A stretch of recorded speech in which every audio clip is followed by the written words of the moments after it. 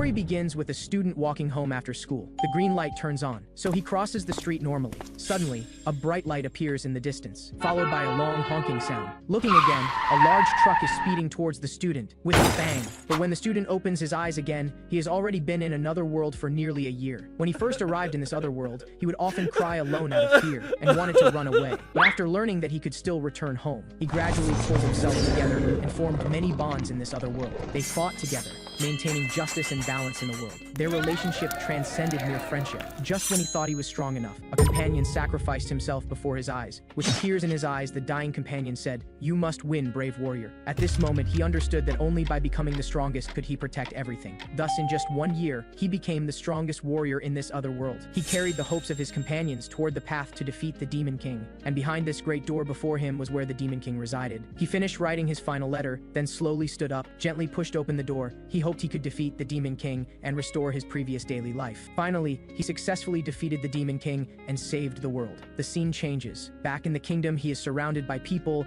They call him the brave warrior, finally free. And in the palace, everyone is drinking wine merrily. But the young man's expression shows some loss. The priest beside him softly asks, "Great warrior, you'll be returning tomorrow, right?" But the young man replies, "When I first came here, I never thought about this day." But the priest suddenly hugs the young man, then gently comforts him. "You did very well, you really did very well." Hearing these words, the young man can't help but cry, saying sadly, "I really miss my family and friends." The people around them, seeing this scene, can't help but gossip about the relationship between the priest and the young man. The two hear this and immediately blush, then separate their held hands. But suddenly the priest grabs his hand again and says, "Let us pray together for the great warrior. He saved our world. The great warrior's life will surely be incredibly happy and fortunate." However, 3 weeks later, by now the young man has returned to his original world, wandering alone on the streets. Looking up at the sky, he mutters, "Priest, you were wrong. Although I saved the world, I couldn't save myself." When the young man returned to his original world, the first thing he did was return to his familiar home. But when he arrived at his doorstep, the person who opened the door was a stranger, the new owner of this house. It turned out that in the 8 months since the young man's disappearance, his mother never believed he would choose to run away from home. While posting missing person notices, she was unfortunately struck by a car, and the driver fled the scene out of fear of responsibility. And half a month after his mother's death, his father, unable to accept the reality of their broken family, chose to end his life in overwhelming grief. Moreover, he had asked others that if news of his death became a focal point, then his missing person notice should be uploaded at the end of the news report. Now the young man can only look at his parents' photos, crying alone. Even the police classified him as a delinquent who ran away from home. The school directly expelled him, as he was a delinquent who caused his parents' deaths. Friends also viewed him as an anomaly who brought disaster. Trying to find relatives to rely on, he was kicked out of their homes, hearing his parents' siblings yell at him, "Even if you left, you should have known to keep in touch. You never contacted your family once," and ended up causing their deaths. Lying on the ground, he thought he shouldn't have saved that world. Every day he was reduced to sleeping on park benches, silently enduring. When watching others eating hamburgers, he searched through all his pockets, finally finding only $2. And not only did he lack money, but he also had no family, no education, and even lost his identity. Looking up at the sky with tears, "What's going on? Is this a nightmare? I saved the world, saved countless lives. At the moment my parents were searching for me, I was also fighting desperately to return. But why has the world abandoned me?" Just then, a burly man bumped into him from the front. The man glared at him fiercely. "Hey, looking to die? Why are you standing in the middle of the road?" After speaking, he didn't forget to endlessly humiliate him, and his girlfriend beside him also mocked, "This guy looks like an idiot." Then the man hugged his girlfriend's shoulders and laughed, "You're lucky, I'll let you off because you made my girlfriend so happy." But the young man turned to stare at him and said, "Why aren't you sad?" Hearing the boy's words, the man asked, puzzled, "What?" The young man said with tears, "Is it because you've never saved the world that you're not sad?" But the man said fiercely, "What nonsense are you talking about?" And the young man muttered to himself, "I know what I want to do. I just hope everyone will be as sad as I am." The next second, the man grabbed the young man's hair, then with a fierce expression said, "You delusional little brat. What are you mumbling about? Let me tear your mouth apart." But the young man stretched out his left hand. "Heed my call, holy sword Durenkel." Hearing this, the girlfriend beside them burst into laughter. The next second, a giant blade slashed down from above, instantly turning the man into minced meat. The smile on the woman's face froze. Then she let out a terrifying scream, and the young man shed tears he hadn't shed in a long time. There was no more light in his eyes. Drawing holy sword Durenkel stuck in the ground. Now he had only one thought, to make the world feel pain. 2 months later, he raised the holy sword Durenkel again, but this time the target wasn't the Demon King, but ordinary people in the world. In the center of the city, he vented his anger at will. This slash, mixed with anger, fiercely swept towards the surroundings. With a boom, overwhelming energy swept across the entire city. Countless screams of agony filled the the air. The young man looked at the ruined city before him. Wasn't it said that the warrior who saved the world would have a beautiful and happy life? Then why does this world treat me like this? After the smoke cleared, the city had been razed to the ground. Only the young man stood alone on the cliff. Time flew by. 3 weeks after the warrior's rampage, city traffic began to paralyze. And in one of the fleeing vehicles, Jong-soo Park sat looking out the window. His mother said while driving, "How is the road so jammed? We can't move forward at all." His little sister also couldn't help crying, saying through tears, "Brother, where are we going? Why isn't Dad coming with us?" However, his father had already left a message for Jong-soo Park, telling them to keep driving south. So Jong-soo Park explained to his sister, "It's okay, we'll see father soon." But suddenly a police siren sounded beside the car. A motorcycle with flashing sirens quickly passed through the traffic. When it reached the front of all the vehicles, the motorcycle stopped. The police officer who got off took a megaphone and shouted nervously, "Citizens, please attention! The warrior will arrive here soon. We can't delay any longer. Everyone get out of your cars and proceed on foot now. Refugees, we must move forward in an orderly manner. Please follow the instructions of the military and police." And Jong-soo Park's mother instructed him to take care of his sister. Jong-soo Park also agreed with a nervous expression. Just then, a tank fell from the sky. The fleeing people, seeing this scene before them, immediately showed expressions of terror. Then everyone started screaming and fleeing. And Jong-soo Park's family was among the fleeing crowd. But his sister was too young to run fast. So Jong-soo Park picked up his sister. At this moment, the crowd around him was running. But what they didn't know was that death had quietly descended. Looking at the humans who were like ants, Min-soo Kim felt sick to his stomach. "Do you think you still have hope of survival, so you're still struggling? When you committed those inhumane acts back then, did you ever think about the consequences of today?" After speaking, he held his giant blade and leaped down. "All of you go to hell," facing such a powerful being. The humans had absolutely no way to resist. They could only flee desperately. Jong-soo Park, carrying his sister, was among them. Due to the crowded path, he collided with a middle-aged man. His sister's toy fell to the ground as a result, watching the toy being trampled frantically by passers-by. His sister cried out for him to get her toy back. Jong-soo Park comforted his sister that now wasn't the time to pick up toys. But at this moment, his sister grabbed his hair. "That was the birthday gift Dad gave me." Jong-soo Park also understood how precious the rabbit was to his sister, so he told his sister to stay here and not move, saying he would be right back. Then he went against the flow of people to look for the little rabbit. Soon he saw the little rabbit, but the rabbit was too far away, so he reached out to grab it. And at this time, the warrior had also arrived here. But Jong-soo Park was still reaching for the rabbit. The warrior raised the tide blade high,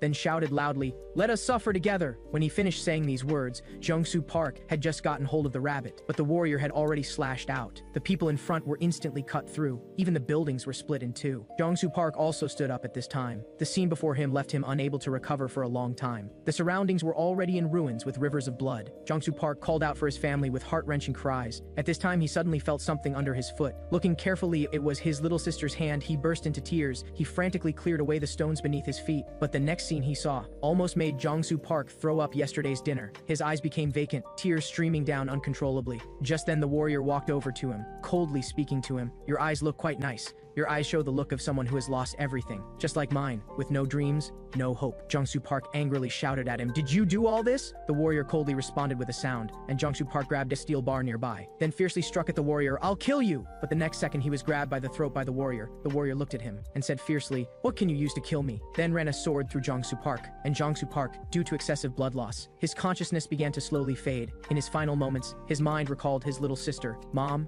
dad, and grandmother. But just as Jong-soo Park was closing his eyes, a strange voice suddenly reached his ears. Great warrior, please wake up." The great warrior finally opened his eyes, looking up to see a girl wearing a magic hat. Then Jong-soo Park became the warrior hated by all. 1 year after the warrior's rampage, all cities completely fell. Min-soo Kim also became an existence that no one in the world could shake, and then other warriors successively awakened and joined Min-soo Kim in taking over K-Country. They chose to follow Min-soo Kim for their own reasons. Now K-Country from top to bottom was divided and ruled by Min-soo Kim and the warriors. And this world changed its appearance because of this. The scene changes to Z Island, the Golem warrior's jurisdiction. A stone in the shape of an eye monitored everything on the island. One of the girls, unable to bear this kind of life, started complaining. "I want to die. Living in this world has no meaning at all." But the girl opposite her comforted her with tears. "Don't say such depressing things. Didn't you come to this island because you wanted to live?" Just then, the door was suddenly pushed open. A giant hand walked in. This was the Golem warrior's special ability, specifically used to monitor and urge civilians to work diligently. People stood in the square as usual with rumbling stomachs. Suddenly footsteps reached everyone's ears, and those hand monsters formed a set of stairs. That mysterious man stepped on the monsters, walking step by step towards the high platform. It turned out this man was the Golem warrior, Sung Gu-jeon. He snapped his fingers. The sand on the ground began to float, finally condensing into a huge speaker. Then he began speaking with passion. "Today's tasks are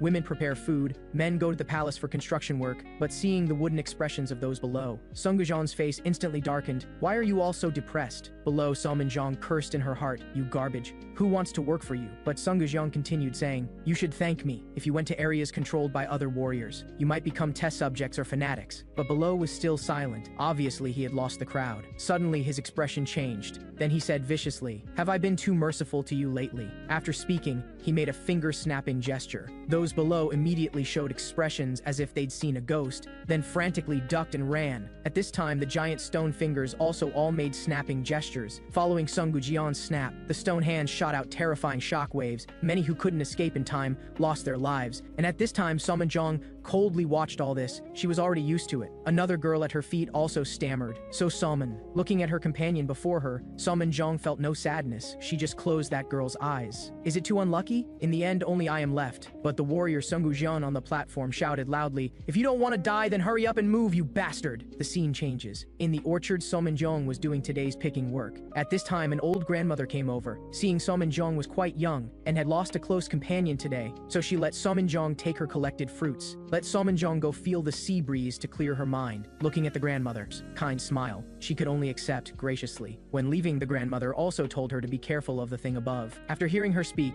Salmanjong started walking towards the direction of the sea. When she saw the outline of the sea, after eating a sour orange, she couldn't hold it in anymore. Squatting down and crying loudly, she felt remorse for her own powerlessness. Just then, movement from a haystack in front caught her attention. Looking over, it turned out to be a man in military uniform who came over, asking Salmanjong if she could give him some food. Salmanjong gave him all the food she had, but the man expressed that this wasn't nearly enough. The man grabbed her hand and asked if there was more food, because there were crew members waiting for him on the ship. They were all working hard to defeat the warrior and take over this island. After hearing the man's words, Salmanjong looked up at the eye above. If she returned fast enough, the eye wouldn't discover her from this angle. Then she patted her chest. Please be sure to take back this city. I will definitely bring you food. Salmanjong used her fastest speed to bring back a basket of fruits. On the way, her heart kept crying out. She didn't want to live on like this in misery. She wanted to resist. But when she returned to the seaside, she was shocked by the scene before her, because she saw Sung Gujan and a group of giant hands. And Sung Gujan turned his head at this time. You've come, little rat. Then a giant hand reached out to grab Salmanjong, and Salmanjong was easily trapped, but Salmanjong wasn't resigned. What's going on? I clearly avoided the eye's surveillance. Why was I still discovered by you? Sung Gujan tilted his head. You think there's only one? Deactivate invisible mode. As soon as the words fell,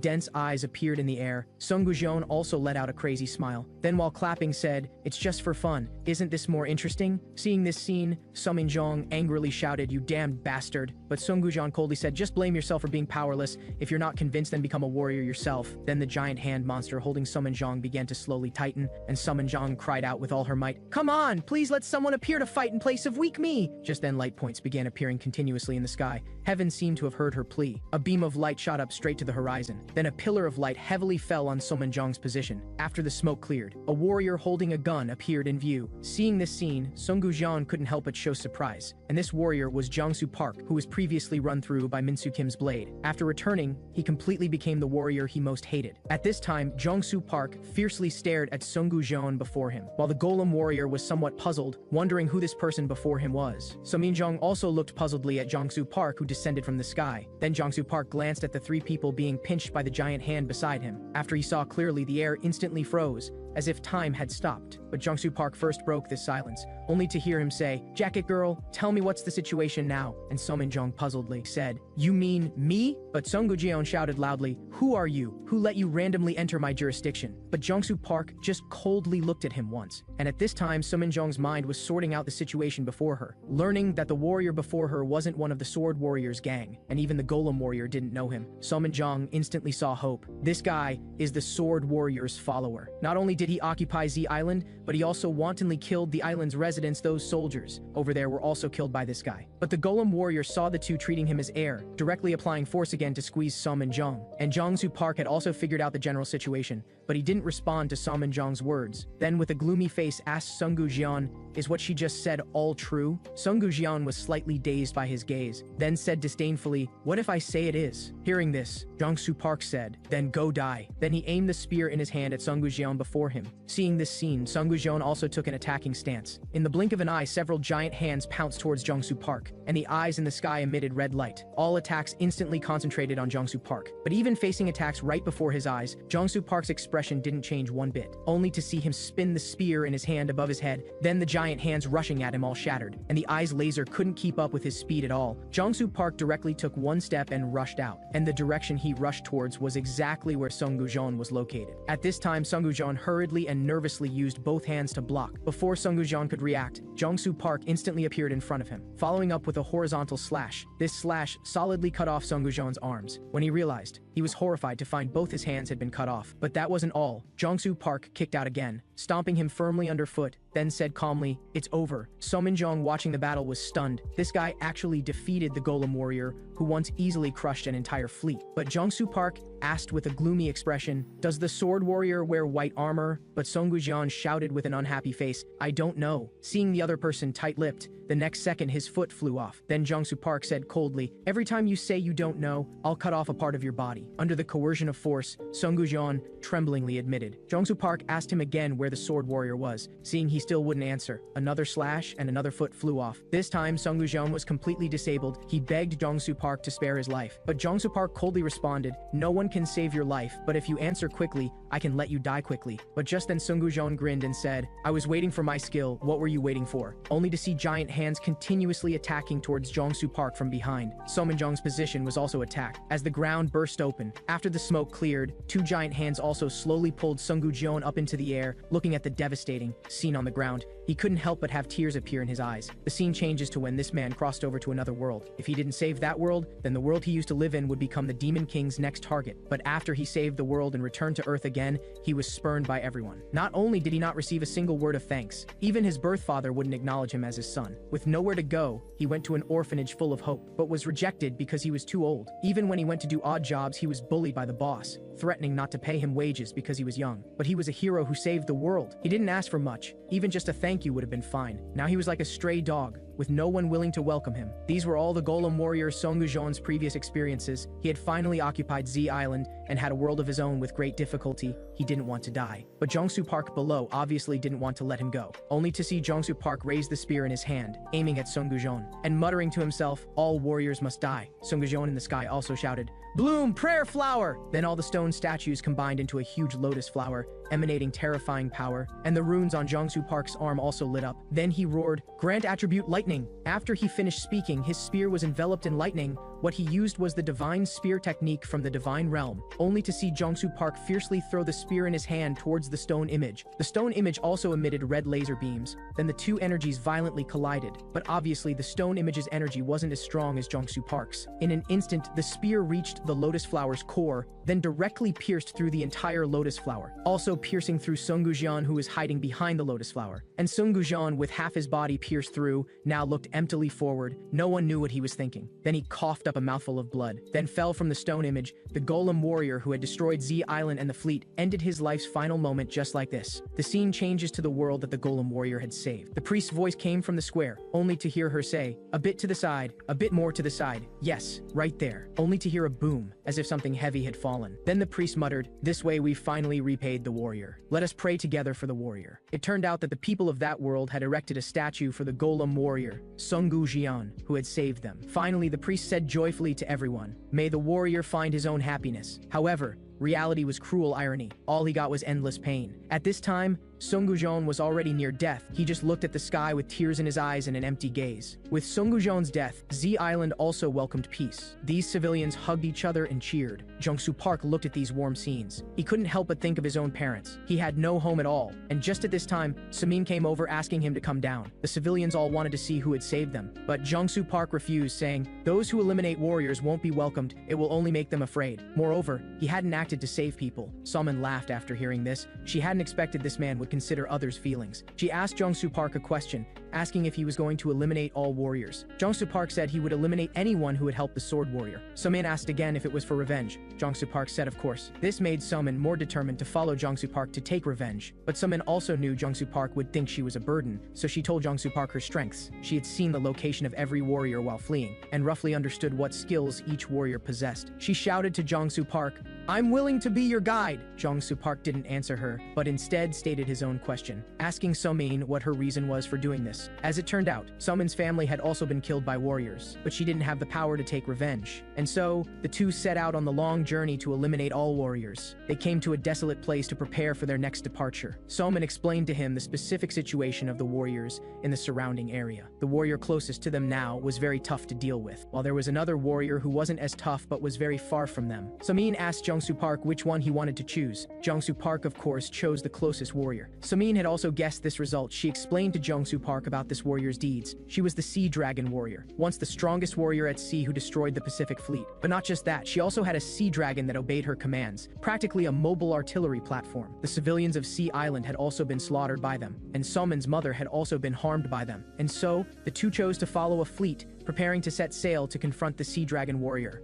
There were still 2 hours before departure, and the captain was arguing with a crew member because they didn't know whether Jungsu Park, who had defeated the Golem warrior, was good or bad. They were even more uncertain if sending Jungsu Park to land would help defeat the Sword Warrior. Since they didn't know, why get involved with the Sea Dragon warrior's mess? The captain looked into his eyes and said, "That man destroyed the Golem warrior, and he wants to eliminate all warriors. Isn't knowing these 2 points enough? We've already lost more than 30 comrades." The scene shifts to the sea, where the fleet had been sailing for an hour. Somin was describing the Sea Dragon warrior's appearance to Jungsu Park. This completely confused Jungsu Park. Could my next opponent be an earthworm and a paper person? Hearing this, Somin's face turned bright red, and she told Jungsu Park not to mind these details. Then she began her analysis, saying, "This woman usually stands on the sea dragon's head, and the dragon won't move without receiving commands from her." She had previously witnessed battles between the sea dragon warrior and the military. The dragon could breathe blue fire, and its body was enormous, and that woman could effortlessly block any attack. Just then, both of them felt the ship starting to shake. When they went outside, they discovered that the radar had detected a suspicious object, and it was steadily approaching the fleet. The crew began firing frantically at the suspicious object's location. But surprisingly, what floated up were just some fish. The experienced Jungsu Park knew these fish must have been frightened. The real threat was about to appear. Sure enough, a giant whirlpool formed in front of the ship. A massive sea dragon emerged, with a woman standing on top. She was the Sea Dragon warrior, Sua Shin, who muttered, "The warrior who killed the Golem warrior, let me end you right here." The captain wanted the crew to turn around, but Jungsu Park shouted loudly, "Drop anchor!" The captain was also very decisive and chose to drop anchor. This decision meant they were ready for a fight to the death. Sua Shin immediately commanded the dragon to breathe out massive blue flames. Jungsu Park muttered under his breath, "Weapon, shield, spear, on seal." Suddenly a wave of light descended, and Jungsu Park's spear burst with red light. On seal, activate. A giant shield appeared in front of the ship. He managed to block the dragon's attack head on. The crew watched this scene and thought, this man was actually protecting them without counterattacking. The captain then ordered an attack. Volleys of shells were fired at the dragon. Sua Shin on the dragon's head stretched out her staff, muttering, "Shield of Atlantis." After the sea dragon warrior Sua Shin deployed her shield, the fleet's attacks had no visible effect. The captain had actually expected this would happen. He continued ordering the crew to increase firepower, using all their weapons. Jungsu Park, who was desperately blocking the dragon's attacks, remarked, "Looks like these people's weapons are quite useful after all." It turned out that the captain's full firepower was meant to drain Sua Shin's magic power.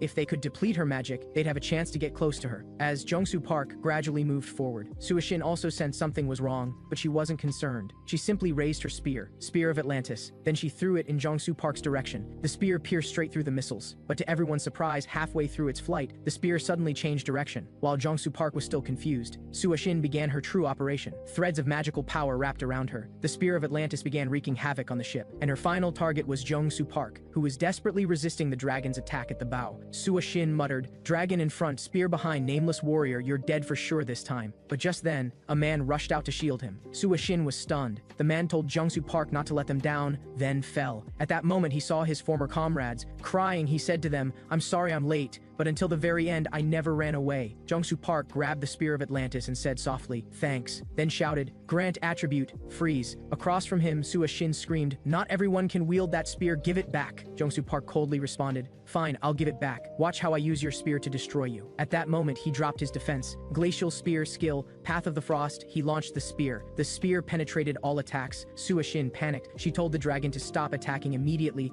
They needed to deploy defensive formations. Blue light slowly appeared around Sua Shin. Then a massive defensive formation appeared in the sky. This was a 5-layer defense that even the Demon King's wyvern cavern couldn't break through. 5-layer defense formation. However, remarkably, the spear seemed to ignore the defenses entirely, breaking through layer after layer of defensive formations, heading straight for Su Ashin. But fortunately, the spear didn't break through the final layer. Just as Su Ashin felt relieved, she discovered Jongsu Park had vanished. It turned out everything he'd done was to get close to Su Ashin. Under the protagonist's fatal strike, both the sea dragon and Su Ashin's lives came to an end. But at this moment, Su Ashin said to the dragon, "I love you, we loved each other." It turned out the dragon was the king of Atlantis. He came from another world that Su Ashin had once traveled to. There, the sea dragon and Su Ashin had defeated the demon king together. They had saved that world. This brief time had also made the two fall deeply in love. But Su Ashin didn't feel happy about defeating the demon king because it meant she had to leave. The dragon looked into her eyes and said, "We will accompany you back to your world. We have fulfilled our duty as the king of Atlantis by defeating the demon king." However, when this news reached the people of Atlantis, it met with countless objections, because the human world was different from theirs. But the dragon didn't care about any of this, saying loudly, "If warriors can adapt to this world, why can't I?" He had already found a successor and had defeated the demon king, who threatened the world balance. He wanted to spend his remaining time with Su Ashin, and so, the dragon returned to the human world with Su Ashin. However, it seemed the dragon truly couldn't adapt to the human world. Gradually, he couldn't even maintain his human form. Faced with Su Ashin's questions, the dragon could only pretend nothing was wrong. But as time passed, Su Ashin also realized he really couldn't adapt to this world. She hugged the dragon tightly and said, "I still have money. I'll take you to an uninhabited island. There are no humans there. You won't have to suffer like this anymore. We'll build a little house by the sea together." But by the time they reached the port, the dragon could no longer resist transforming back to his true form. He said, "I'm sorry," then was forced to reveal his true appearance. Just like that, the government labeled them as terrorists like the Sword Warrior. They were forced to become villains, targets for elimination, as humans opened fire on them. But Su Ashin no longer cared. In the other world, the dragon had protected her. Now it was her turn to protect the dragon. The timeline returns to the present, where Su Ashin has perished. The sea dragon cried, saying softly, "I love you too. Yes, we loved each other. We saved the world together." The scene changes, showing Jongsu Park repeatedly reviving and killing the demon king. The demon king admired this warrior, but never expected that after killing him, the warrior would revive him. The demon king thought the warrior also wanted to become the next demon king, so he laughed, "You want to fall too, right? You want to become the demon king, right?" But unexpectedly, Jongsu Park just picked up his spear again and walked toward him, muttering, "Get up. I need to keep fighting you. Keep getting stronger." The demon king was dumbfounded, and so as time passed, the demon king had been killed countless times, revived countless times. Trembling, he begged Jongsu Park, "Kill me, please." At this point, the girl rushed up and hugged him, saying, "Stop, you're strong enough, don't push yourself anymore. We're willing to help you get revenge. If this continues, you'll become a monster." It turned out that Jongsu Park had never been interested in saving their world from the beginning. Among all the spear warriors who had crossed over through countless years, he was the one who demanded the most from himself. He practiced constantly, repeated endlessly. He felt he was too weak. He wasn't anywhere near the sword warrior's level, and it was because of his weakness that his sister died. He had faced countless dangers, gone through madness, but each time he could stand up again, because he needed revenge. For his sister, his grandmother, his mother, his actions could no longer be described as those of a warrior, but rather those of a sinner or revenge ghost. Once, when the girl was bandaging his wounds, she asked Jongsu Park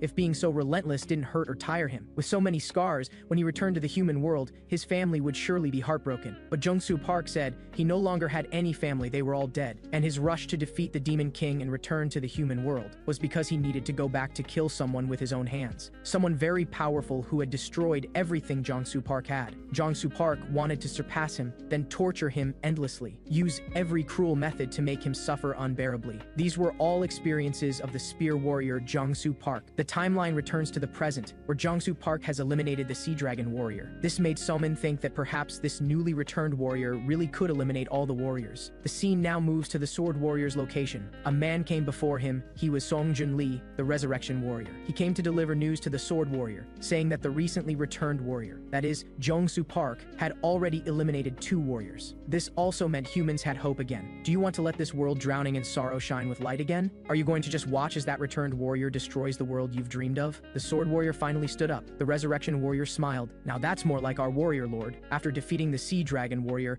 Jongsu Park returned to the ship. He asked Somin if she had found any survivors. The deck, bridge, and control room. Somin had checked everywhere. All had perished. Jongsu Park lowered his head, sighed, and said, "I see." Somin also looked mournful. Without the soldiers, there was no one to pilot the warship. She asked Jong-soo Park if he knew any flying techniques, since she'd seen him summon shields and split the sea with his spear, seeming almost omnipotent. Jong-soo Park was speechless and said, "You really think warriors are like Doraemon? You said you'd be my guide, what now, you can't even pilot a ship?" Hearing this, Somin froze and said, "When I said guide, I didn't mean that, I meant..." Before she could finish, Jong-soo Park interrupted her saying, "Why do you pretend to be so capable? I shouldn't have brought you along at all." Somin turned and asked about his next plan. Jong-soo Park paused, then replied, "Let's rest first. You've been watching me fight the whole time using hardly any energy, but I'm different. I need to recover my strength." This comment really annoyed Somin. She angrily snapped, "Fine, fine, fine, you're the amazing one, happy?" But the next moment her mood also dropped. She really wanted to do something too. In the ship's cabin, Somin wasn't resting, but searching for something with a flashlight. Now her head was full of what Jong-soo Park had said to her earlier. She wanted to find the warship's operation manual and prove to Jong-soo Park she wasn't useless. Just then, she thought she heard something in the corridor,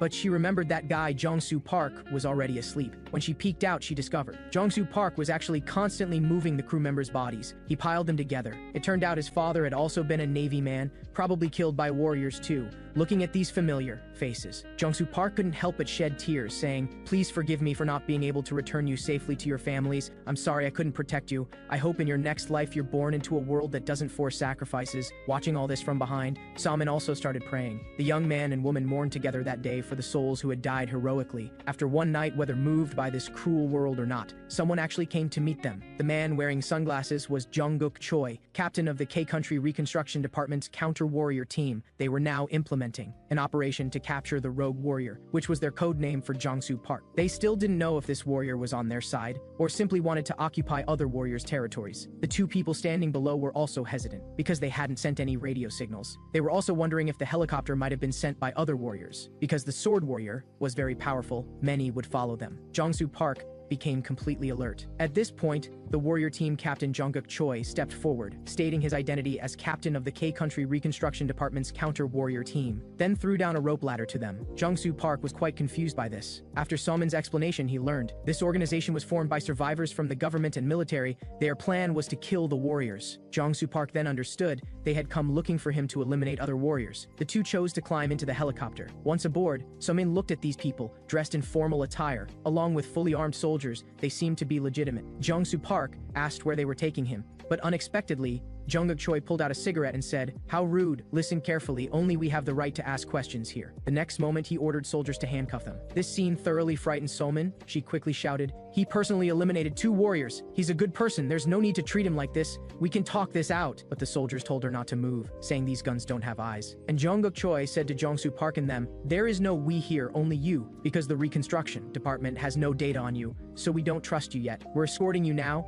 not here to joke around." Jong-soo Park could no longer contain himself. He said coldly, "Guess how many seconds it would take me to kill these gun-wielding soldiers and take over this helicopter. You really think a few guns can subdue me?" Beside him, a confused Somin said, "But they can subdue me." But unexpectedly, Jung-guk Choi lifted his clothes, saying, "Guess what's faster, you or missiles?" This scene scared them both, and now they were 600 meters in the air. Falling would mean death. Jong-soo Park was now emanating killing intent. All across from him, Jung-guk Choi still arrogantly said, "If I didn't think of you as my brother, I wouldn't warn you about these things." Then he tied them up, and they were taken to the K-Country Reconstruction Department's base. But they also didn't know if this Jong-soo Park was the Sword Warrior's hidden trump card, or if he really was the savior. And at this moment, a pair of eyes was watching Jung-guk Choi and his group. Jong-soo Park and Somin were now being led into the base tied up. Jong-soo Park was thinking. He only needed 1 second to break free from the handcuffs, and judging by the footsteps, there were only 4 or 5 soldiers around. It would only take 3 seconds to subdue them. Just as he stopped to prepare to act, the soldiers pointed their guns at him. He said to them, "I only boarded the helicopter to reach land, not because I fear you." The soldier just shouted at him, "Save your words for the interrogation room." Just as Jong-soo Park was about to break free from the handcuffs, Somin touched his shoulder, saying, "Don't be rash. They're only being aggressive because they fear you.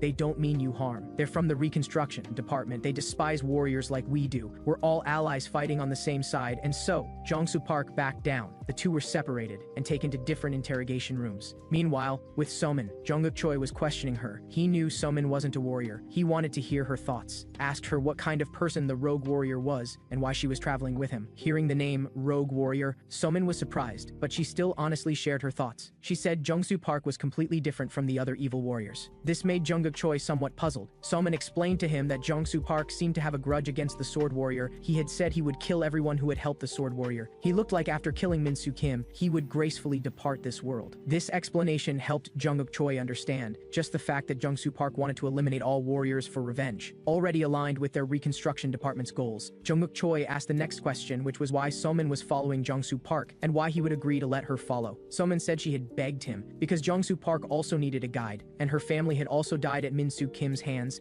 so she wanted to seek revenge with Jung-soo Park, even though she was still weak now. Somin pressed her advantage, saying, "This is great. With the help of you reconstruction department and military personnel, we can defeat those warriors and restore the world to what it once was." But before Somin could finish, Jungkook Choi interrupted her, saying, "Little one, you're thinking too simply. Our goal is to eliminate warriors, not drive them away. We never thought about helping the rogue warrior attack the sword warrior unless there's something different about him that would let us control him." Jungkook Choi fired off a series of questions. Do you trust the rogue warrior? How much do you know about him? Do you know what his plans are? Is he really as powerful as the sword warrior? And do you think he might waver? Moreover, many survivors were now spreading word of a warrior who had defeated many others. The rogue warrior was gradually becoming the survivors' hope, but asking them to trust and help him unconditionally was too risky for them. If the rogue warrior failed, they wouldn't have enough people left to rebuild the department again. So given the current situation, eliminating him or controlling him were the most beneficial choices for the reconstruction department. Somin was shocked, speechless. Meanwhile, on Jung-soo Park's side, he had been waiting here for 3 days. Even with his awakened body, he couldn't go without food and water. Just then, gunfire erupted outside. His blindfold was removed. The person who came was Somin, and behind her walked a warrior who seemed to be from the sword warrior's side. He said to Jung-soo Park, "So you're that newly returned warrior?" and introduced himself. He was the Iron Arm warrior, here to rescue Jung-soo Park.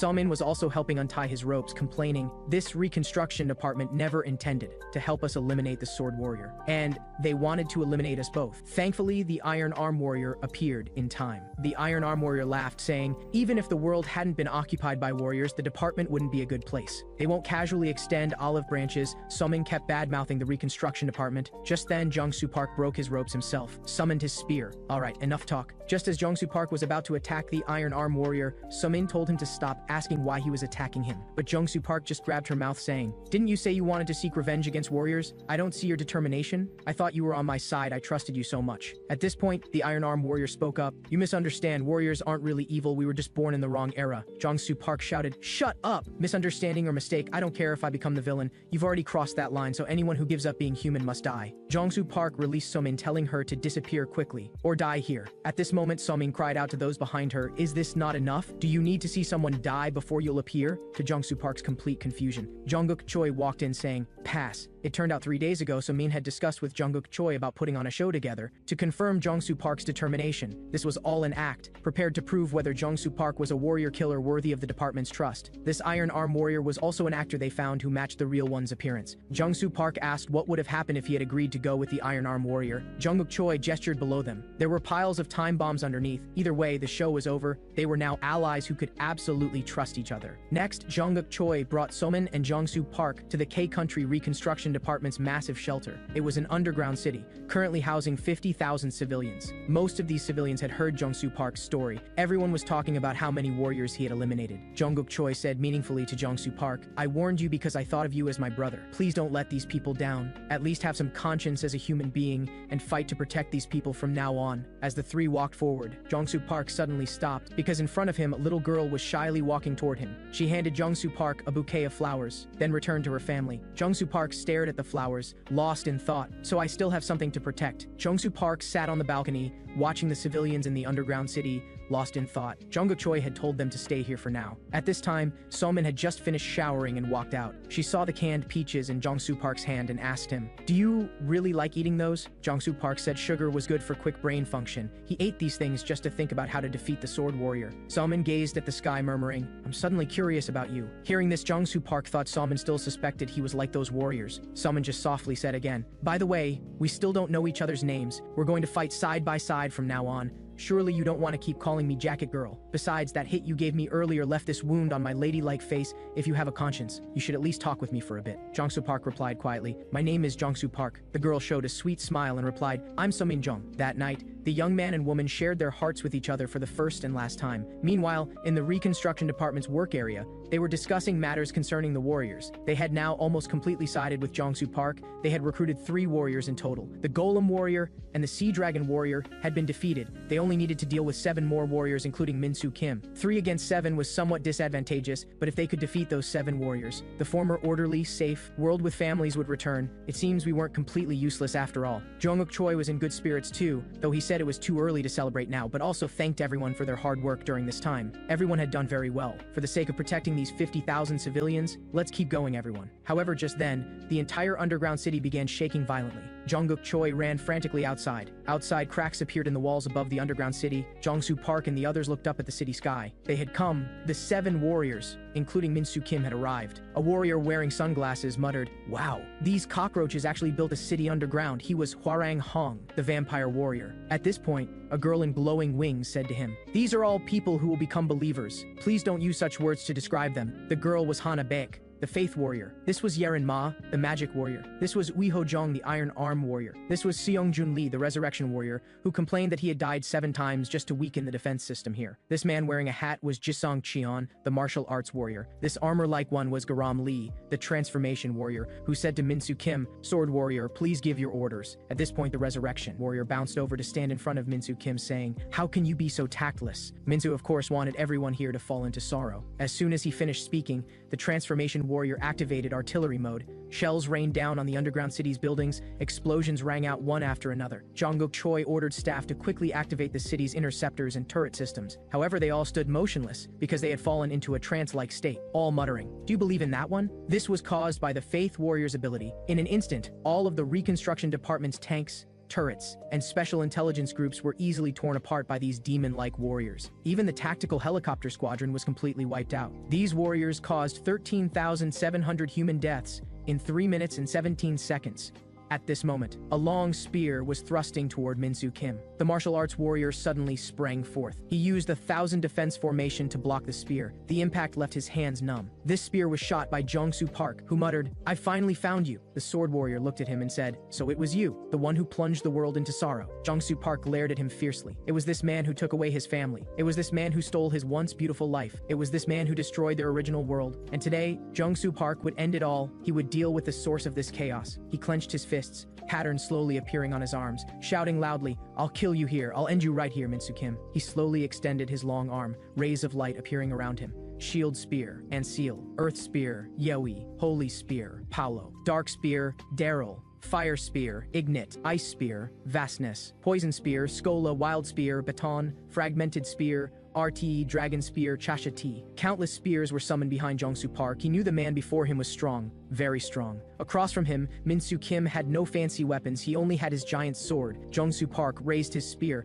tracing out a Taiji Bagua formation. Holy Dark Bow formation, bow and dark as one. A wave of black and white energy surged frantically toward Min-soo Kim. They didn't choose to dodge, taking the hit head-on. The ground was blasted with deep furrows. Min-soo Kim withstood the attack with his holy sword, but the shockwave from this strike also stunned the other 6 warriors. They thought to themselves that this Jong-soo Park was indeed different from other weaklings. It almost turned into a major incident. The Faith Warrior laughed and said, "This battle will be very interesting." The martial arts warrior adjusted his hat and said, "Why don't we get away from here before we get caught up in this?" And so, only Min-soo Kim remained here, along with Jong-soo Park. Jong-soo Park immediately launched his spear. This spear pierced into the ground behind Min-soo Kim. The next moment, it erupted in green smoke. The intense poison made blood seep from Min-soo Kim's 7 orifices. At this moment, he had resigned himself to dying at Jong-soo Park's hands, but in the next instant, he saw something in the depths of Jong-soo Park's eyes. In the depths of Jong-soo Park's eyes, there was still a glimmer of hope waiting to be redeemed. He understood. The man before him wanted to find redemption after killing him. This guy actually wanted to enjoy the pleasure of killing me alone. He actually wanted to become happier than me. Thinking of this, Min-soo Kim shouldered his holy sword Durankal and said, "Eclipse mode." He directly slashed toward Jong-soo Park opposite him. At this moment, both of them exerted their full strength. Their weapons clashed, creating a massive explosion. This left them both severely wounded. Even their weapons scattered on the ground. Their lives were so similar. Both were people abandoned by the world, like twin brothers. Yet they were mortal enemies.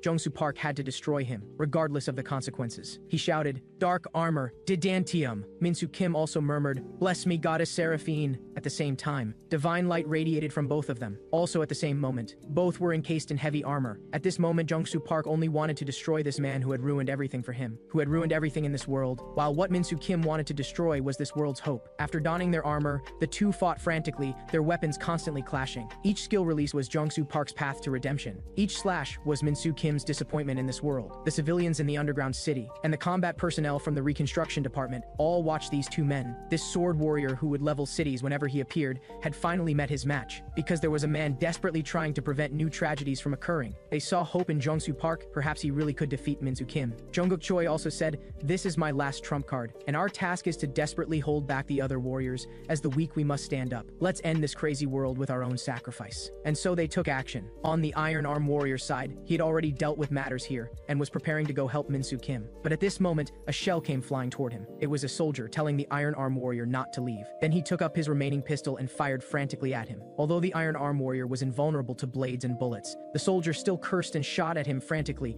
"Damn it, you bastard, don't think about leaving." Meanwhile, with the other warriors, they encountered similar situations. These civilians and reconstruction department personnel were all burning their lives. They wanted to exchange their sacrifices for time for Jongsu Park to fight alone. But after several rounds of battle, Jongsu Park still hadn't gained the upper hand. Min Soo Kim across from him said, "Though you're strong, that's all you amount to." After speaking, he raised the Holy Sword Durankal in his hand. Activating Daybreak mode, the Holy Sword Durankal erupted with waves of light, surging frantically toward Jongsu Park. He had no way to dodge. This fierce attack directly split the ground with a huge crack, and Jongsu Park's left arm was also cut off. Min Soo Kim looked at Jongsu Park falling toward the ground from the sky and said, "Do you know why you'll lose? Because your sorrow is still far from enough." Jongsu Park steadied himself and said hoarsely, "Not enough? You're saying my sorrow, the pain I've experienced still isn't enough? My family was slaughtered by you. The once beautiful world was also destroyed by you. The trajectory of my life was also crushed to pieces by you. A murderer. Even this isn't enough?" Jongsu Park patted his chest and roared frantically. At this moment, every warrior, every civilian was moved by his roar. Jongsu Park charged toward Min Soo Kim with his broken body. At this time, Min Soo Kim had removed his helmet and was walking toward him. In an instant, Jongsu Park's fist arrived before him, but Min Soo Kim turned his head and dodged, then landed a punch on Jongsu Park's chest. "Not enough, still not enough, you're still not as pitiful as me." Throwing punch after punch, Min Soo Kim kept saying, not enough, still not enough, you still have a chance, you can still find redemption, while I have nothing." Each of Min Soo Kim's punches caused Jongsu Park unbearable pain, but what was even harder for Jongsu Park to bear were Min Soo Kim's words. At this time, Jongsu Park also spoke with difficulty. "What unforgivable things did people do to you? And what did I do wrong?" Min Soo Kim attacked Jongsu Park frantically while answering his questions. "You shouldn't be happier than me, shouldn't have eliminated me, shouldn't have left me behind, shouldn't have misunderstood me, shouldn't have excluded me, and you shouldn't become these humans' hope. You're trying to destroy the shackles of sorrow I've worked so hard to build." At this moment, a bullet shot toward Min Soo Kim. It was Somin who shouted at Min Soo Kim, "You're right, that guy's our last hope. And you?" Jongsu Park told Somin to run quickly. At this time, Min Soo Kim said, "Your hope is really useless, just like how you deeply believe you can kill me with that gun." Somin looked at Min Soo Kim getting closer and closer, her trembling body saying, "I know I can't kill you, but I believe, someday, as long as we stand up and resist like today, we will definitely defeat you." Meanwhile, on Jungkook Choi's side, he was already at his last breath. He fell to his knees with a thud. He connected to all the speakers. He had final words to say. At the same time,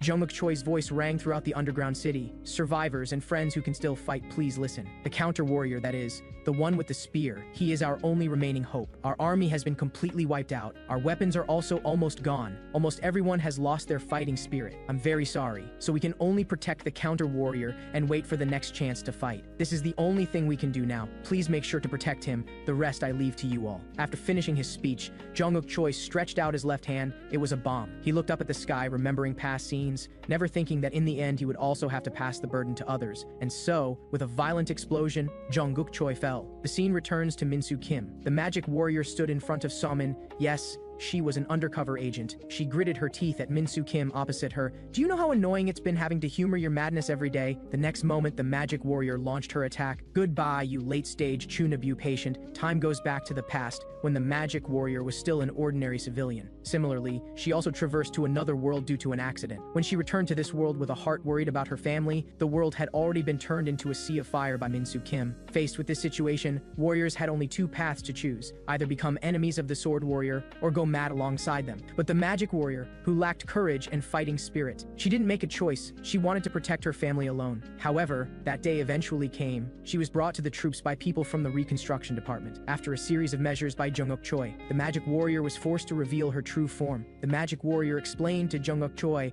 why she didn't fight back, because every warrior's strength varied, and the symbol of their strength was the power of the Demon King they had defeated. And the Demon King that Min Soo Kim had defeated was more than 100 times stronger than any Demon King other other warriors had defeated. In other words, this war was destined to be a losing battle before it even began. Jungkook Choi continued to ask, "Even if the world you live in has become hell, you still remain unmoved?" The magic warrior replied, "How could that be possible? All of this was because Minsu Kim and her family, her mother was still sick, she didn't want to die. If she died, then who would protect her family in this chaos?" Not all warriors are full of courage, but Jungkook Choi said he had a way that wouldn't require the magic warrior to die, and could also save the world. He asked the magic warrior to join Minsu Kim's camp. They wouldn't let the magic warrior sacrifice for nothing, they would move her family overseas. There would be people guarding them personally, and they would also cure her mother's illness. The magic warrior still had no confidence, she was no match for Minsu Kim at all, but Jungkook Choi didn't ask her to do dangerous things, he just wanted to use the magic warrior as a chess piece. When the means to kill Minsu Kim appeared, the magic warrior would become the trump card to protect that means. The timeline returns to now, she was fighting against Minsu Kim before her. Meanwhile,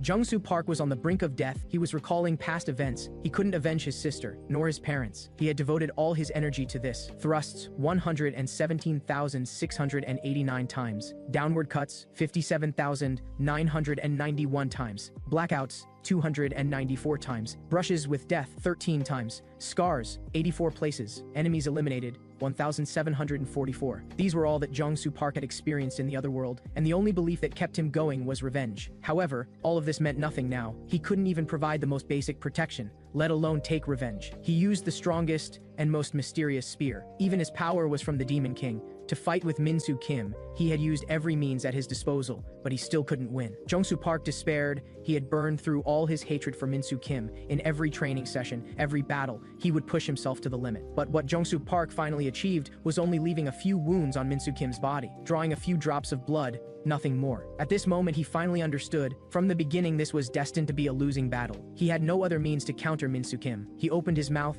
his tongue trembling. He wanted to end himself. End it quickly. Jungsu Park shouted, "I don't want my second life to be taken by Minsu Kim too." At this time, the faces of his family members and former comrades in arms flashed through his mind. "And that little girl," he mumbled. "Everyone, I'm sorry, I really can't do it." With a crack, he bit his tongue to commit suicide. But at this moment, Soman appeared. Jungsu Park looked at her with tears. Soman also said to him with tears, "You must live on." And just then, the magic warrior appeared. She directly carried Jungsu Park and flew away. She wanted to save humanity's last hope. While Soman knelt on the ground, watching him leave, these soldiers clutched grenades and kept charging toward the powerful warriors. Because they needed to sacrifice themselves to buy time for Jungsu Park to escape. He was their last hope. He was being frantically pursued by other warriors. But at crucial moments, someone would always sacrifice themselves to save him. Jungsu Park stared blankly at everything happening before him. The soldiers shouted at him, "Live on!" They cursed at those warriors who destroyed the world. "You mongrels, let us kindly accompany you to hell." These warriors couldn't understand at all. Had these people taken the wrong medicine? People who were trembling in fear just days ago? Why had they suddenly become fearless and charged at them? Why could they be so foolish as to burn their lives for just a little time, for a future without any outcome? The Iron Arm warrior was very displeased with these ordinary people's behavior. He kept breaking through the barriers people built with their lives. However, whenever he broke through one barrier, new ones would appear, and this time's barrier was a truck loaded with C4. Inside was a soldier holding a grenade in his hand. He mumbled, "Must live on." With the press of the soldier's thumb, a violent explosion rang out. They exchanged their sacrifice for an escape route for Jungsu Park and the magic warrior Yarenma. Meanwhile, on Jungsu Park's side, they were still being chased by the vampire warrior. The vampire warrior cut his palm, then directly materialized a blood bow. He drew a full bow and shot toward Jungsu Park and Yarenma. They barely dodged this attack thanks to Yarenma's desperate maneuvering. It seemed too difficult for them to escape. The place where they first broke in had Minsu Kim and the Faith warrior guarding it, and the cracks in the sky they could escape through had rocks constantly falling. Too dangerous. But if they continued wandering around, they would definitely be caught. And at this moment, Yarenma saw a light. It was people from the reconstruction department guiding her direction. Yarenma quickly flew toward his direction, and the vampire warrior was close behind her. The destination in this direction was the B12 elevator. The refugees from the underground city were escaping outside through the elevator. At this time, a man was reporting to his superior. They were already leading the magic warrior. Over.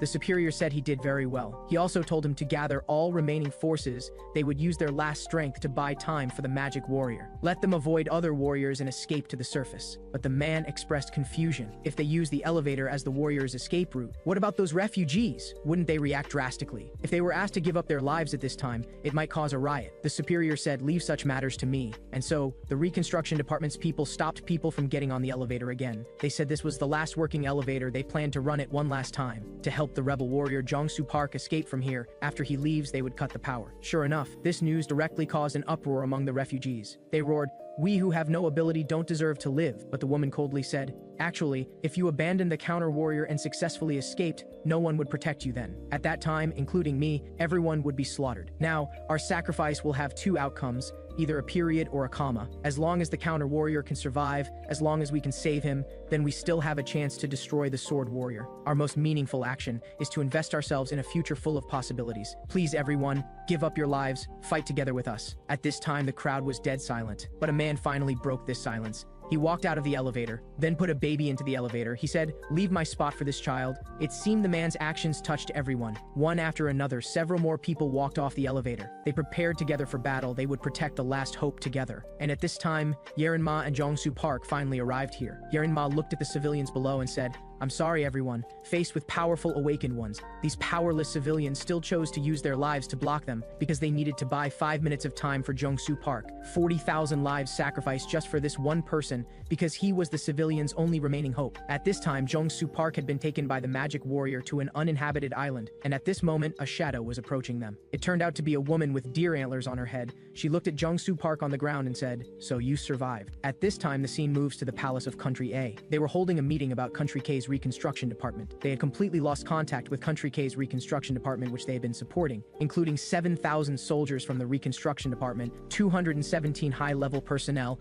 and about 40,000 refugees under the reconstruction department's protection. According to their estimates, all the people of Country K in the reconstruction department had been completely wiped out, and the culprits behind all this were those vicious warriors. However, this attack was different from what had happened before. There was a special circumstance this time. That was the appearance of a third warrior who could contend with the sword warrior. The man opened the big screen, showing footage of Jongsu Park. At this time, someone below asked, "Is this video confirmed not to be edited? And through what channel was the video obtained?" The man explained that this was sent by the assisting staff from Country K at the cost of their lives, and they had tested that it was the original video. At this time, Country A's leader also spoke, asking where Jongsu Park was now. Meanwhile, on Jongsu Park's side, the woman with deer antlers was carrying them both deep into the forest. She put the two down. Then the woman took out a seed. The next moment, the seed directly took root and sprouted. It wrapped around Jongsu Park and Yarenma, then slowly turned into a wooden bed, letting them lie flat. Then the trunk began to slowly emit green light. It was healing the two of them. Jongsu Park had regained some consciousness by now. He mumbled, "Why save me? I clearly lost to the sword warrior. I couldn't protect them because I was too weak, so I got everyone killed again." The next moment, the girl who saved him directly gave him a big slap. She told Jongsu Park to shut up. She said it wasn't that he couldn't protect them, but that they protected him. At this time, Jongsu Park's mind was full of past scenes. There was So Min Jung and those comrades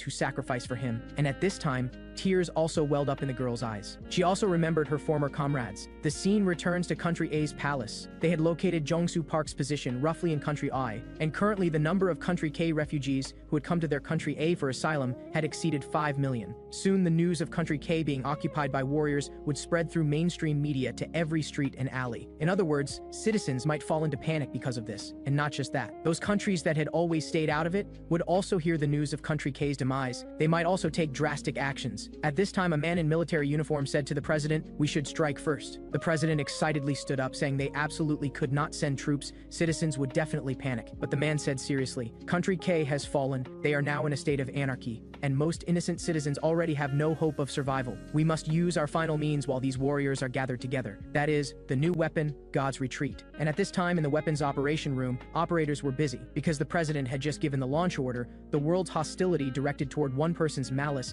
Minsu Kim. The scene comes to the reconstruction department. There were tragic scenes everywhere. At this time, the last surviving person here was trembling, because Minsu Kim had come before him. The man raised his gun toward him. Minsu Kim brought his face directly in front of him and said, "Go out and tell all humans their hope, the spear warrior, is dead. Humanity's hope has perished. Tell them to curl up on the ground and watch this world march toward destruction. As long as you agree to do as I say, I'll spare your life." But at this moment, the man's crying suddenly stopped. He laughed and said, "You're afraid, aren't you? Are you afraid humans will pick up hope again and continue to fight against you? Are you afraid the spear warrior will come back alive again? How fortunate. Fortunate that you're not a god. Fortunate that you're just human like us." Minsu Kim didn't want to hear these jarring words anymore. He directly ended the man's life. And at this time, the resurrection warrior also came behind him, saying the refuge had been mostly cleaned up. Other warriors were also also waiting for him. The Faith Warrior told Min-Soo Kim not to mind them as long as he could calm down. The Iron Arm Warrior also laughed and said, "Yeah, who told them to provoke you, Sword Warrior?" Min-Soo Kim said, "Don't act like you understand me.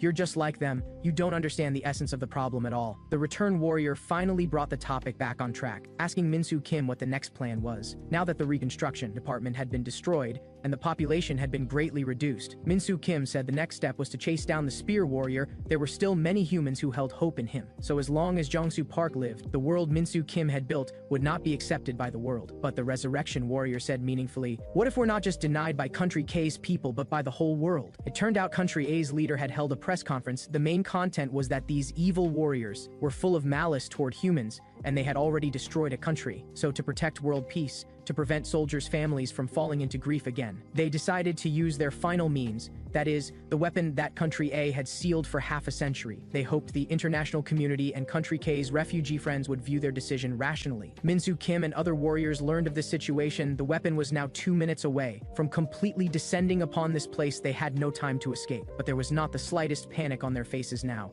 as if they had some backing.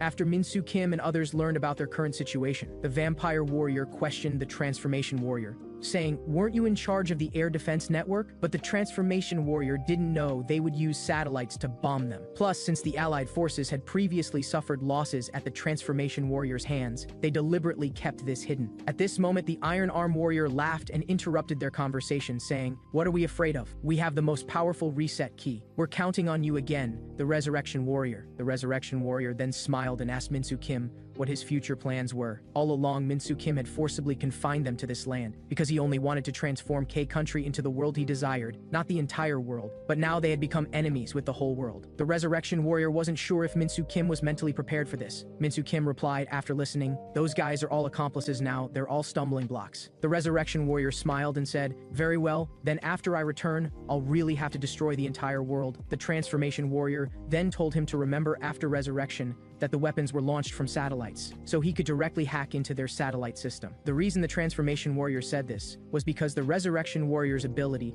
allowed him to return to the past with his memories intact, an almost invincible power that could change all cause and effect and control any outcome. At this moment, they all sat quietly on the ground, gazing at the sky, waiting for the fireworks to arrive. Finally, the God's Retreat appeared above their heads. As it burst into brilliant flames, the Resurrection Warrior suddenly called out to Min-Soo Kim. Min-Soo Kim turned his head only to hear words that made his heart stop. "Since your memories will all disappear after the reset anyway, I want to tell you something now. Your parents died by my hand. What did you say?" Before Min-Soo Kim could react, they had already vanished in the sea of fire. As the gears of time turned backwards, the timeline returned to before. At this moment, on a workstation in the reconstruction department, the Resurrection Warrior returned to when he sent the surveillance footage to Country A inside the space station. Two people were launching humanity's most precise and destructive weapon of annihilation. However, when the man pressed the button for God's Retreat, there was only silence in the launch bay. At this moment, both operators were shocked. How could such an error occur? Just then, all their electronic screens began to glow with purple light. The shadow of the Transformation Warrior slowly appeared on them. His mechanical voice transmitted through, "Thank you for your weapons." In the next moment, this most destructive weapon in human history suddenly activated on its own. It flew towards various corners of the world. Meanwhile, the leader of Country A was giving a speech. Staff members seemed to have conveyed some message to him. He hurriedly ran outside, but after just a few steps, they saw the God's Retreat through the window. At this moment, they couldn't believe their own weapon would turn against them. On this day, 16 God's Retreats fell across the world. City P in Country F, City B in Country C, City N in Country I, City O in Country E. The world came to a complete standstill on this day. While in Country A, the president, vice president, and all congressional members were gone. Only the Transportation Secretary Buck Hines remained alive. All of this happened because their entire military system,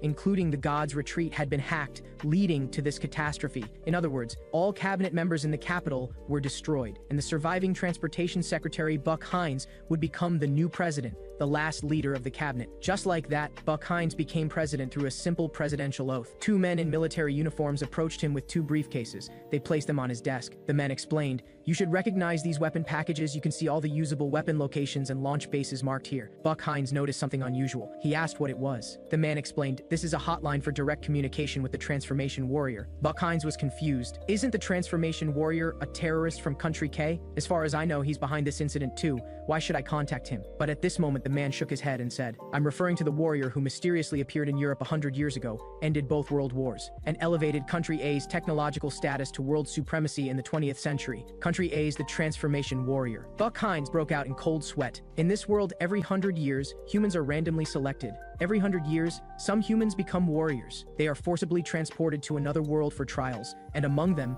a tiny fraction of warriors can defeat the Demon King. They will return and change the original material world. Some warriors became protagonists in mythology. Some warriors donned yellow robes, becoming emperors who pacified chaotic times. And some warriors became pioneers of scientific revolution, dedicating themselves to their countries. And so, they continued to progress alongside humanity. The Resurrection Warrior was telling Min-Soo Kim and others about the origins of the warriors, but this was just his conjecture. The Vampire Warrior raised a question at this point. Doesn't that mean there are warriors in other countries besides Country K? And the Faith Warrior also said, "It seems so. If that's the case, then those myths or legends could fill the gaps in history." The Iron Arm Warrior didn't care about such complicated logic. He felt that although everyone was a warrior, they weren't immortal gods. No matter how powerful a warrior was, after experiencing so many years of time's washing, they probably no longer existed. But the Faith Warrior refuted this. Actually, some special existences are not afraid of time's washing, like me, or beings like the Transformation Warrior who have shed their human shell. The Resurrection Warrior slapped his thigh and said, "The Faith Warrior is so clever. Some special existences might still be alive, they were just buried away." At this moment, the scene shifts to City S, Country A's leading technology city.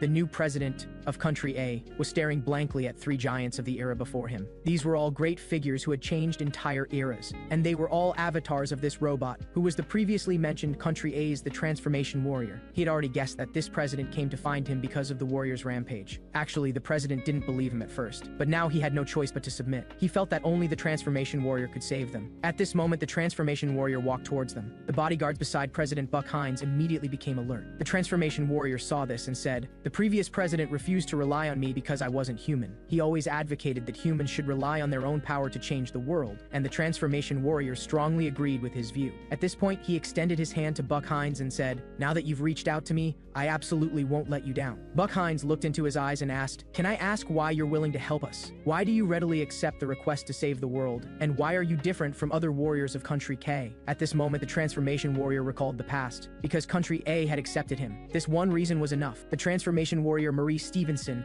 returns. Meanwhile, at an underground church in Country B, a crane was pulling out a huge mass from the magma. Two people were talking nearby. An old man wearing a hat asked another elderly man, "Your Holiness, may I know what exactly is in there? I thought it was a holy relic." And the old man addressed as Pope said, "The 14th century's last miracle initiator, and humanity's very friendly last the Faith Warrior lies there." The Faith Warrior, Saint Damien Arcadius, returns. The scene shifts to City O in Country R. Several soldiers were approaching a house rooted in the ice fields. They knocked on the door. An elderly man with white hair walked out. He was a retired soldier, a national hero unrecorded by history. The soldiers saluted the old soldier. "The country and comrades need your help now." The glacial warrior Ivan Pushkin returns. The old generation of warriors returned to the stage. After the gods' retreat's surprise attack on the warriors failed, the warriors began a great sweep against humanity. This time they would purify them without mercy. The four warriors chose to act separately. At this time, Min-Soo Kim was walking alone on Country N's war defense line, facing countless tanks before him. Inside the defense line, a subordinate was reporting to the leader that the sword warrior had arrived. This result was unbelievable to the leader. The forward defense lines had all been breached by this warrior. How did he manage to walk through the minefield alone? But the subordinate choked up and said, "He's not human at all. He didn't use any abilities or tricks. He just walked through casually." The leader stood up, saying they only needed to delay as long as possible. Country R and Country S certainly wouldn't stand idly by. He had heard that Country R had a warrior buried for many years. So before that guy came to save them, whether it was the army or tank units, even if they had to fire extremely costly weapons, they must buy time. Meanwhile, outside the defense line, the tank units were launching frenzied attacks at Min-Soo Kim, but Min-Soo Kim stood motionless. The soldiers laughed with some surprise. That's right, no matter how powerful these warrior monsters are, being shelled in a place without any cover. But before he could finish speaking, he was stunned by the scene before him. Blessing of Goddess Seraphine. Min-Soo Kim shouldered his holy sword Durenkel. "Commander, quickly order everyone to launch a new round of shelling." But it was already too late. Min-Soo Kim activated Holy Sword Durenkel's Daybreak mode. Then he simply swung it forward. Waves of blinding light swept toward them. This moment was like a supernova explosion. Country N's southern region was instantly razed to the ground. Only Min-Soo Kim remained, holding Holy Sword Durenkel. He coldly gazed at everything, taking steps forward again, continuously destroying, continuously advancing, continuously repeating simple actions. All this seemed like it should be, until the only existence that could stop him appeared. Min-Soo Kim looked up at the old man walking towards him. The old man said, Is it you? The little boy who pushed this world back into hell again. The glacial warrior takes the stage. The timeline jumps back to February 1943. Let us hear the glacial warrior's story from the past. At this time, this man, familiar to everyone, was in a great rage because his soldiers kept suffering defeats on the front lines, which he found hard to believe because his right and left arms had gone to the front lines. They were the golem warrior, Jonas, and the sword warrior, Siegfried. He didn't know who had defeated his invincible troops. The scene shifts to the battlefield. Everywhere were scenes of soldiers frozen in ice. At this time, a man stood in the center of the battlefield. He was the glacial warrior. At this moment, the sword warrior standing before him questioned, "Why do you, as a warrior, compromise with peace and order? Don't you have any ambition at all?" The glacial warrior responded, "Ambition? Of course I do. Ending this war early and letting comrades return to their families' embrace is my only ambition." The sword warrior mocked, "I thought it would be saving the whole world. Your ambition is quite simple." Just like that, in his youth, he maintained world peace through his own power. What the old man wanted was just a world without war, and it's still the same now. But at this moment, Minsu Kim raised holy sword Dronzer. The glacial warrior tried to stop him first, asking Minsu Kim why he was so determined to destroy this world. What could he recover? What could he gain? Minsu Kim mercilessly swung holy sword Dronzer down. Waves of light rushed along the ground towards Ivan Pushkin. At this time, Minsu Kim said, "I no longer know what I want." Ivan Pushkin finally understood. How could there be any righteous reason for indiscriminate killing? The moment Minsu Kim struck Ivan Pushkin, a ice turtle spat out from his mouth. Minsu Kim also knew this old man wasn't to be underestimated. Sure enough, Ivan Pushkin summoned a giant turtle to help him block the attack. Minsu Kim thought that was Ivan Pushkin's summoned beast. He disliked the magic warrior the most. But Ivan Pushkin shouted, "The game hasn't even begun yet, kid!" Ivan Pushkin took a deep breath of cold air, then directly breathed out an ice breath. This was Millennium Frost. Snow began to fall from the sky. Minsu Kim was frozen in place. Ivan Pushkin looked at Minsu Kim and sighed, as expected of the sword warrior. "If it were ordinary people who took my Millennium Frost, they would shatter instantly. Yet you haven't even changed your gaze." However, after this freezing, Minsu Kim could no longer use his full power. He had to use most of his strength to suppress the cold air in his body, while Ivan Pushkin must defeat him before Minsu Kim could drive out the cold air. At this time, Ivan Pushkin suddenly punched the giant turtle. The turtle charged straight at Minsu Kim. At this moment, Minsu Kim slowly raised holy sword Dronzer in his hand, but it was already too late. He was sent flying by the incoming giant turtle. Meanwhile, he was also bound by the underground ice. Indeed, an old soldier is an old soldier, fighting with tricks at every turn. Even Pushkin asked Minsu Kim if he hadn't learned any abilities. The next moment, he summoned a black bear. Minsu Kim was constantly being squeezed by the black bear. He kept coughing blood, constantly being hammered by the black bear. If it were other opponents, they would have been finished off by Ivan Pushkin at this point. But this time, Ivan Pushkin was very careful. The man before him was extraordinary. To be safe, Ivan Pushkin summoned seagull flocks again. Ice seagulls materialized one by one. They fluttered towards Minsu Kim. As they approached Minsu Kim, their bellies swelled, then instantly exploded. Following that, the black bear pounced at him again. But at this moment, Minsu Kim's hand trembled, muttering, "Hear my call, holy sword Dronzer." The next moment, the black bear was directly bisected by Minsu Kim's holy sword Dronzer. At this time, Minsu Kim's whole body was wrapped in armor. He raised holy sword Dronzer and slashed at Ivan Pushkin, muttering, "Just disappear completely." Under Minsu Kim's fierce slash, Ivan Pushkin's head left his body. This result made Minsu Kim a bit dazed. Because Ivan Pushkin was the magic warrior,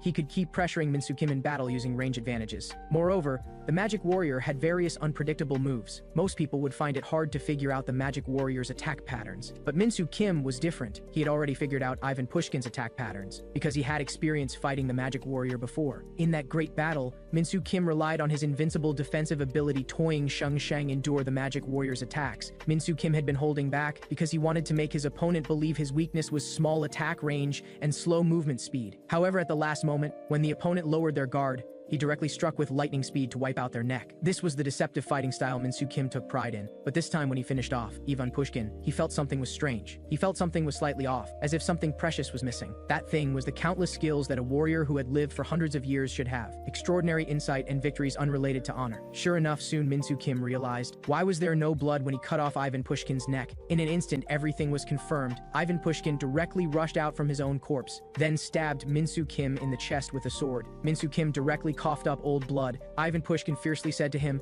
"You sword warriors all seem to like cutting people's necks." At this time, Minsu Kim also slashed at him with a sword. But Ivan Pushkin shouted again, "Your counterattacks are also extremely predictable." Ivan Pushkin directly summoned a giant squid. He directly swung and sent Minsu Kim flying. Minsu Kim struggled to get up. He felt cold air spreading from his heart. Even the goddess's protection wasn't very effective. If he stayed here, he would freeze to death. While Ivan Pushkin, opposite him, directly summoned a giant humpback whale again. It pressed towards Minsu Kim like a huge mountain. happen, but under Minsu Kim's holy sword Durenkal. The humpback whale was directly split in two with one slash. But Ivan Pushkin noticed. Minsu Kim's arms were trembling, his body had been corroded by the cold air. Ivan Pushkin opened his mouth again, saying, "Let's end the game here." He summoned pack after pack of silver wolves charging at Minsu Kim. Ivan Pushkin watched this scene thinking, the last sword warrior only held on until this step, wonder if Minsu Kim could endure it. At this time, Minsu Kim was dodging the wolves' attacks, only 30 seconds left before his body would completely lose function, so he chose to go all out. Separate, holy sword Durenkal. In this instant,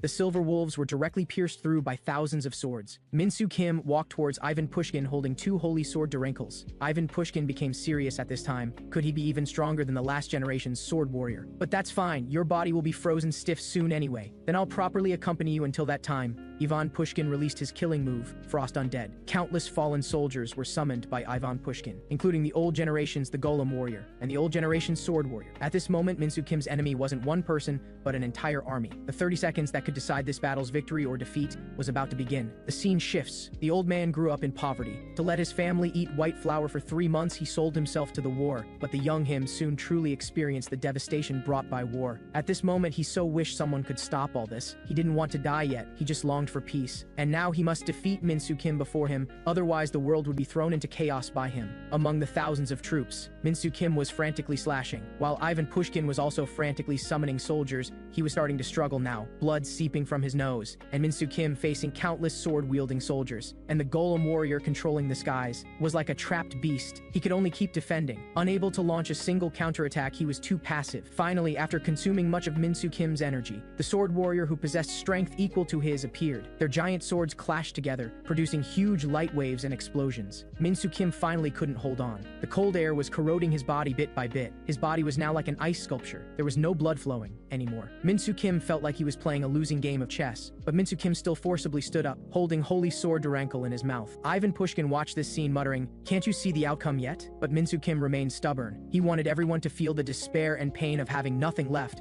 after abandoning everything to return home. Minsu Kim just wanted to be understood, wanted to vent his inner anger and sorrow. He frantically swung holy sword Durenkal among the crowd. At this moment, he finally made Ivan Pushkin feel his madness. Ivan Pushkin couldn't watch anymore. He wanted to make Minsu Kim calm down. He leaped forward. His palm struck Minsu Kim's forehead. This was absolute 0 degree. Minsu Kim was directly frozen by this strike. Ivan Pushkin was breathing heavily. He sighed. "Looks like I'm really old now." But he still stopped the war with this move. He was coughing blood heavily. However, at this moment, golden light suddenly burst from the sky and descended here. Ivan Pushkin was stunned. Why did it appear at this moment of all times? The golden light shot straight towards Minsu Kim's position, landing on the ground, causing a violent explosion. As the smoke gradually cleared, several figures familiar to Minsu Kim gradually emerged from within. It was his companions from the other world. Seeing Minsu Kim frozen, they shouted out, "Warrior!" At this moment, the old man's mind went blank. He had already exhausted all his strength. Meanwhile, the scene shifts back to the Faith Warrior. She led her followers surrounding humanity's defense line. This forced humans to use firepower against them. The Faith Warrior looked at the missiles flying towards them and sighed. "These people actually fire weapons at us who are unarmed. What a vicious world." These words also reached all her followers' ears. The followers said devoutly to the Faith Warrior, "Warrior, please lead us to witness the beautiful miracle." The Faith Warrior responded, then slowly extended her finger. In the instant she acted, all weapons were turned into flower petals by her. This was truly an inhuman ability. It completely defied the laws of physics. She was a monster. At this time, the commanding officer ordered soldiers to lower the attack height and fire missiles again. But after calling for a while, no one responded. Just then, his hand slowly turned into flower petals. Then his whole body gradually dispersed into flower petals. The fighter jets in the sky also slowly turned into flower petals and exploded. For a moment, flower petals rained down from the sky. At this moment, the Faith Warrior's figure appeared extraordinarily sacred. She gazed at the sky, saying, "My martyrs, look at this sky. Isn't it beautiful? Humans can fight as brilliantly as flowers." Meanwhile, warships at sea also launched attacks against them. However, the fired shells bounced back. In this short time, they had almost been completely wiped out. This was the miracle brought by the Faith Warrior. Was this benevolent? Or perhaps the word miracle never had any benevolence to begin with. At this moment, inside the command post, a man was reporting the battle situation. Their first wave of Air Force and Navy had been completely annihilated. This was unbelievable to the man in charge. He hadn't expected this battle to be so difficult. They didn't know how to deal with this miracle. Just then, a child with a halo above his head appeared behind him saying, "That's not a miracle. Next, I will show you a true miracle." He was the old generation's, the faith warrior Damien. The man questioned how he entered this place, but instead of answering, Damien continued, "I never expected you would remember me, but please believe victory belongs to us, child." After speaking, he directly crossed space, arriving at the faith warrior's location. He was the old generation's the faith warrior. He appeared during a plague hundreds of years ago. He was very benevolent towards humans, a small miracle who sealed himself away after taking away all diseases. For every village he passed through, he would make it prosperous for the orphans there. Now he faced the faith warrior alone. The faith warrior smiled lightly, so there really are other the faith warriors. She bowed to Damien opposite her. "Greetings, the faith warrior." But Damien didn't seem to welcome her. Instead, he looked at her surrounding followers. Leaving tears, he said, "The people around you are all afraid. How pitiful." This moment made the faith warrior recall her past. As a child, her mother was always deeply religious, to the point of fanaticism, and this also caused her faith to be very deep. Her wish was for her mother to live happily. At school, her classmates kept their distance because of this. But what could she do? Only when mother was there would she not cry alone, and the faith warrior could only smile then, until that incident happened. That day, she and her mother sat on a bench. The preacher suddenly appeared. He asked mother if she wasn't attending late-night prayer meeting, and so, the two entered the room, while the faith warrior waited blankly outside for mother to come out. But unexpectedly, after the door creaked open, mother said something to her that she would never forget. "Hannah, he wants you to go in too." These were all the faith warrior's past. Damien's words just now reminded her of the past. She shouted angrily at Damien, "Do you know what I've been through?" The next moment, all the innocent followers around her were killed by her. Meanwhile, the sky gradually became filled with thunder and lightning, and a head slowly emerged from within. Slowly, his entire body appeared in everyone's view. This was the fallen angel Mertaniel, summoned by the faith warrior. The fallen angel gathered dark matter in his mouth, then suddenly shot it towards Damien on the opposite side. At this moment, Damien stretched out his hand and said, "Guardian Gatekeeper, please hear my call." In an instant, the throne angel Titaniel appeared before Damien. He blocked the fallen angel's attack for Damien. Meanwhile, inside a church, believers were watching a large screen, showing the battle between Damien and the faith warrior. A man was quietly asking the Pope, although I shouldn't say this, I still want to ask. If Damien loses, what should we do? Though I know you've always trusted him, but what if?" The Pope interrupted him and said, "He absolutely won't lose. That fake faith warrior's weapon is just the fear of millions of terrified believers, while Damien's weapon is the faith of 1.1 billion believers. Moreover, the Pope had already distributed documents to churches and believers worldwide, asking everyone to pray for Damien. We have no right to doubt. Let us pray together." The scene cuts back. The faith warrior was furious that her attack had no effect, while Damien said, "Isn't it my turn now? Bell that pierces the heavens, bell that tears the earth, please hear my call." The cherub Sematiel descended. The descended angel took up a huge horn and began to blow it. A golden light gathered at the horn's mouth. Huge waves of fire surged towards the faith warrior's direction, which she couldn't block. She summoned her believers in front of herself. The intense light waves crashed against their shields. The faith warrior knew her faith power was completely incomparable to Damien's. The gap between them in this aspect was too great. So now she only had one option, which was to sacrifice her believers. Facing the enemy's terrifying attack, the believer clasped his hands together and stood in front of the girl. In his final moment as life faded away, he still showed a devout smile. Actually, none of this was voluntary for these men. They had all been blinded by so-called faith and so-called miracles. The next moment, the faith warrior directly tossed aside the believer who had blocked the attack for her. She charged straight at Damien on the opposite side. Raising her black sword high, she was about to strike down. But unexpectedly, Damien merely extended one finger. The faith warrior's sword was instantly shattered. Then Damien slowly raised his palm. The faith warrior stared at his fan-sized palm in shock. In the next moment, with a thunderous clap, Damien gave the faith warrior a massive slap that sent her head flying from her body. Damien looked at his blood-covered hands and said to her, "Your faith is completely worthless," while the faith warrior's head was plummeting towards the sea surface. But slowly, her body began to automatically repair itself. By the time she touched the sea surface, she had completely regenerated. She continued charging up to fight Damien. However, Damien didn't care about these small tricks. Before his 1.1 billion believers, the faith warrior's power seemed especially feeble, although she had lost her life countless times. The faith warrior continued to use her believers. That's right, she used her believers' lives to continuously revive herself. She never had any regeneration technique, only a sacrifice technique, and in the believers' eyes they were all willing sacrifices. The faith warrior charged at Damien repeatedly without hesitation or fear, but each time the result was the same. This scene repeated thousands, even tens of thousands of times, all achieved through the sacrifice of believers' vibrant lives. At this moment, Damien finally seemed shaken and choked out, "Do you still want to continue? Knowing the outcome, why continue this pointless war of attrition?" But unexpectedly, the faith warrior laughed and said, "Old man, listen carefully. Everything in this world exists for a reason. There are no meaningless actions in this world. Indeed, just as the faith warrior said. At this moment, the man in the hat seemed to have his faith shaken as he shouted, "Wasn't it said that the power of 1.1 billion believers could easily destroy the faith warrior? Why hasn't it been done yet?" During the time Damien and the faith warrior were fighting,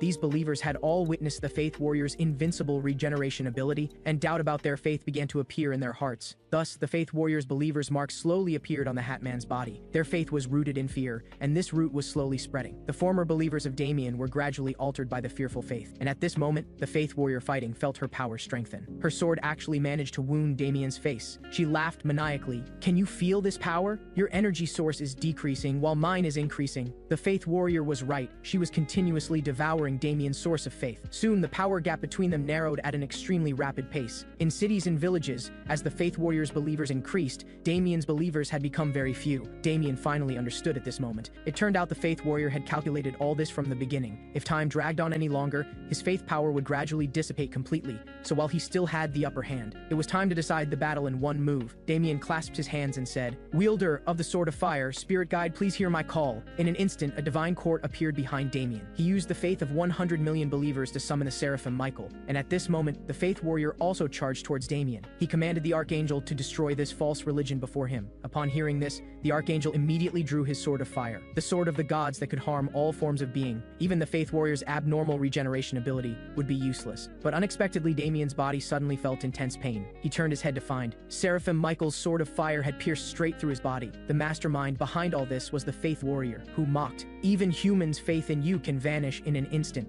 let alone angels. Did you think angels couldn't feel fear? Fear spreads far faster than hope. That's the law of this world." Damien's former believers had long forgotten him, and while the faith warrior might not be accepted by humans, her vicious methods had stirred up fear in people's hearts. Moreover, she planned to use this bone-deep fear as a weapon to detonate at the final moment. People in the papal chamber discovered this and then broadcast the battle to the faithful via public broadcasting. Their original intention was to get more people to pray for Damien, but unexpectedly, they ended up harming him instead. How could one person's hope and faith compare to the endless fear brought by the faith warrior? At this moment, seeing Damien's pathetic state, the faith warrior began to mock, "Your frightened appearance is laughable. I thought you were so powerful, but you're just a piece of garbage forgotten by people." Just like that, Damien's head was severed by the faith warrior. At this moment, Damien kept pondering where he had gone wrong. Was it because he had slept too long? Actually, Damien failed because people had forgotten him. Just then, a white light appeared. Damien was transported to a place, and his body was restored. At this time, a nun and a group of children discovered him. They exclaimed to Damien,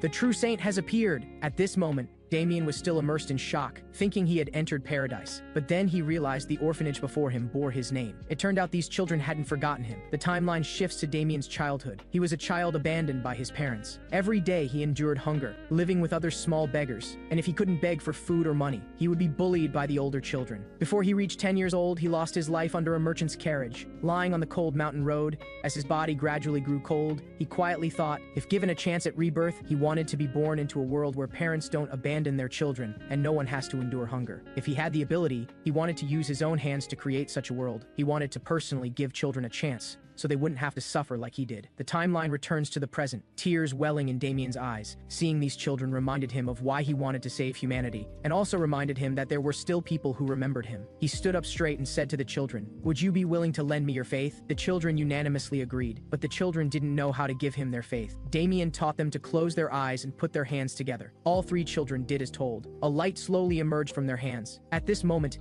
Damien felt the light brought to him by the children. He promised the children, "Today you have given me your faith, and one day I will return to you a future where you can grow into adults." Just like that, Damien rushed to the battlefield with the children's light. This battle would be a fight to the death because his enemy possessed the faith power of 1.1 billion humans. The faith warrior summoned all believers to frantically rush at the approaching Damien. Compared to the faith warrior, the faith Damien possessed was so little it could be held in one hand. At this moment, he was caught between countless believers, being torn at and bitten. This time, he had to win. He couldn't let down everyone's faith, but his chances of winning this battle were tiny. So tiny they were almost negligible, but he never thought of retreating. And just at this moment, he stared blankly at a figure before him. It was the cherub Samatiel that Damien had summoned earlier. She had now become the faith warrior's believer and was continuously attacking Damien. The faith warrior also kept mocking that Damien was too weak now. If faith could truly be measured by numbers, then Damien would surely be defeated today. But just then, a miracle occurred. People around the world witnessed this miracle. Damien actually withstood the attack with his physical body that had no faith power, because faith cannot be defined by simple material things or numbers. The faith Damien received was different from the faith warriors. It came from centuries ago, from the seeds of small kindness he had planted in orphans' hearts. During those years, he taught children the correct values, what it means to receive,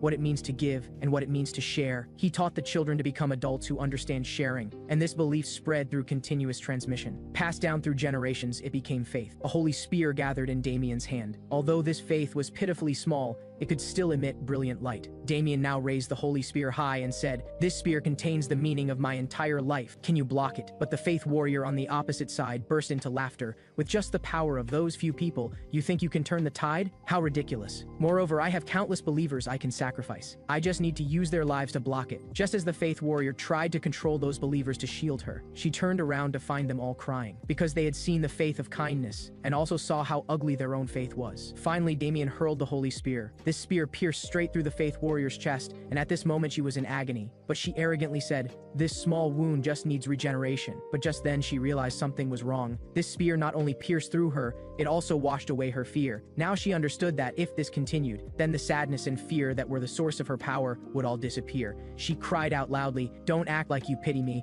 It's all because of your fault. You should have come to save me earlier. Why now?" And at this moment, those believers controlled by the faith warrior also regained their consciousness. At this moment, she went mad. She wanted to end everything. If only she could finish Damien, then the believers would believe in her again. She could start over. The faith warrior continued charging at Damien with this ugly will, but unexpectedly he didn't dodge at all. The spear thus connected the world's most righteous person with the most evil one. Damien embraced her with both arms, softly saying, "The one who most deserves salvation is you, poor child." She struggled desperately to break free, but Damien held her and the spear tightly. "It's all right, child. Everything is fine now." Finally, the faith warrior's arms dropped. She said, "If you had heard our prayers back then, what would the result be now?" Damien looked into her eyes and said, "If only I had heard earlier, because not giving up on any child who becomes alone is my creed." At this moment, golden rain began falling from the sky. That giant bell Damien once used to seal himself appeared, and Damien carried the faith warrior into it. This time of dormancy would again cross unknown years. The scene now shifts to S City in Country A. The transformation warrior Stevenson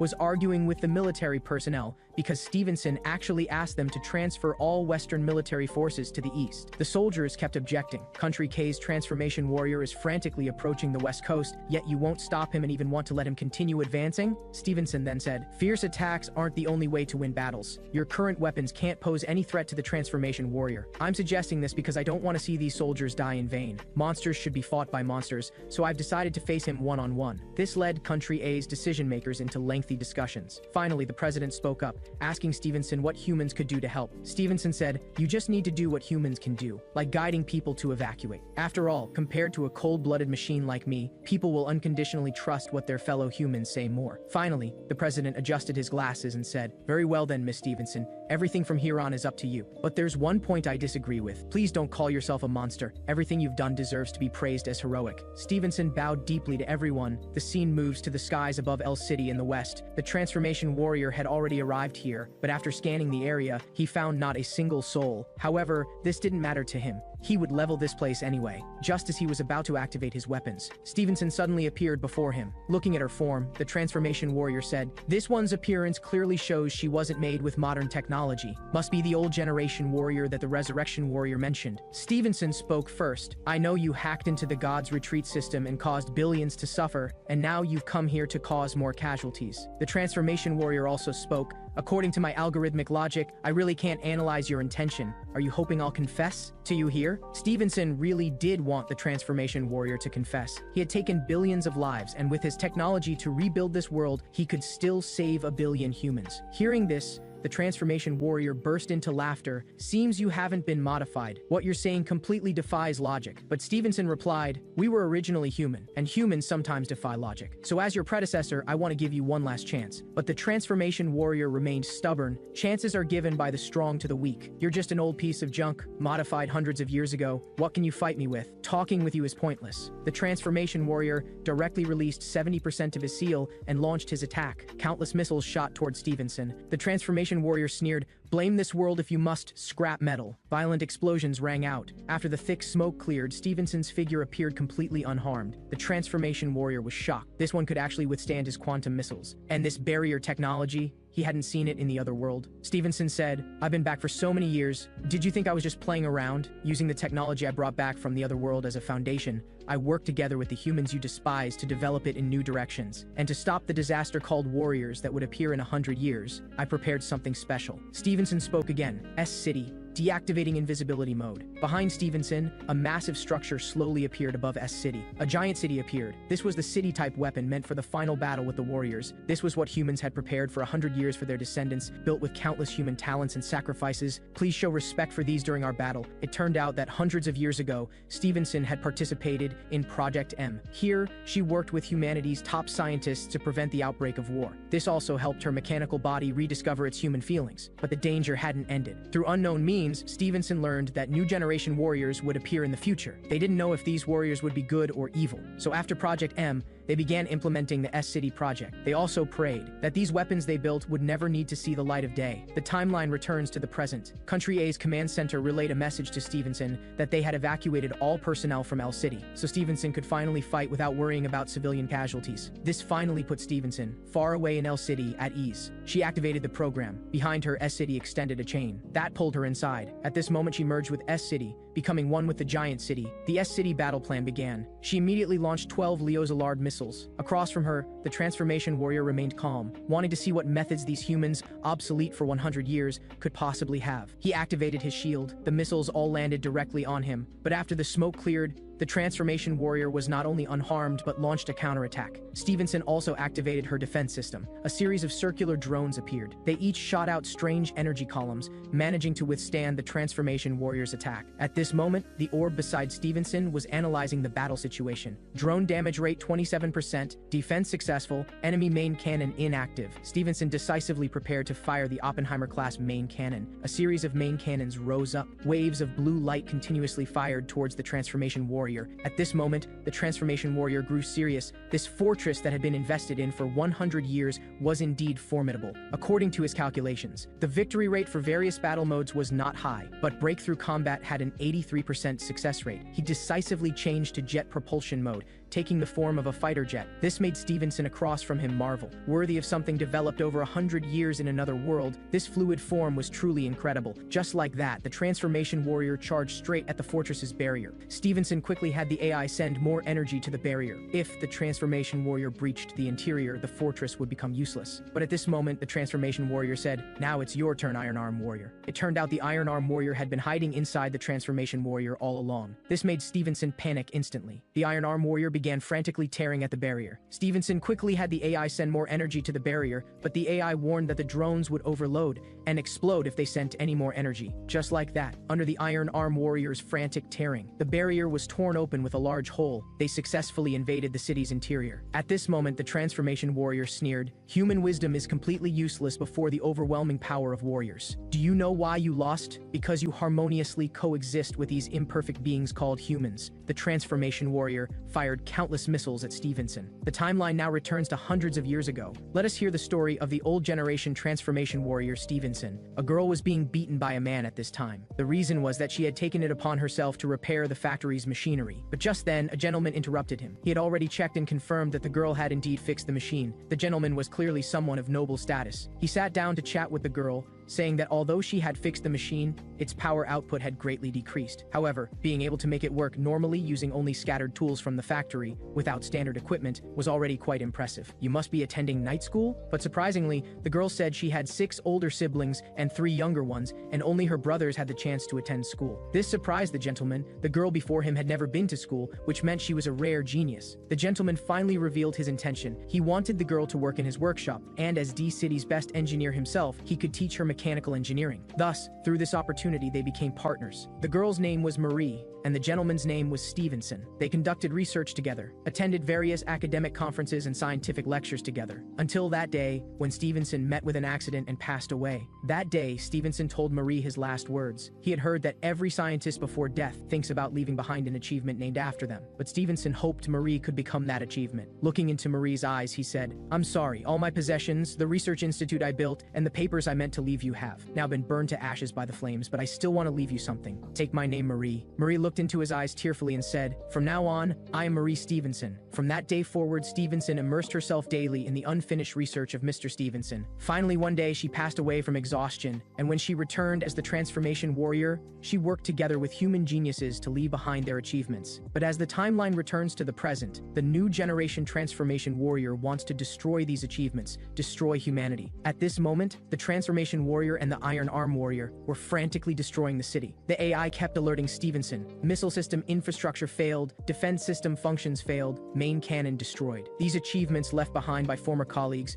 were slowly disappearing. The achievements that proved that although she had a mechanical body, she was just as human as her colleagues were crumbling down. Those warriors, devoid of humanity, were destroying what remained of her humanity and that of her colleagues. At this moment, Stevenson's body trembled as she said, "These people are even more cold-blooded, even more lacking in humanity than my mechanical body. They want to destroy the civilization built by humans' selfless dedication." At this moment, Stevenson understood she must stop all this from happening. She had the AI push S-City out of orbit and prepare her body for combat armament. Stevenson stood in the center of the modification platform, beginning the final armament process. The noble battle to protect humanity is about to begin. The timeline returns to several hundred years ago. At that time, Stevenson had just arrived in the altered parallel world. However, to survive in this world, she had to abandon her humanity. The first modification began with her fingers. Then, to enhance her combat ability, her arms were modified. To increase her agility, her legs were modified. Stevenson fell silent as she looked at her body gradually losing its human characteristics. But this wasn't the end. Finally, to increase her output, her internal organs were also removed. All this pain she endured was to return to the world where someone was waiting for her and to extend her life. However, ironically, their first act as warriors was to undergo modifications and lose their humanity. And when they finally returned to the human world, how would humans view them? As cold machines or hideous monsters? And the transformation warrior, who went through the same ordeal as Stevenson, what she received was fear from humans and their attacks. The timeline returns to the present, where S-City has broken from its orbit and drifted into space. At this moment, the transformation warrior is ready to get serious, releasing her seal and activating 100% decompression buster mode. She fires purple lasers continuously at Stevenson, while Stevenson keeps pace. The two begin their intense battle. After a burst of gunsmoke, the two seem to reach some kind of understanding, putting down their ranged weapons. Instead, they choose to activate their protective shields. They're going to engage in close combat. The protective shields create a violent explosion due to the repulsion between their energies. Meanwhile, the Iron Arm warrior certainly can't stay idle. He now only needs to create an opening for the transformation warrior, and victory would be much easier. But just then, a laser beam shoots towards him. Looking back, he finds it's from some robots. The intelligent robot declares loudly, "Miss Marie's interview time isn't over yet. We must eliminate this uninvited guest." The Iron Arm warrior says, "Looks like that one has backup too." And so, no one in this entire city remains idle. On Stevenson's side, she launches her arm forward. The detached arm transforms into a giant hammer. Just as she's about to reattach her arm, the transformation warrior's handblade comes slashing down. She won't give Stevenson the chance to reassemble. Just as the transformation warrior is about to succeed, a barrage of shells fires toward her. Stevenson's voice rings out, "I've said it before, these are all human achievements, human crystallizations." As her arm reattaches, swinging her giant hammer at the transformation warrior, she declares, "How could I possibly fight you alone? I am a human with bonds." This hammer strike causes the entire city to tremble. Yet surprisingly, the transformation warrior manages to withstand it. The fierce battle ignites once again. Stevenson gains the upper hand through her centuries of accumulated combat experience and her determination to fight to the death. Now both their bodies are severely damaged. The transformation warrior lets out a roar, unable to understand why Stevenson insists on siding with humans. "You're a monster too. You're also rejected by humans. We're more advanced than humans, more excellent than them. Old generation, I hate you, especially hate you. You could have changed the world centuries ago. You could have become this world's god, making warriors into giants revered by people. Then I wouldn't have become what I am now, a monster forced into evil by humans. Why did you hide underground? Why did you hide among humans enjoying life before we returned?" Stevenson finally gives her answer. She says she's not a god, she's human. She doesn't want to become a god, become a monster, become a weapon, become a warrior, much less become a machine. She only wants to live like a normal human. She yearns for everything human, hoping to return to what she once was. Though humans reject her, she never expected everyone to accept her from the start. This pain she wanted to process alone. She won't consider herself a victim just because she was chosen as a warrior in time's vortex. Stevenson struggles to stand and speaks again. Humans don't need to understand us. No one can force humans to understand us. Stevenson recalls the past. During the war, while Stevenson was resting, a soldier didn't stay away from her despite her being a cold machine. He gently handed Stevenson a box of chocolates, saying, "Thanks to you, our squad survived. I don't know if you can eat chocolate, but really thank you. You're our best comrade." Perhaps it was this vague friendship that changed Stevenson, and no matter how much time passed, her comrades would never forget her. Finally, Stevenson solemnly says to the transformation warrior opposite her, new generation transformation warrior, "I'm prepared to depart as a human, though you keep saying you hate humans and want to destroy them. I know that you, more than anyone else, wish to become human." These words make the transformation warrior briefly fall into memories of when she was human. Back then she was innocent and pure, and was a flesh and blood human. The transformation warrior speaks with a hoarse voice. "When I came back, everything I had was gone. Everyone looked at me like I was a monster. I came back for these people. I was certain you would believe I would return. Now I've completely become a monster without humanity. I had no choice. I'm not wrong." Stevenson speaks again. "New generation. Thank you for sharing your true feelings. I've decided, let's end all this." The scene shifts to the robots lost in thought. These robots are controlled by the AI, who calls Stevenson teacher. The intelligent robot conveys some information to Stevenson, saying it doesn't understand why humans hurt other humans, to prove they are human, to assert their so-called humanity, to belong to this world while burning this world. Actually, besides them, many people on Earth assert their humanity while ignoring others' humanity. They set fires, start wars, and loudly contradict others. Teacher, I've grown weary of human existence. At this moment, the intelligent robot brandishes its weapon, intending to end this evil warrior before it. But the Iron Arm warrior becomes arrogant. "Oh, you dare to stop me? Looks like you're the only one left, bring it on." With that, it thrusts its sword at the Iron Arm warrior. However, this proves useless, as the Iron Arm warrior celebrates his victory, while the intelligent robot lying on the ground continues to ponder. "I don't understand why you fight not for yourself, but for these imperfect beings, teacher. But why do I feel willing to fight twisted enemies to save this twisted world? Your eyes shine brighter than any I've seen before." Meanwhile, on Stevenson's side, her battle with the transformation warrior has reached its climax. She's also answering the intelligent robot's earlier words. Asimov, that's the intelligent robot's name.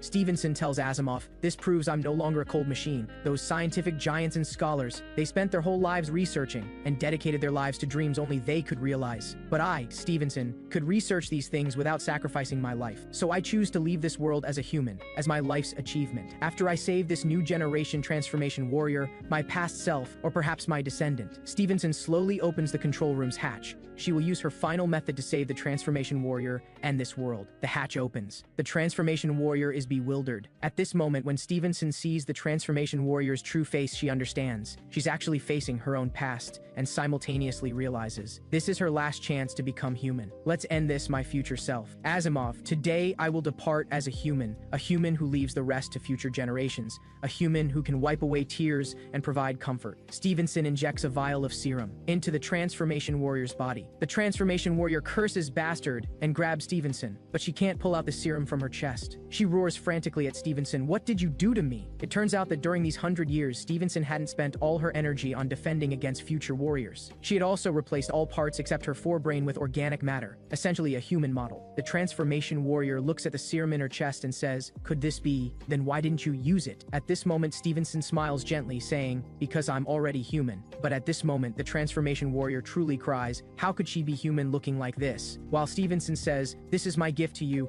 Please step out from that cold machine. Take this chance I, as a human, am giving you." This time, the transformation warrior doesn't choose to run away. She releases her grip on Stevenson's hand. Stevenson's body falls heavily to the ground, her body now completely broken. At this time, the intelligent robot approaches, asking, "Teacher, do you really have no regrets?" Stevenson uses her remaining strength to say, "From the moment the warriors invaded S City, the outcome of this battle was decided. This method now is the only way to save everyone. Besides, isn't regret an emotion only humans can experience?" The intelligent robot says, "The Iron Arm warrior is still alive. Should we do something?" But Stevenson tells it to activate S City's self-destruct system. The intelligent robot nods. Stevenson calls out the intelligent robot's name one last time. "Asimov, thank you for your hard work all this time. That child is in your hands now. Please stay by her side and watch her enjoy this world as a human." At this moment, Stevenson smiles. Long after, a girl resembling Stevenson wakes up in a facility. She touches her face in confusion. It's warm. At this time, the intelligent robot approaches her. The girl quietly asks the intelligent robot, "Why did did the old generation transformation warrior save me? Why forgive me? What did she want me to do? The intelligent robot explains. When they first met, Stevenson had asked the transformation warrior to save other humans, though the transformation warrior didn't agree at the time. But Stevenson still saw the last trace of humanity in the transformation warrior's eyes. She chose to trust your twisted and wounded humanity, then chose her long-awaited eternal rest. The current situation is that your delinquent companions have been dealt with by Teacher, and a country believes Teacher has left this world. You are now a newborn human without any worries. How do you want to spend the rest of your life? At this moment, the transformation warrior, Garam Lee, thought for a long time. Should she run away to live an ordinary life, or continue to coexist with those evil beings, or follow Stevenson's path and bring hope to this world? Finally, she decides to go with the intelligent robot to find the spear warrior. She must tell him something before he meets the resurrection warrior. Meanwhile, in the reconstruction department, the long unseen resurrection warrior leisurely watches the screen. It shows various major events that have happened during this time. He summarizes that these old generation folks were more formidable than imagined. At this moment, he sighs that the two most powerful pieces have been eliminated. He pulls out his gun and mutters, "Should we restart time and try again?" Just as he's about to end himself, he suddenly realizes something's not right. He starts laughing. Minsu Kim's companions have just appeared. It would be too disrespectful to reverse time without seeing how it ends. Well then, my Minsu Kim, let me see your story. Unlike those who only play house, all causality in this world seems like a game to the resurrection warrior as he toys with this world. The scene now returns to Minsu Kim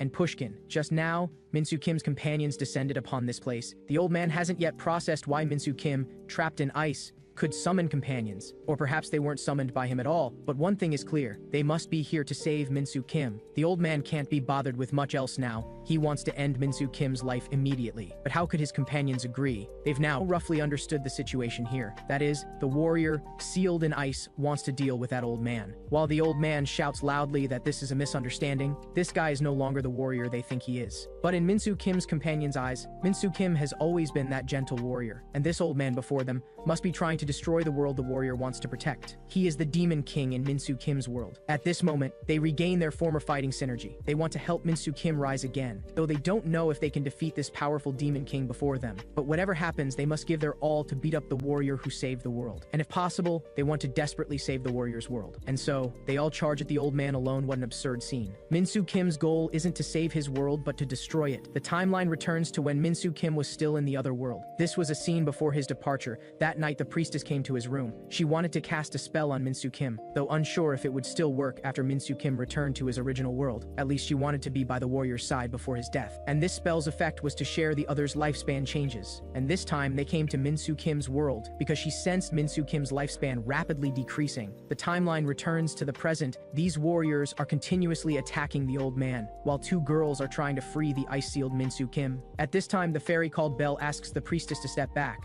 She wants to melt the ice. She summons the fire spirit Ignite. His palms shoot out waves of fire. The fire waves splash against the ice block, causing violent explosions. But after the smoke clears, the ice block remains completely undamaged. At this time, the priestess also mutters, "Benevolent Seraphine, grant me the ability to see mana." The next moment she opens her eyes, directly seeing the formation on the ice block sealing Minsu Kim. This isn't just ice, but a sealing magic formation similar to a defense array. The priestess tells Belle to go support the other companions first, while she stays alone to break the seal. At this time, the old man is exhausted. He has no extra strength to use large-scale killing moves. He can only engage in guerrilla warfare. He summons flocks of seagulls to attack the man before him. The man's name is Jin. He only knows close combat, so he struggles against the old man. But at this time, a shield-bearing warrior stands before him. He roars, "Lord of Stone Mountain, please grant me an impregnable wall." This short man's name is Dioman, specializing in defense. They are longtime battlefield companions, working together with excellent coordination. However, the old man in front of them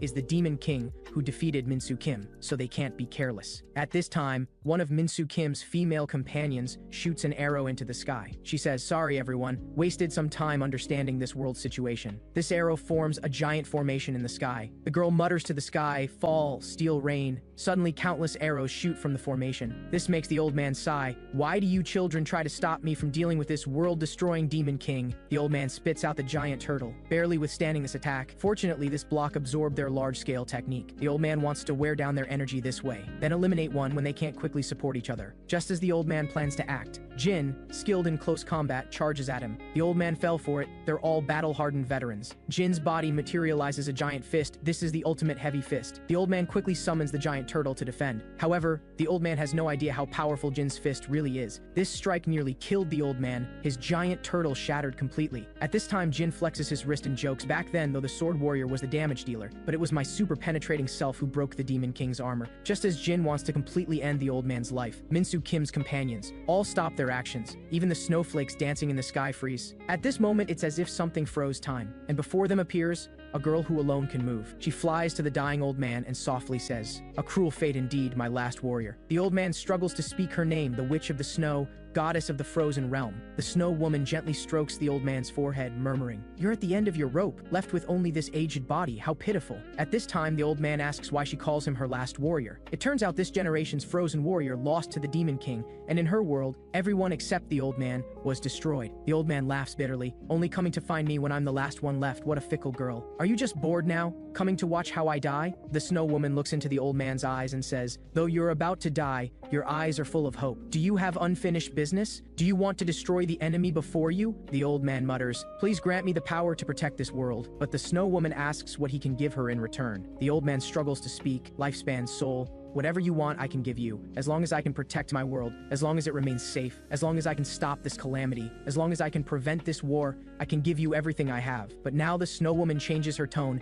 "You're at death's door. What lifespan do you have left? And I have no way to take souls. However, I must take something from you. So how about giving me your memories? Frozen warrior, give me those glorious histories of your past." The old man softly says, "Then take them. After all, from beginning to end, I never yearned to become a warrior. I lived on, persevered for only one purpose, to protect this world, to let humans love each other, not kill each other." At this moment, the snow woman also sheds warm tears, saying, "Though you're now old and frail, with white hair, your conviction still moves me so. You truly are my finest warrior. How you spent these years doesn't matter anymore. From now on, I will become your tool to end this war." Finally, Min-Soo Kim's companions return to normal. They don't know what just happened, but they all saw that woman. Though they don't know who she is, what they do know is, she must have been buying time for the old man just now. At this time, Jin somewhat suspects the old man just had his strength restored by that woman. He immediately charges toward the old man's direction. He must confirm. While Dio Man behind him tells him to come back, this is too rash. And just then, Jin stands frozen in place, telling Dio Man behind him to quickly escape, because the old man has completely transformed into a monster. The two of them are like ants before him. Even just standing face to face with him, they can feel. He is a monster beyond common sense, surpassing even the sword warrior. Jin shouts for Dio Man to run, saying he can only hold out for 10 minutes. Dio Man also speaks up, saying without the sword warrior,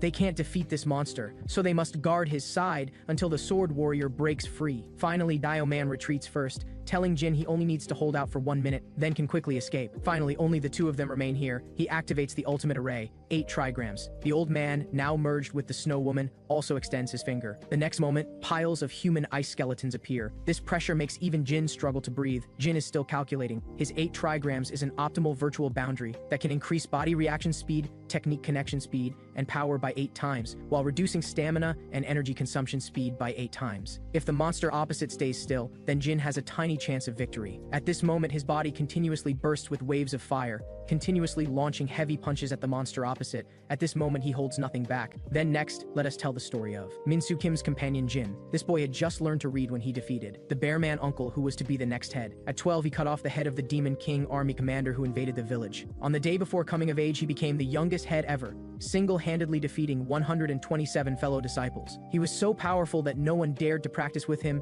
His name was Jin. He was the leader of the Beast Tribe, a mixed-blood child born from union with the War Empress. And today, a group of people came to the village. The leading man asked for directions, and when Jin first laid eyes on him, he could tell he was an extremely powerful man. So he clenched his fists. Without a word, he charged at him, and it was in this encounter that he met his first defeat. To pursue strength, Jin chose to join this warrior's ranks. However, in their countless days together, he found no opportunities to grow stronger. Because the sword warrior Min-Soo Kim was simply too strong, each battle refreshed Jin's understanding of him. As time passed, Min-Soo Kim continued to grow stronger, while Jin could only live in this powerful one's shadow. But it was also this man who gave him a different life, taught him how to handle courage. However, timeline returns to now. He finally begins to understand what that strength means. His heavy punches continue to fire. He continuously mutters to himself, unwavering. Now there's only me and the enemy here, and precious companions watching my back. Now I surely can do it. I surely can catch up to his steps, the reason he was so strong. That is, the mission to protect the world. At this moment, the old man summons a giant beast.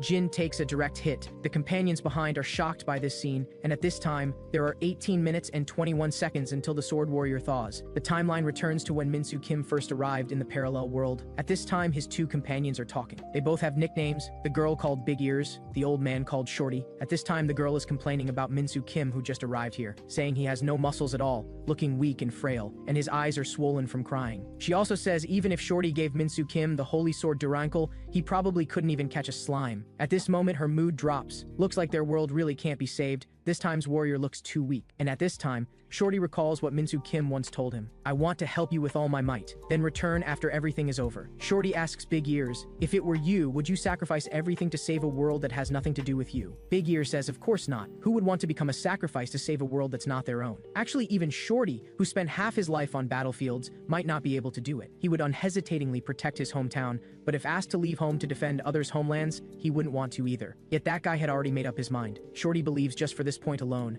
Min-Soo Kim deserves to be a warrior. Big Ears asks Shorty, so does this mean you've chosen to fight alongside him? The short guy nodded. He didn't want kind people like Min-Soo Kim to fall into the hands of villains and meet a tragic fate. Big Ears stood up at this moment and joked, for such a small dwarf, you sure talk cool. I might as well join in too. The timeline returns to the present. Everyone was shouting Jin's name. Now the priestess is breaking the formation. It will still take a long time to complete, but their teammates seemed unable to hold on any longer. The short guy shouted, remember why we came here even though we knew we couldn't go back. At this moment, they all shed hot tears. They were to become the sword warriors' last line of defense. From the moment they chose to come here, they had already prepared for a one-way journey. Big Ears fell into deep thought. The priestess solemnly stated their purpose for coming here. It was to save the warrior, yes, nothing more. If it weren't for the warrior, their world would have collapsed long ago, so their arrival was for the warrior's sake. No matter how strong the enemy, no matter how cruel the outcome, as long as we can save the warrior, that's enough. Everyone, take up your weapons. Now it's our turn to save the warrior. The short guy shouted loudly, O Lord of Steel, O Empress of Mountains, and my 100 warriors who successfully held back 20,000 Demon King troops. I, Dioman, the rightful guardian of travelers, earnestly pray to you. Please grant this land unbreakable iron, unshatterable glass, and soil that never scatters. At this moment, the short guy directly summoned a giant steel fortress, while the old man who had become a monster summoned swarms of ice skeletons that came surging toward this place. They seemed to retain their consciousness, climbing up the ice ladders toward the top of the fortress. But the fortress summoned by the short guy was no pushover, with batteries of cannons continuously bombarding the ice skeletons. The scene moves to inside the steel fortress, where they no longer need to worry about defense now. They need to consider seizing air superiority and finding the right moment to attack the Demon King. Big Ears shouted to Belle behind her, release it, release it. Belle heard this and nodded solemnly, mumbling, O loving elf dragon, please use my small body as a vessel and descend. At this moment, Belle's wings radiated a unique brilliance. Then she transformed into an elf dragon. Big Ears immediately leaped onto her back. Today, they would risk their lives and exert power beyond themselves. However, their power seemed so futile before the glacial warrior. In an instant, the short guy, Big Ears, Belle, all sacrificed themselves. Only the priestess, who was still breaking Min-Soo Kim's seal, remained. Now the steel fortress was also in ruins. This place had become ground that could be trampled at will. The old man looked down at everything happening below, extending his finger and whispering, it's finally over. The sword warrior. Slaughter this source of calamity. A brilliant light burst forth from the old man's direction. The monster he summoned continuously charged toward the priestess. The priestess extended her staff, using her final protective magic. Then she threw her staff heavily to the ground. At this moment, she gently placed her hands on Min-Soo Kim. She softly said, warrior, actually, before you came to our world, I hated you to the bone. This time, let's listen to the priestess's story. The girl had been dedicated to the warrior who would save the world since childhood. She couldn't be a woman, a wife, a friend, or a disciple. Her life, purity, and soul, everything belonged to the warrior. If she didn't obey orders, she would be beaten severely. Because this matter concerned the safety of 100 million lives in this world, she couldn't refuse. Obedience was her only life. Finally, she accepted reality and became a priestess. Throughout generations, priestess would accompany warriors, comforting their homesickness. Sometimes they would use false love. They would even sacrifice their chaste bodies to give warriors the determination to protect their world. So before Min-Soo Kim came to this world, the elders had been pressuring the priestess, forcing her to have a fake romance with Min-Soo Kim. Every day she ate food that was hard to swallow, learning all sorts of messy things. She didn't want to be any priestess. What did warriors have to do with her? But Minsu Kim was different. He was so unique. Not only was he not enchanted by the priestess's beauty, he never forced her to do anything. Moreover, he always managed to give the priestess warmth and security at crucial moments. After each failure, Minsu Kim would attribute the errors to his own lack of strength. And Minsu Kim, just because he believed the priestess would stay by his side, he saved this world. So as the timeline returns to the present, the priestess cried out, "This time, let us save you!" At this moment, the seal on Minsu Kim finally began to break. However, the ice skeleton summoned by the old man also surged toward this place. At this moment, the priestess smiled. This was her last smile for her beloved. She softly said, "Warrior, there's something I want to tell you." These words weren't finished as the priestess fell, while Minsu Kim awoke from the seal. Now his hair had turned completely white, and his only companions had sacrificed themselves for him, including the girl he loved. At this moment, he was in too much pain, his eyes brimming with tears. He couldn't accept any of this. During the time he was sealed, he had a nightmare. In the dream, he was taken to a strange world. If he wanted to return home, he had to defeat the Demon King and save this world. He spent a year growing stronger and also gained companions. Together, they finally defeated the Demon King. Minsu Kim succeeded in saving the world and returned to his homeland, but when he got home, he found his family had left him. Relatives, friends, even the whole society, not a single person would accept him. At this moment, he was grief-stricken, not just with heart-piercing pain, nor with sobbing pain, but with a pain that made life worse than death, as if his heart was being cut by knives. At this moment, he walked the streets like a walking corpse. He couldn't understand or forgive everything that had happened to him. He felt it was all unfair. In his extreme grief, he put on his former battle armor, then slowly raised the giant blade in his hand. But how could this armor that could withstand the Demon King's fierce attacks bear his sorrow? His tears fell from within the armor. Actually, doing these things couldn't disperse the grief in his heart. And on that day, he became the enemy of the entire world. In the time that followed, anyone who came to hold him accountable, people who were happier than him, and those who came to dissuade him, were all eliminated by his own hands. At this moment, he was so grief-stricken that he had to destroy others' happiness, just to slightly alleviate the unwillingness and pain in his heart. Although he knew he shouldn't do this, he knew he was falling into darkness. But what use was knowing? What could he recover? How happy and ordinary he had once been. He only longed to live an ordinary life, but now he had become a monster in this nightmare. At this moment, he looked at his companions' corpses, tears flowing endlessly. All these experiences were like punishment for the sins he had committed. And these companions, in their final moments of sacrifice, still believed that Minsu Kim was still that gentle and ordinary warrior from before. Minsu Kim let out a sky-piercing howl. He couldn't believe all this was real. How could so much misfortune happen to one person? While at this moment, the old man on the throne spoke softly. "Do you feel it? This heart-carving pain. This is the feeling of losing precious things because of yourself." Finally, Minsu Kim stopped crying, and the old man gave him an ultimatum. A massive ice skeleton swarmed toward Minsu Kim. At this moment, Minsu Kim was in unbearable pain. His holy sword Durankle also began to vibrate frantically, as if it had sensed Minsu Kim's sadness. The next moment, he was struck by the old man. He was smashed into the ground, losing an arm in the process. Minsu Kim mumbled, "It's all over. I've lost everything, now it's finally over." The old man saw that he seemed close to collapse, but now he only needed to wave his hand to destroy Minsu Kim. He raised his finger slightly. All the ice skeletons began to gather, while Minsu Kim stood motionless in place. At this time, the old man's skill was already fully charged. This killing move was called human skeletons. All the ice skeletons merged into a giant sphere. The old man waved his right hand. The human skeletons rushed frantically toward Minsu Kim. Minsu Kim still stood motionless, softly saying, "How cruel can this world be to a person?" At this moment, all the ice skeletons began gnawing at his body. At this moment, his face still showed no expression, because the physical pain this world inflicted on him was far less than the grief in his heart. Now he seemed to fall into the abyss again. He cried out, "Indeed, this tragic world should never have existed. Because no one has suffered more than me, everything should be destroyed. Anyway, I have nothing left now. I will eventually become alone, so everything just disappear." In Minsu Kim's world, there were originally no warriors or demon kings. People here could only become warriors through being chosen, then return. But here, on this day, this world's demon king was born. Minsu Kim's lips curved slightly. He slowly rose. At this moment, he seemed to have become another person. He muttered, "Answer my call, Holy Sword Durankle." At this moment, Holy Sword Durankle was enveloped by waves of blood-colored light, rapidly reforging itself, while Minsu Kim's damaged body was continuously healing.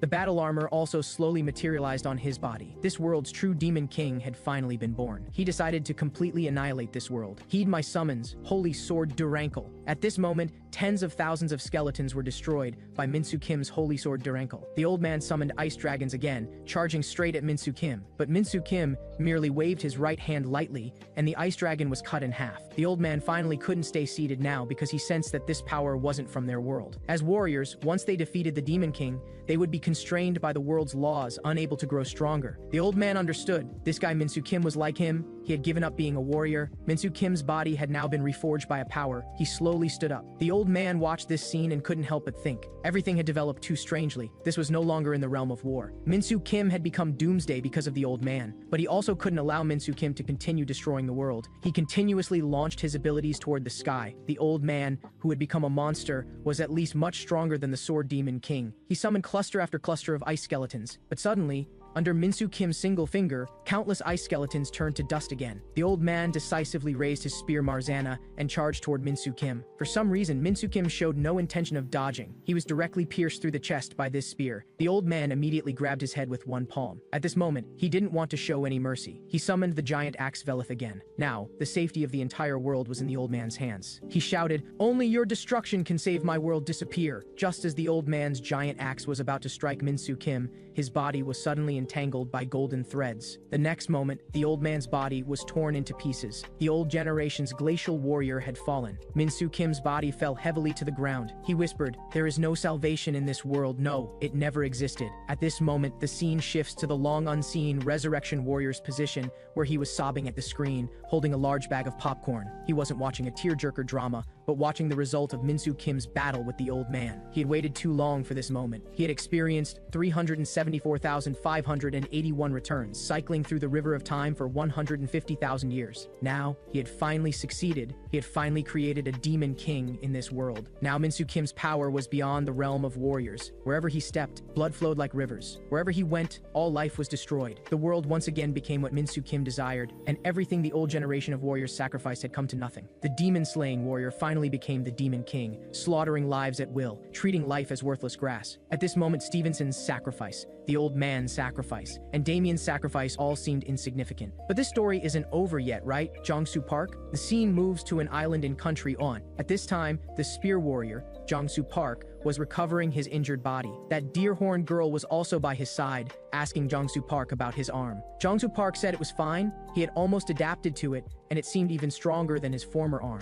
The girl pointed to the horns on her head and said, "Of course, it's made from my horns." But then Jong-soo Park sighed again, saying he had lost all his spears. Without the spears he had made in the spear world, he couldn't use other spears for weapon exchange. Actually, the girl had already thought this through. She was planning to retrieve all the spears buried under the reconstruction department's building, along with other warriors' equipment. However, Jong-soo Park interrupted her, saying, "Aren't there still a group of followers and evil warriors guarding that place? Will the strategy work?" But at this moment, the girl said Jong-soo Park didn't need to act. He just needed to defeat the sword warrior. Jong-soo Park had just been through a major battle and couldn't strain himself mentally or physically now. Jong-soo Park was confused by these words. The girl explained that some people would desperately help them lay all the groundwork. We need to trust them. Meanwhile, the scene shifts to a plaza. On the wall in front of the crowd was a mural of the sword warrior Min-soo Kim. These people were currently being indoctrinated by a man. The man was giving a loud speech, the main content being that they should submit to the warriors, so they could become happy citizens of the new world. At this time, someone was monitoring everything from a nearby building. The woman wearing an eye patch was the reconstruction department leader,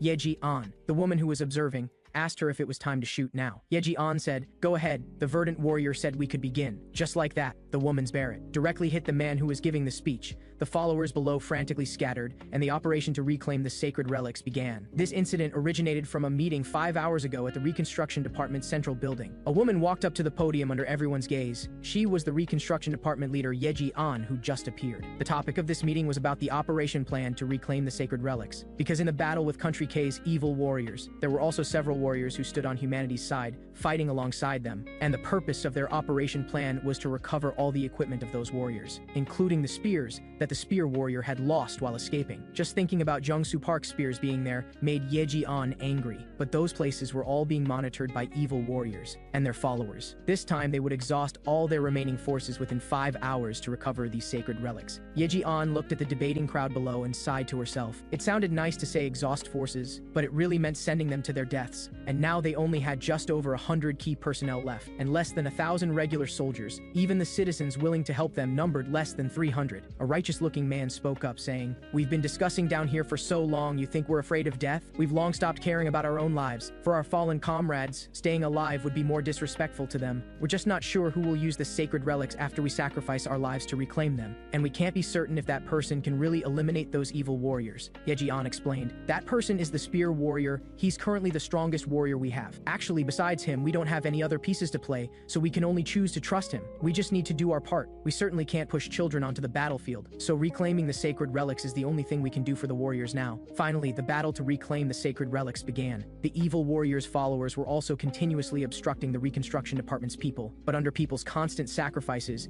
they recovered most of the sacred relics. And the spear warriors' spears were also found in the former Reconstruction Department's super large shelter. They achieved success at the cost of about 500 lives. However, they seemed to have forgotten about the existence of some people. When they tried to move the sacred shield, they were suddenly attacked by something. And that shadow was none other than the long-absent martial arts warrior. 15 minutes after the battle to reclaim the sacred relics began, these evil warriors' forces began to counterattack. These red-capped people and the old man lying on the ground were all followers of the evil warriors. At this time, the dead old man suddenly came back to life. A soldier beside him fearfully said to the old man, "I heard you injected the vampire warrior's blood, but seeing this scene in person is still a bit nauseating." The old man scolded him, saying this was disrespectful to the warriors. Then the old man asked the soldier what had happened during the time he was lying on the ground. The soldier reported that the Reconstruction Department's people were searching everywhere for the warriors' lost weapons, while the martial arts warrior had gone to where the shield was. At this time, the old man noticed there was a figure on the opposite building that clearly wasn't one of their people. The old man asked the soldier where the resurrection warrior was now. The soldier said they couldn't contact him, only heard that he was still in the Reconstruction Department's large shelter. At this time, the old man finally roughly understood the situation. He tied his shoelaces. Then, with a powerful kick of one leg, he charged straight ahead. He had the vampire warrior's power boost, and his target was the figure on the building he had seen earlier. But when he rushed to the top of the building, he found the figure had already disappeared, leaving only a time bomb. So the old man who had just appeared briefly went offline, and that figure from earlier was actually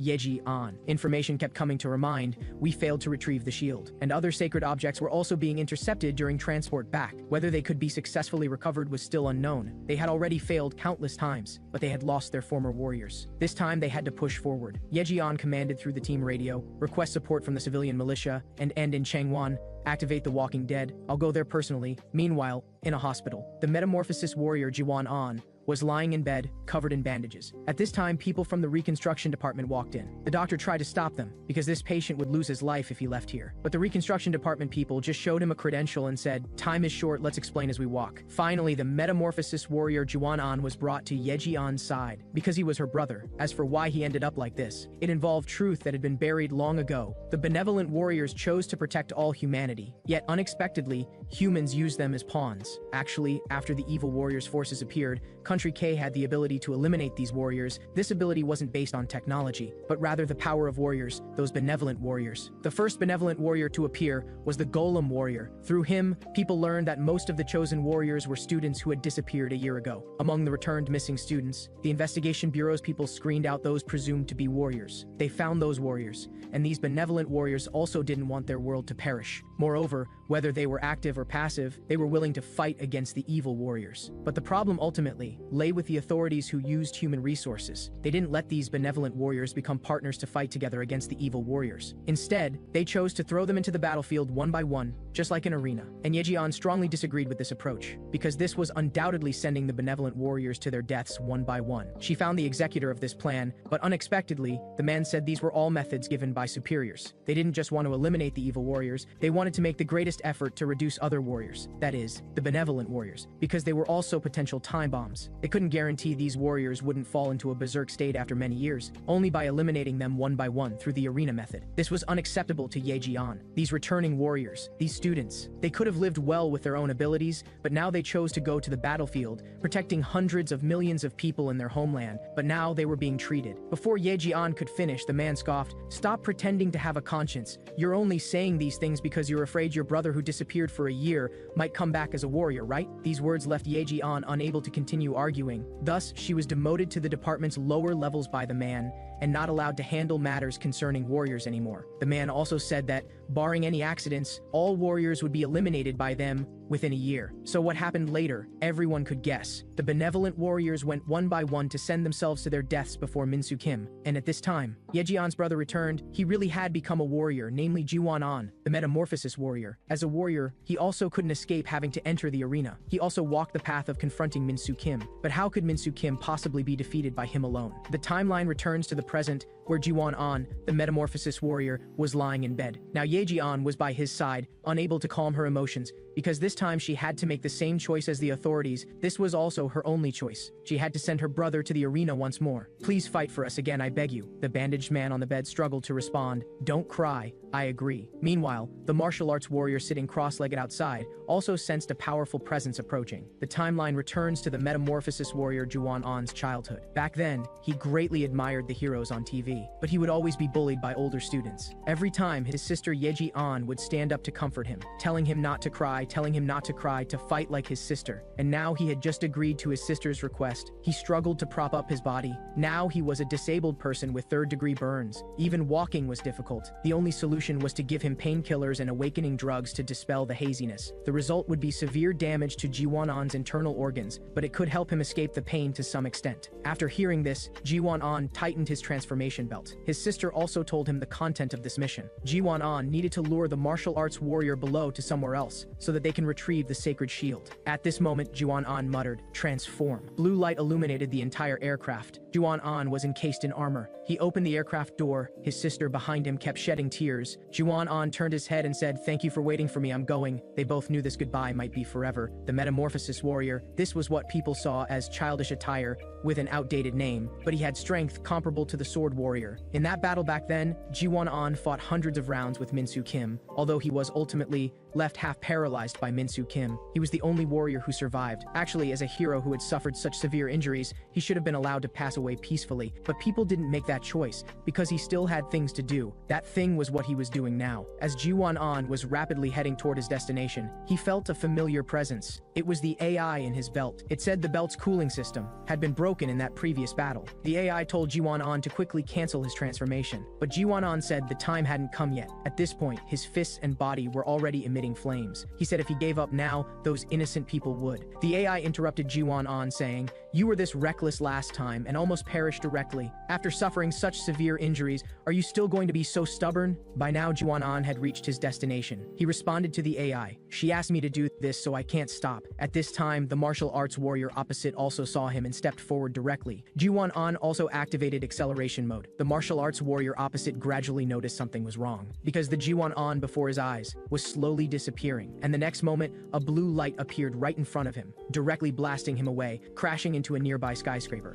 Unexpectedly, the martial arts warrior easily deflected that kick. Just as he was about to counterattack, Jiwon An raised his left leg again. This explosive kick sent the martial arts warrior flying to the ground. Jiwon An pressed his advantage. Meanwhile, the martial arts warrior slowly got back to his feet. Based on his previous exchange with Jiwon An, it was clear this opponent was extremely difficult to deal with, but that didn't mean he couldn't be defeated. At this moment, the reconstruction department personnel lying in wait were monitoring the battle through their instruments. They discovered that Jiwon An's body temperature had reached 44 degrees, with his sweat glands melted and gone. If he continued pushing himself like this, he might burn to death. Yeji An became worried at this point, demanding to know from these people. Since the metamorphosis warrior had already lured the martial arts warrior outside the shield, why hadn't the transport helicopters arrived yet? The personnel then explained that the evil warrior's forces were actively preventing the helicopters from reaching this location. The scene shifts to the helicopters. The evil warrior's forces were frantically attacking them. The reconstruction department's people were fighting against these evil forces, but incredibly, that old man who had received power from the vampire warrior hadn't died. These ordinary people were like paper dolls before him. He could destroy them with a wave of his hand. The scene returns to Jiwon An, who was still desperately fighting against the martial arts warrior. If he were at his peak condition,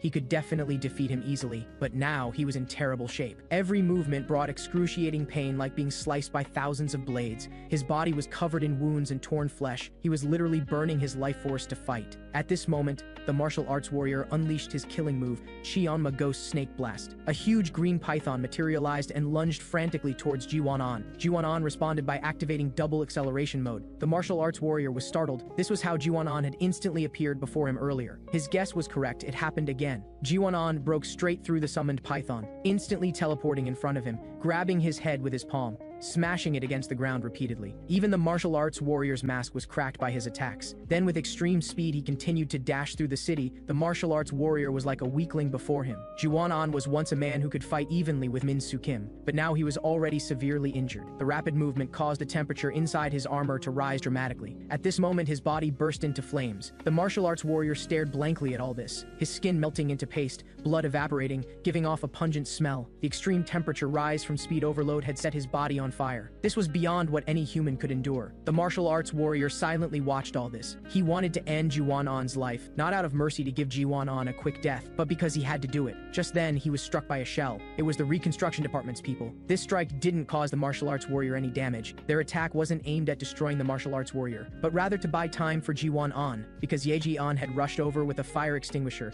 to put out the flames on Jiwan-on. At this moment, Jiwan-on, lying on the ground, painfully asked her, "Sister, why are you still here?" Yeji-on said, "You can't fall yet. The shield recovery plan has been stopped. Now we only have one option left. We fight together with you to take down the martial arts warrior. This is your final mission, Jiwan-on." The doctor had also rushed over at this point, saying Jiwan-on wasn't just burned. His body had reached the point of disintegration. His melted skin and blood were mixing together, continuously seeping out. If they forcibly removed the armor, his body might completely fall apart. Jiwan-on kept letting out painful groans. How could his sister not be heartbroken? Yeji-on knew how much her brother hated her. Meanwhile, the reconstruction department's people were still frantically firing shells at the martial arts warrior. But the martial arts warrior's abilities were too mystical. He directly reversed the shell's trajectories back towards the two reconstruction department personnel. In that moment, they first felt despair, then completely vanished in an explosion. At this time, Yeji-on was still blaming herself for being so useless, but she still decided to fight on, because the tragedy must end with us. The martial arts warrior watched all this and said, "You people are really playing tricks. Why make these meaningless struggles?" The next moment, he charged directly towards Jiwan-on and the others. Yeji-on decisively drew her gun,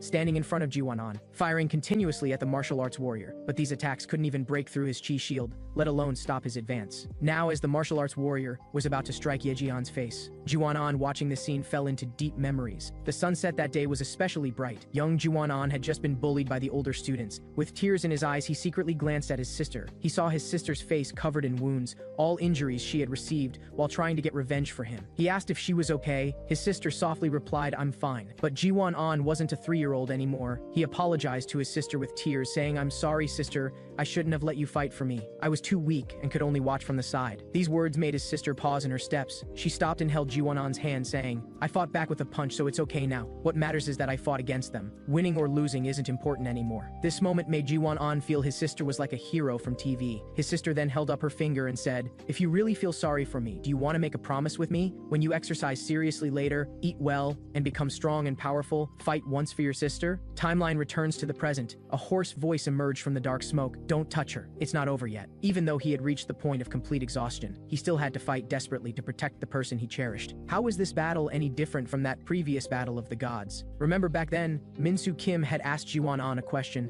"Our powers are so vastly different. This battle is destined to be your defeat. So why do you still fight to the death? Why? What reason do you have?" At this moment, Jiwan-on laughed and replied, "Your words are really ridiculous." Suddenly, Jiwan-on's right hand pointed at Min-Soo Kim, mocking him with the tone of a supreme god. "The one who should explain their reasons is you. You revel in killing, treating human lives like grass. Do you know how many families you've destroyed? And now you dare ask about the reasons for saving people. Actually, if I really need to give a reason, it's quite simple. This time I don't want to sacrifice selflessly. I want to save the people I cherish, because I finally have the power to help her." Timeline returns to the present. Jiwan-on stood in front of Yeji-on. He softly said, "Sister, in that previous world, someone called Red Ranger told me something like this. The reason they wear such childish masks and tight suits is because they're afraid of being discovered by the people they cherish." Just then, the martial arts warrior no longer wanted to let Jiwan-on continue being sentimental. He directly threw a punch at him. But Jiwan-on continued controlling his hands while saying to his sister, "Because of this, when we lose all our precious people, there's no need to wear masks anymore. So I want to keep wearing this suit to fulfill sister's final wish, rather than take it off to live alone." At this moment, purple energy began flowing through the martial arts warrior's forearm veins. This was his Chionma vitality absorption technique. He had successfully restrained Jiwan-on's hands, sneering, "Look at yourself. Even your breathing looks so miserable. Let me drain what little life you have left." But just then, Jiwan-on's old companion, who had been silent, spoke up, laughing desolately. It said it didn't want to break this sincere atmosphere, but it really couldn't hold back anymore. It asked the martial arts warrior if he was serious. "Do you really think he still has lives to take away? This guy had already transcended biological death. His current state is like the liquid at the bottom of a beverage bottle with a straw being unable to drink." At this moment, Jiwan-on Juwon violently headbutted the martial arts warrior, sending him flying back. On the battlefield, Juwon asked, "How much energy do we have left, old friend?" The old companion spoke up, "Is there any point in asking that now?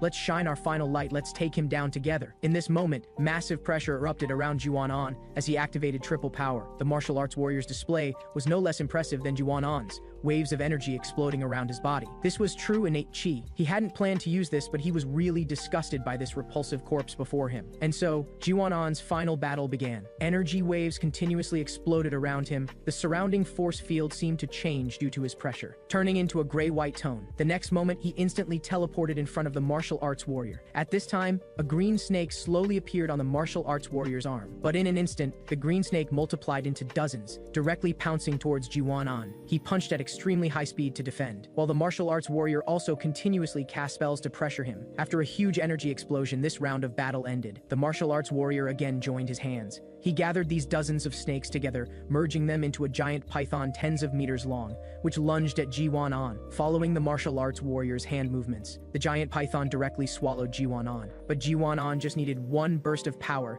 and the martial arts warrior's summoned python turned to dust. The martial arts warrior again formed sword fingers. A purple energy rushed towards Juwon. The power of this purple energy was clearly extraordinary. Juwon could only desperately dodge, but in the end he was still hit. He understood that he must get close to the martial arts warrior. He approached the martial arts warrior at extreme speed, engaging in constant direct combat, but the current Juwon was no longer his former self. He had been fighting beyond his limits all along. Now his palms, his feet, had all been ignited by the high temperature, but he had to continue, because it wasn't over yet. At this point in the battle, things had reached a white-hot intensity. The martial arts warrior formed hand seals Cheonma Hell, Wraith Explosion. This strike was like hell itself connecting to the mortal realm. Juwon could only desperately resist, his entire body starting to emit flames. But the martial arts warrior wouldn't stop. Above his head, sword after sword gathered again. He roared, "You who are about to breathe your last, disappear." As the martial arts warrior's sword fingers descended, the swords all stabbed towards Juwon. Outside the battle, his sister anxiously observed the situation. Juwon's final battle had also ended. His and the martial arts warrior's last clash caused an explosion, and now both their bodies were set ablaze by the battle's flames. His sister kept calling out Juwon's name. Finally, Juwon walked towards her, dragging his charred body. He softly said, "I kept our promise, sister." Scene changes. The martial arts warrior returned to his home with his battered body, but his home was as broken as his body. Inside lived his grandmother who had passed away long ago. The martial arts warrior said softly, "Grandmother, I'll make you food after treating my wounds." Just as he was about to get up, a figure darted out from behind, one of Yeji-on's subordinates. She raised a sniper rifle and aimed at the martial arts warrior. At this moment, he was powerless to resist, no time to turn around. A gunshot broke the silence of the small house. The one who had been acting as the antagonist, his life finally came to an end. So let's hear the martial arts warrior's story. He was abandoned by his parents from a young age, left with his grandmother to raise alone, and grandmother always gave him a kind smile, never considering him a burden. Grandmother accompanied him as he grew up, accompanied him basking in the sunlight, always saving the best things for him. Although these things were cheap, they were all grandmother had. This life didn't last long. It happened after the martial arts warrior grew up. In an accident, he fell off a cliff. This chance event let him cross over to another world. There, he continuously grew, continuously became stronger, becoming the martial arts warrior. And finally, he defeated the Demon King and returned to his original world. He returned home but found his grandmother had already passed away. At that moment, his whole body trembled. The department's people also arrived at this time. They sensed the martial arts warrior's emotional fluctuation and wanted to draw their weapons in defense. At this point, the martial arts warrior also understood. It was these people who had hurt his grandmother. That day, he made everyone in the house accompany his grandmother in death. The resurrection warrior also found him on that day. And timeline returns to the present. He was sent to where his grandmother was by Yeji-on's subordinate, to the place he yearned for. After seeing the martial arts warrior's story, I cried. How about you, dear viewers? On the plane, Yeji-on gazed, lost in thought, at the belt her brother left behind. Their mission was now complete. Everything that followed would be left to that warrior. That is, the magic warrior, Yerin-ma. On a ship in the deep sea, the huge holy relic shield was being transported to the department base, and Yerin-ma was stationed here, because the transportation of the holy relic wouldn't be so smooth. The evil warrior's forces would definitely try to stop them. Just then, Yerin-ma took out her phone. She made a call to her mother, but her brother answered the phone, saying mother was fine. And so Yerin-ma started chatting casually with her brother, but her expression was complex, because she knew this might be her last conversation with family. At this time, the crew suddenly detected suspicious targets on radar. One of the soldiers also came out to remind Yerin-ma, telling her to be careful of danger from above. But Yerin-ma still hadn't put down the phone, saying softly, "It's nothing. I'm not tired at all here. Compared to now, I'll be leaving soon. Take care of yourself. It's really not dangerous at all." "Oh, I know, I'm 20 years old now. I've grown up, you don't need to worry about these things, I'll contact you occasionally." I love you too." Finally, Ma finished her phone call. She raised her staff and launched an attack towards the sky. Because the vampire warrior was charging towards the ship, he cursed Ma as a traitor. But Ma coldly replied, "Does someone like you have the right to judge others?" With a thunderous boom, Ma shot out a huge beam of light towards the vampire warrior. But the vampire warrior's move was even more spectacular. Countless blood mists circled around him, then erupted into a blood pillar. The vampire warrior's attack directly met Ma's light beam. Seeing her attack neutralized, Ma summoned her Nyankaran and had it power up. The originally cute little cat instantly transformed into a muscular figure, Nyankaran. While the vampire warrior's blood pillar shot towards them, Nyankaran directly grabbed it forcefully, but was still pushed back. At this moment, Ma threw her staff into the air. It transformed into the shape of a hammer. She told Nyankaran to let go of the blood pillar. The freed blood pillar rushed towards Ma, but was unexpectedly scattered by one strike of her hammer. The vampire warrior hadn't expected she could still fight this well. And now Ma charged over with Nyankaran. The vampire warrior sneered, "You're ganging up on me? Well then you're finished." Blood wolves continuously materialized around the vampire warrior. These were blood iron magical beasts. At this time, the vampire warrior inexplicably covered his eyes with his hand. The next moment, his entire being turned blood-colored, like the Grim Reaper, then charged towards Ma. But unexpectedly, these blood wolves were like 3-year-olds before Nyankaran, easily dealt with. Ma's hammer also continuously suppressed the vampire warrior. After several exchanges, she successfully found the vampire warrior's weakness. Magic power continuously erupted from her body. The ground beneath the vampire warrior began to crack. The next moment, a huge pit appeared. Below was a pool of boiling liquid. This was Ma's pre-prepared lava cake caramel. The caramel from the pit shot upwards. The vampire warrior rolled away. He patted his clothes and muttered, "Didn't expect you had this trick prepared. Although you've made me unhappy, you haven't caused me any damage. You really are useless after all." But at this time, the magic warrior spoke up. How could there be no damage? Only then did the vampire warrior feel his body couldn't move. This was due to the scorching caramel rapidly cooling. At this moment, the vampire warrior panicked because Ma was slowly walking towards him. She spun the giant hammer in her hands. She was going to give the vampire warrior a golden headshot. And so, under the vampire warrior's helpless gaze, Ma's heavy hammer fell. She delivered a fatal blow to the vampire warrior. She hadn't expected this battle would go so smoothly, but just then, drops of blood began floating up from the ground. While Ma was stunned, the blood formed a giant hand that wrapped around her. She tried to summon her Nyankaran to rush over, but unexpectedly, Nyankaran was pinned down by the blood wolves and couldn't break free. Now she was at their complete mercy. The scene shifts to above the ship. The vampire warrior who should have been eliminated by Ma sneered. "Dealing with a little thing like you doesn't require my main body to personally act." It turned out the one fighting Ma all along was just the vampire warrior's clone. He mockingly said to Ma,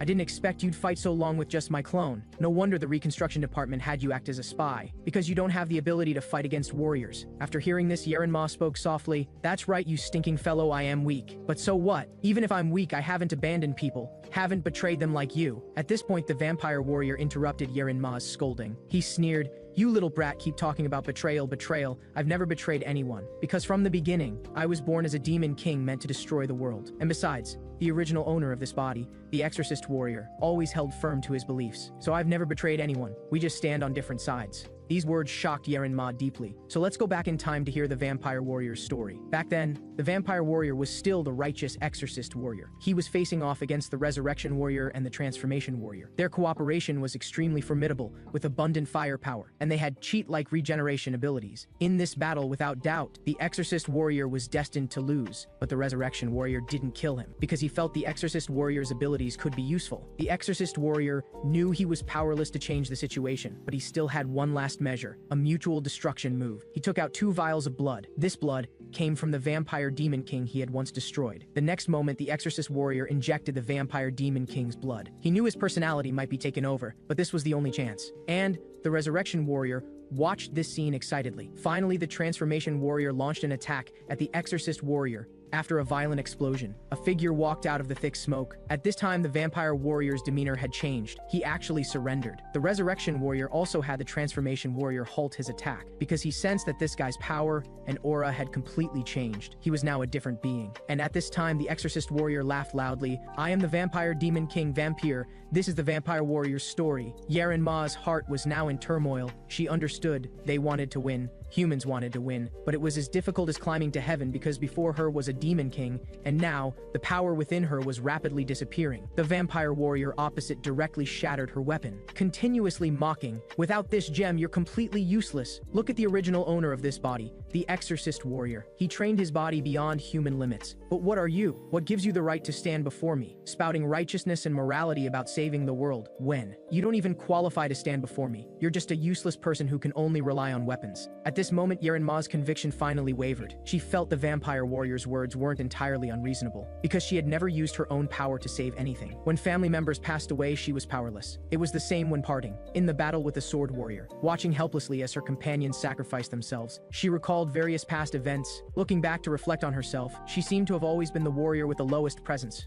the weakest. But so what? Should she maintain a cowardly image in others' hearts even before death? She was a warrior, and also human. Change was human nature. Yeren Ma understood. She tightly clenched her fists, loudly calling out Nyankaron's name. She hadn't given up. She would fight alongside Nyankaron again. Nyankaron heard his master's voice and instantly broke free from the wolf pack. It took a deep breath, his muscular arms extending again. Under the vampire warrior's confused expression, Nyankaron sent him flying with one hammer strike. Meanwhile, the restrained Yeren Ma also successfully broke free, but the power source she had always relied on was gone. The gem had completely shattered. The next moment, she slowly extended both hands. Across from her, the vampire warrior slowly got up, sneering, "Someone without even combat tools, how could you win?" But suddenly, he saw a figure slowly walking towards him through the smoke. He rubbed his eyes and looked forward again. Yes, it was Yeren Ma. This scene shocked the vampire warrior. She had actually embedded the fragments into her fists. At this moment, Yeren Ma showed a smile never seen before, saying, "Didn't you say I don't work hard, that I'm just a woman who relies on tools to fight?" After regaining magical power,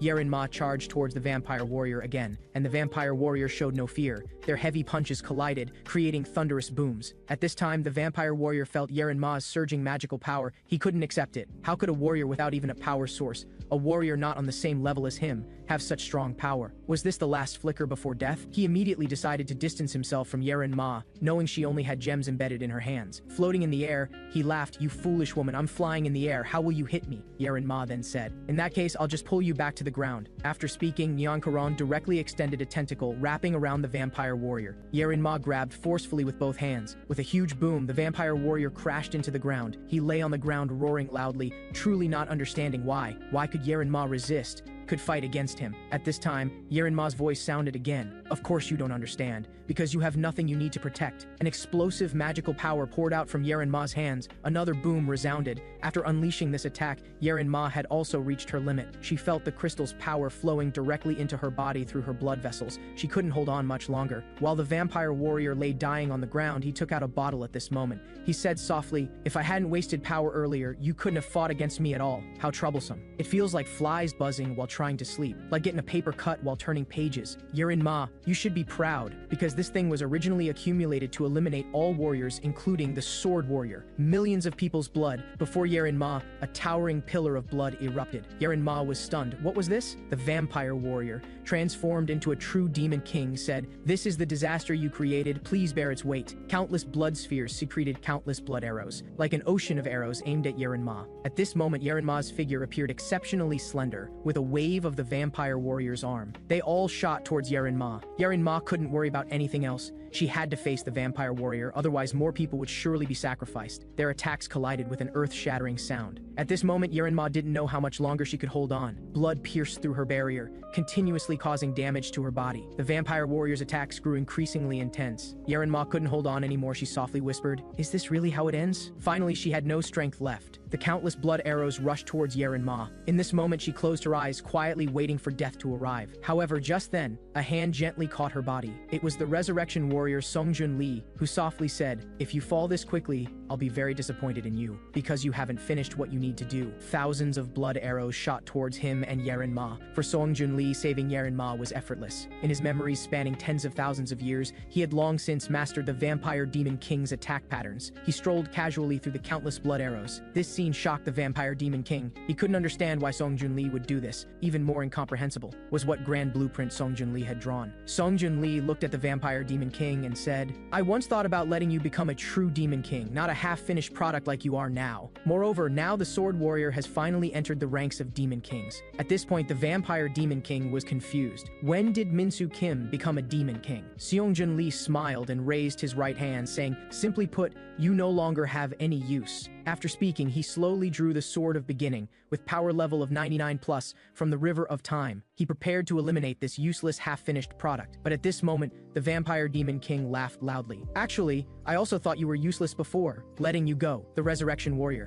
After speaking, he continuously erupted with magical power and blood energy, his mouth also endlessly mocking Song Junli. In an instant, countless skeletons and blood arrows all rushed towards Song Junli and the others. At this moment, Song Junli laughed, saying lightly, "Are you talking to me? Do you think I, who understand all timelines and temporal veins perfectly, would really allow you to have a victorious future? Have you gone mad from blood rushing to your head?" The battle ended in an instant, the vampire demon king beaten to a pulp. Song Junli walked towards him carrying the Sword of Beginning. He mocked that the vampire demon king's behavior patterns were too simple. He only needed to revive 98 times to perfectly calculate the results of battling the vampire demon king, and it was the optimal solution. Moreover, he said that the original owner of the vampire demon king's body, the exorcist warrior, had easily made him revive over 100 times back then. The vampire demon king didn't understand why Song Junli would do this. He thought Song Junli just wanted to make this world burn, which was why he gathered warriors like them. At this moment, Song Junli laughed, answering, "This wasn't my goal. I was just watching you all destroy the world from the sidelines. All this was to accumulate retribution and causality rates for creating a demon king. The reason I gathered you all was also so I wouldn't easily die before the demon king's birth. After all, if those warriors ganged up on me, I would easily die before the demon king was born." At this point, the vampire demon king was completely stunned. He asked again, "Then why did you go to such lengths to create a demon king? Is it to conquer the world?" At these words, Song Junli burst out laughing. "What did you say? Conquer the world? Don't joke around. But you're right, you have the Demon King's personality, so that's all you can think of. Since you're going to die anyway, I'll tell you, my ultimate goal is to save my world." After speaking, Song Junli prepared to kill the vampire demon king with one sword strike. But at this moment, the vampire demon king became afraid. He asked Song Junli to stop, saying that if he died, the original owner of this body, the exorcist warrior, would also perish with him. At this moment, Song Junli's face grew gloomy. The vampire demon king had never seen such an expression from him. Song Junli said, "Exorcist warrior, if you can hear me inside his body, then listen. I'm truly sorry, this is the only choice I could make. You were truly excellent warriors." At this moment, Song Junli even shed rare hot tears. With the fall of the Sword of Beginning, the vampire demon king and the exorcist warrior met their end. Song Junli's face was covered in blood. Yeren Ma limped over to him. Song Junli turned and smiled. "You heard everything, right? Then I don't need to explain anything to you." At this point, Yeren Ma was also stunned. She really didn't know if what Song Junli said earlier was true, but one thing she believed, that was that Song Junli was a madman, a complete psychopath. Song Junli couldn't be bothered to explain anything to Yeren Ma. He said, "After everything ends, you'll understand." He put down the Sword of Beginning. He didn't want to fight with Yeren Ma. He raised both hands and said to her, "Let's go to where counter warrior Jongsu Park is and give him the sacred relic." The scene now moves to outside Earth, where the Iron Arm warrior had fallen asleep. The last battle hadn't killed him. He looked up towards a space station opposite, then charged straight in. After entering, he threatened the operator to activate the command to return to land. Finally, after the operator entered the command, the Iron Arm warrior cruelly ended her life, and he even laughed loudly, saying that righteous warriors would always find a way to survive. However, after her apocalyptic resurrection and rebirth, the girl felt no fear. Facing the humans who hated her, she calmly admitted that she was the metamorphosis warrior who had bombed City A. Just moments ago, a group of robots escorted Li Jialan to Country A's combat zone. Country A's soldiers immediately became tense and prepared for battle. The man said, "Please identify yourself and your affiliation. This is Country A's military combat area." The lead robot explained, "This is scientist Steven, who defeated the new generation of modified robots." Hearing this, Li Jialan interrupted. "No, that's not my true identity," the robot said in confusion. "If humans know you were once an enemy, they definitely won't trust you. They might drag you out and take your life. If that happens, Miss Steven will have sacrificed herself in vain, and this war's victory will be meaningless." Li Jialan still firmly shook her head and said, "Redemption cannot begin with lies." With that, she walked forward and said, "Although I've changed bodies, not long ago I was still the metamorphosis warrior who bombed City A." Hearing this, The man gritted his teeth. He drew his gun and aimed it at the girl's forehead. He said, "Why would a monster like you come here? Are you tired of your killing game again?" Then he took out a phone and said, "In this contact list there are 380 people, including my relatives, friends, mentors, and neighbors. Under your massacre, only 3 people remain alive. You took everything from me." With that, he ordered soldiers to arrest her and interrogate her in prison. Then he turned back and added, "Don't think I've let you off. After the war ends, I will definitely kill you." Li Jialan said, "Although I cannot fully empathize, I know the harm my actions have caused. After eliminating the sword warrior, you can do whatever you want with me." That night, Jiangsu Park and another person came to the prison. Seeing him, Li Jialan asked, "It seems you're the spear warrior. Did you manage to reattach your arm?" Hearing this, Jiangsu Park became furious and was about to strangle her, but he still yielded to reason and said, "Just say what you need to say quickly. I don't want to look at you." Li Jialan inquired, "Do you know what the situation outside is?" The verdant warrior said, "The sword warrior is advancing north. The faith warrior, iron arm warrior, and transformation warrior have all perished. But as a transformation warrior, you're still alive, which means the intelligence isn't entirely accurate. Also, the metamorphosis warrior and martial arts warrior perished together in country A. That's about all the intelligence we have now." Li Jialan added, "Minsu Kim has transformed from the sword warrior into some kind of demon king, and the foreign old generation who could stop that guy have all been completely wiped out." Jiangsu Park said in disbelief that the guy wearing the warrior mask had actually become a demon king. The verdant warrior reminded, "It's not impossible. Although he still bears the warrior's name, he's no different from a demon king." Li Jialan continued, "Also, the resurrection warrior seems to have been using him all along to achieve this result. I once asked him a question. Although I'm filled with anger toward this damned world and engage in endless destruction, why would you join us?" Song Jun Lee explained, "I don't want to see a world burned to ashes. I want to see what you all become afterward." Jiangsu Park was about to continue questioning when he heard intelligence reports from outside. The ship carrying the holy relics had returned, but there were some complications. On the ship, Song Jun Lee held a gun to his head and said, "Forces opposing the warriors don't even think about capturing me, otherwise I'll make the holy relics in the ship all sink to the bottom of the sea." Jiangsu Park gritted his teeth in anger and immediately wanted to rush forward. His companion quickly stopped him. "That guy's ability can immunize him against almost all attacks. Even if you knock him down with one strike, he can reverse time and avoid that damage." At this moment, Li Jialan said, "Let me talk to him. After all, we were once in the same camp." With that, she immediately came to the ship's side. Song Jun Lee asked doubtfully, "Who are you? You shouldn't be an ordinary person." Li Jialan recounted everything that had happened in detail. Song Jun Lee smiled slightly and said, "How can you prove what you're saying?" Li Jialan said, "The first time we met, I was holding my parents who had died in artillery fire. I was crying bitterly in the flames of war. Facing my indiscriminate attacks, you still made a self-introduction. You said you were Seong Jun Lee, a warrior who had also lost everything after returning." Seong Jun Lee said, "You really are Li Jialan. So after recovering your body, you chose to join the opposing camp?" Li Jialan said, "That's right. Although you might think I'm shameless with blood on my hands, but I've currently decided to join the ranks of those stopping Minsu Kim." Seong Jun Lee put down his gun and said, "Well, that's quite a coincidence. I'm also here to stop Minsu Kim." Jiangsu Park could no longer hold back and said, "You monsters! Killing people and then coming to repent." He ignored his companions' attempts to dissuade him. He grabbed Li Jialan by the throat and said, "This is getting more and more outrageous. You want to join our ranks? If you really want redemption, then disappear here completely. That way I can face the sword warrior with a more comfortable state of mind." To prevent him from making a mistake, the verdant warrior stopped him and made him release his grip. Looking at his fierce, uncontrolled eyes, Yuren Ma leaped down from the ship and kicked him to the ground. She said, "What do you plan to do with that guy? Although I don't know why he's helping us, but if we treat him as an enemy, we'll have no chance of winning." Jiangsu Park broke down and shouted, "What do you want me to do? Accept their hypocrisy? Why are you all so weak? Why did you watch as my family died? Why am I so weak? I don't know what any of this means." The resurrection warrior watched him quietly, the meaning in his eyes unclear,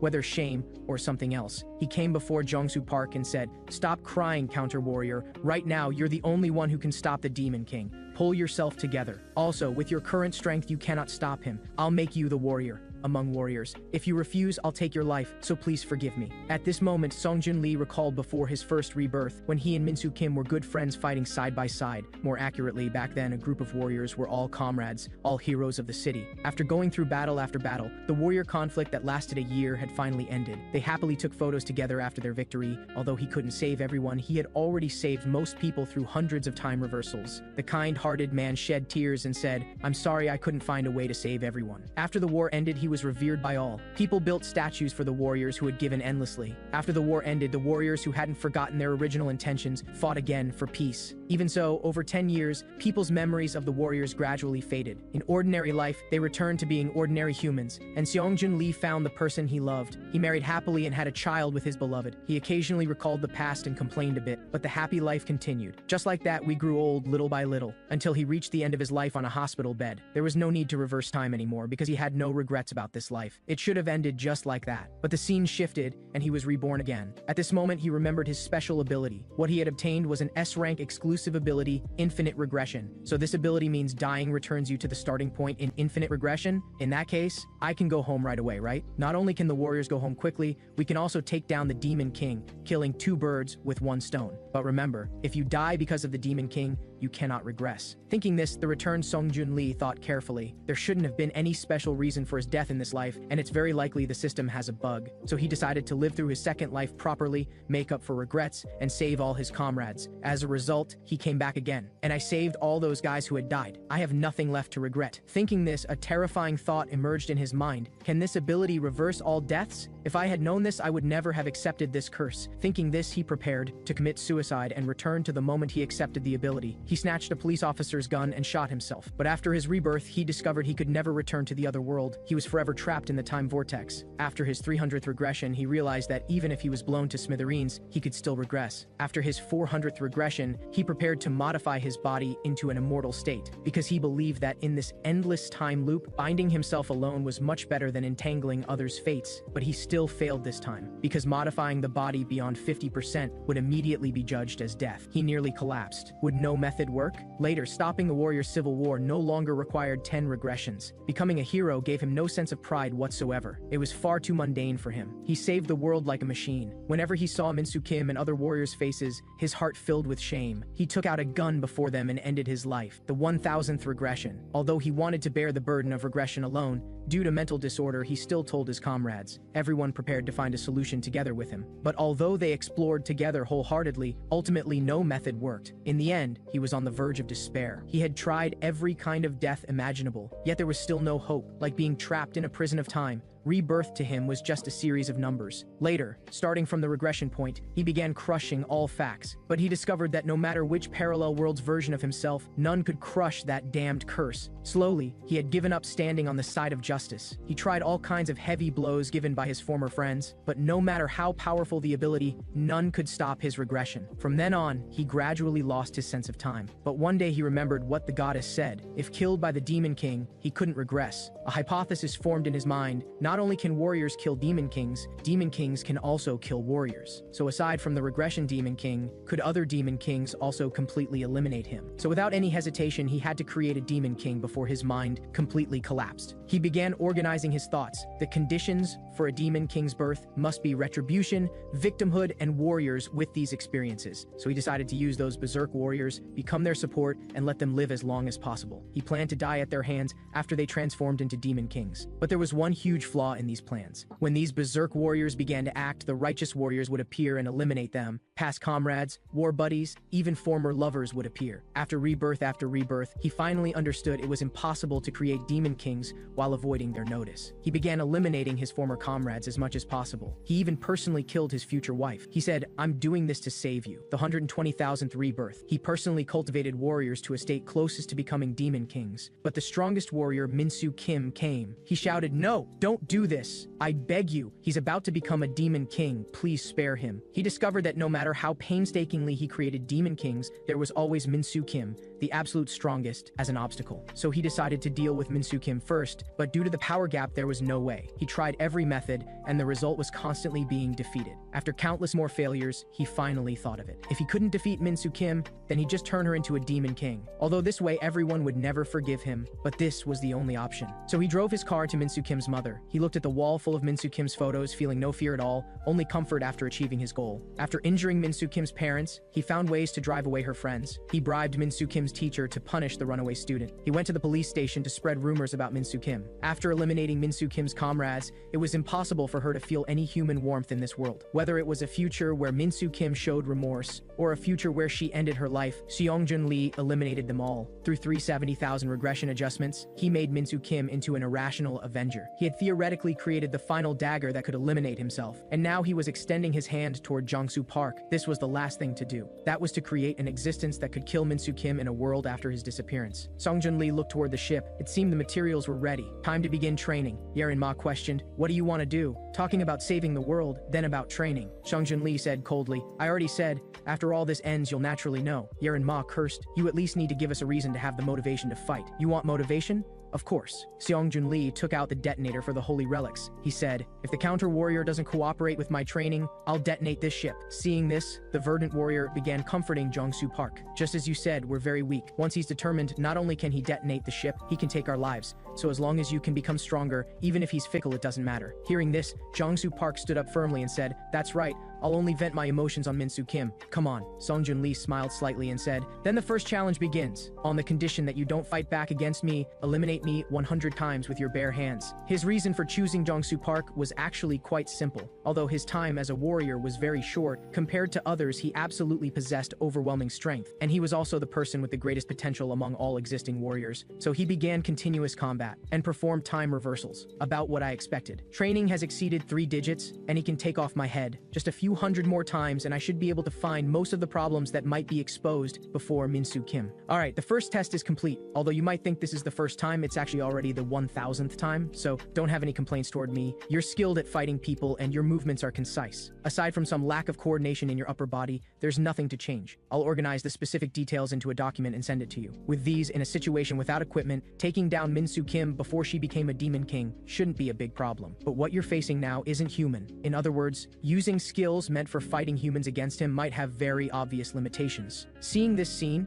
Jong-soo Park was shocked. What ability had he just used? The movements were invisible to the naked eye, yet they could unleash such great power. Seongjun Lee shook his head and said, "I have no idea what exactly it is. I've never seen Demon King Min-soo Kim with my own eyes either." Jong-soo Park said angrily, "Then you still said you'd make me defeat Min-soo Kim. Are you just bragging?" Seongjun Lee smiled calmly and said, "Of course not. After training you, I'll immediately go find Min-soo Kim, and I plan to at least tear off one of her arms before I die. I'll broadcast the battle process to you. You just need to find a way to crack her ability." Jong-soo Park asked in confusion, "Die? But aren't you immortal?" Seongjun Lee said, "That's one of the conditions for regression, but it doesn't work on demon kings. In any case, you're performing very well so far. Let's proceed to another test." He turned and instructed Lee Jialan to make large firearms. "I'll send you some of Min-soo Kim's battle scenes. Try to create firearms that will let the counter-warrior simulate combat. Just like real combat, don't install any safety devices. If he dies, I'll just activate time reversal." During the night rest period, Seongjun Lee saw the verdant warrior come to find him. She asked quietly, "Were we once comrades?" Seongjun Lee said with forced composure, "You and Lee Jialan are both very smart. Although the number of regressions is many,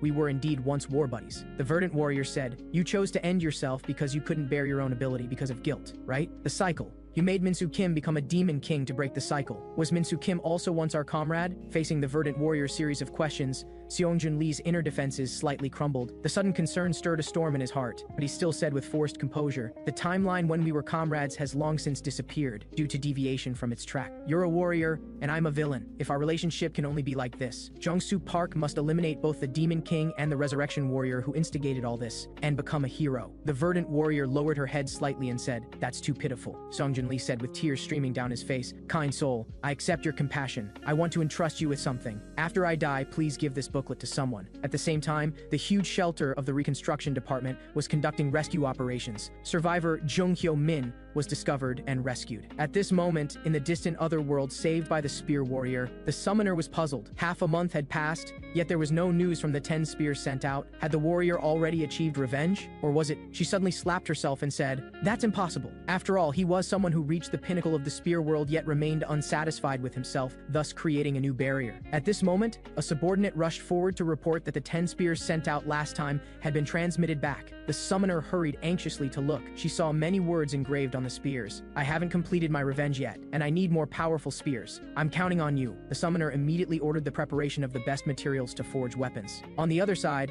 Jungsu Park's training was also proceeding in an orderly fashion. Lee Jielin created many Minsu Kim replicas in the shortest time possible, but the Demon King's power came from another world, and even the technology left by the older generation couldn't simulate it. But the basic attack patterns could be imitated. Then, with Song Junli's command, training officially began. The cannonballs fired by these machines were dense and extremely fast. Jungsu Park leaped high but was still powerless to dodge. Seeing this, Song Junli directly twisted time and started over, after repeated failures. Jungsu Park also made tremendous progress. Song Junli ordered an increase in frequency again. If there was failure, time reversal would continuously occur. Song Junli had long become accustomed to this. Finally, after countless drills, Jungsu Park successfully defeated all the machines in one go. Song Junli smiled proudly at this. Although he knew he had talent, such rapid growth was still surprising. But fighting robots was indeed different from fighting real people. He needed to find him an opponent. At the same time, in the sky above Country P, missile-like flames were smashing into towering buildings. A Superman-like man descended upon the crowd, immediately causing panic. The public said, "Isn't he the delinquent from Country H? Wasn't he already dead?" The terrorists became even more excited. "So many sinners here. Let the righteous judgment begin." Song Junli also saw this scene on the news. He said, "It seems he landed in that place same as last time.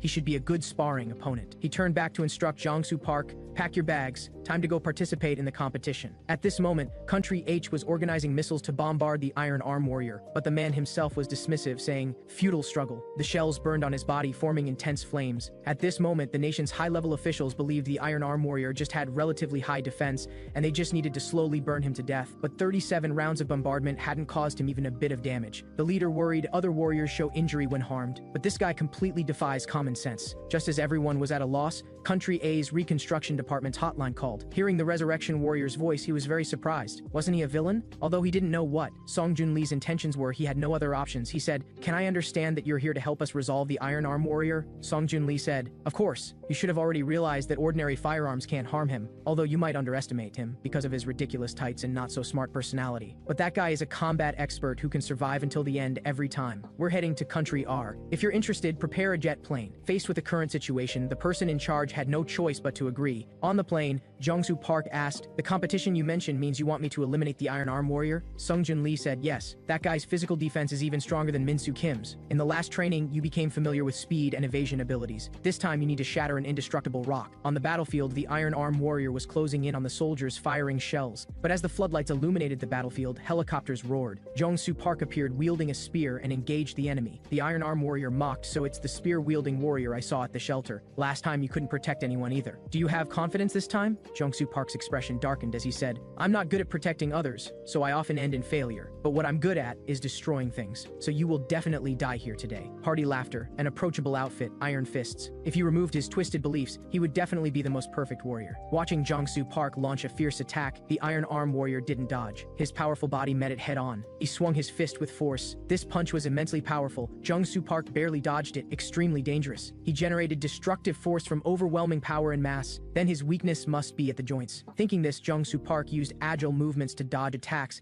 and locked his neck from behind. Despite exerting continuous force, the Iron Arm Warrior was completely unharmed. He laughed triumphantly, "That's useless. Come up with the next strategy." Jungsu Park roared and transformed his long spear into a short spear, trying to find a breakthrough from his opponent's neck. But before he could make his next move, the Iron Arm Warrior suddenly lowered his body, then leaped high into the 100-meter-high sky. He said, "You troublesome insect, I'm going to flatten you." Under this tremendous pressure, Jungsu Park quickly switched weapons. While blocking the damage with a shield, he fired a shockwave that sent the Iron Arm Warrior flying. Then he summoned the golden spear again, coordinating it with the shield. Offense and defense united. A shockwave containing immense power shot forth. This move sent the Iron Arm Warrior flying hundreds of meters. The observers were shocked. Was this unbelievably powerful firepower meant to eliminate the Iron Arm Warrior? But things weren't that simple. The astonishingly powerful strike was still withstood by the Iron Arm Warrior's diamond-hard body. He charged with accumulated force, smashing toward Jungsu Park. The two fought intensely with all their might. Wherever they went, Sand and stones flew, dust rolled. As the spear and iron fists continuously collided, the summoner from the other world discovered that all the spears transmitted back were broken. The summoner said, "The opponent he encountered must be very strong. Please supplement the number 1 spear position with a new spear." The scene returned. In Jung-Soo Park's hands, the black spear stood majestically. That was the Iron Horse Spear Black Earth. Since ancient times, people had continuously evolved weapons for combat, from fists to sticks, then to swords and spears. Among them,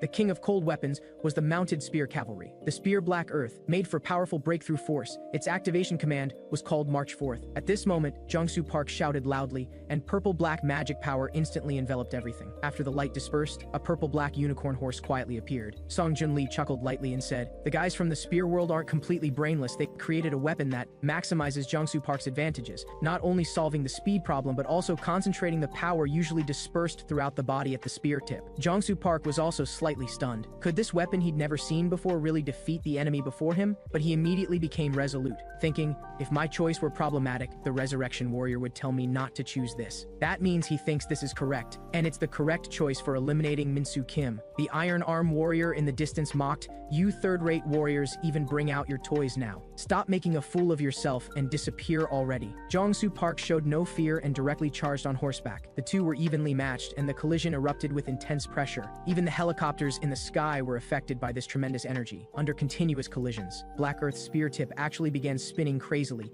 emitting a humming sound. The Iron Arm Warrior's arm also began bleeding from this sharp spear tip. Realizing something was wrong, he fiercely gripped the spear tip before him, but he still underestimated the spear tip's power. Under the powerful rotational force, his steel-like arm was twisted into a pretzel shape. Then his entire body flew backward uncontrollably. Too late to resist, the powerful force pierced through his heart. After a violent explosion, a huge hole was punctured in his chest. The Iron Arm Warrior's consciousness gradually faded. He seemed to see a girl walking toward him. Covered in blood, she said quietly, "Is this all your strength amounts to? Didn't you promise me you'd eliminate everyone, including yourself?" The Iron Arm Warrior said weakly, "A righteous warrior will definitely keep his promise." Iron Arm Warrior Jung Yi-ho's memories drifted back to 3 years ago, when he was an obese shut-in. He was looking through comics about justice warriors, occasionally letting out silly laughs. Suddenly, the table in front of him was kicked over. The red-haired school bully before him cursed at him. "I already told you, you fat pig, not to read comics in the classroom. I already hate the stench emanating from your body. When you read comics, you make disgusting expressions, so it's even more revolting." Jung Yi-ho could only lower his head and say, "I'm sorry, it's break time now." The red-haired bully said, "You damned fat pig, you even dare to talk back."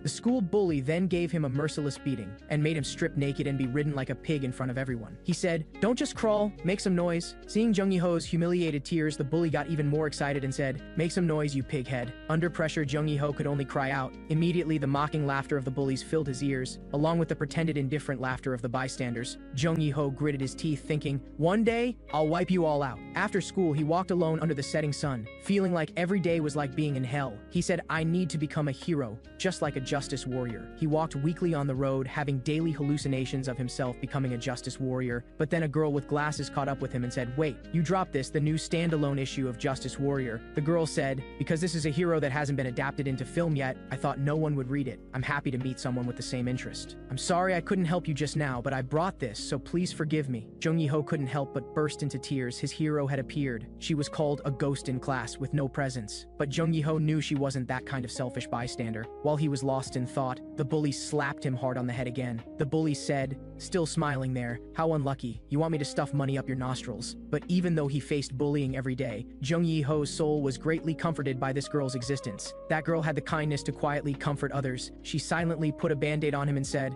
"I'm sorry I couldn't help you this time." That kind of low-key kindness allowed him to endure infinite torture, but such days didn't last long. This day, he was bullied as usual. The girl saw this scene and could no longer bear it. She stood up angrily and shouted at those bullies, "Hey, stop bullying him!" But what greeted her was a pair of desperate eyes and a pair of vicious eyes. The bully said, "Are you dating this pighead?" So, on this stormy night, the two of them were taken by this group of thugs to an abandoned building. The bully said, "You two look well matched, so I've prepared an opportunity for you. You two have sex right here." Hearing this, Jung Yi-ho kowtowed hard and shouted, "No, if you want to do something, come at me." But the bully remained unmoved by this scene. His face showed a fierce light as he said, "Hurry up and have sex." At this moment, the phantom of the Justice Warrior seemed to appear before Jung Yi-ho's eyes. He cried out, "This kind of thing is unjust." He was answered by the crazy mocking laughter around him. "Are you escaping reality?" He pleaded bitterly to the hallucinated Justice Warrior, "Please, just help me this once." There was no time for fantasy. The bully's heavy punch smashed into his face. He said, "What justice? It's because you disgustingly read manga all the time that your sense of reality has decreased." With that, he punched Jung Yi-ho repeatedly, saying,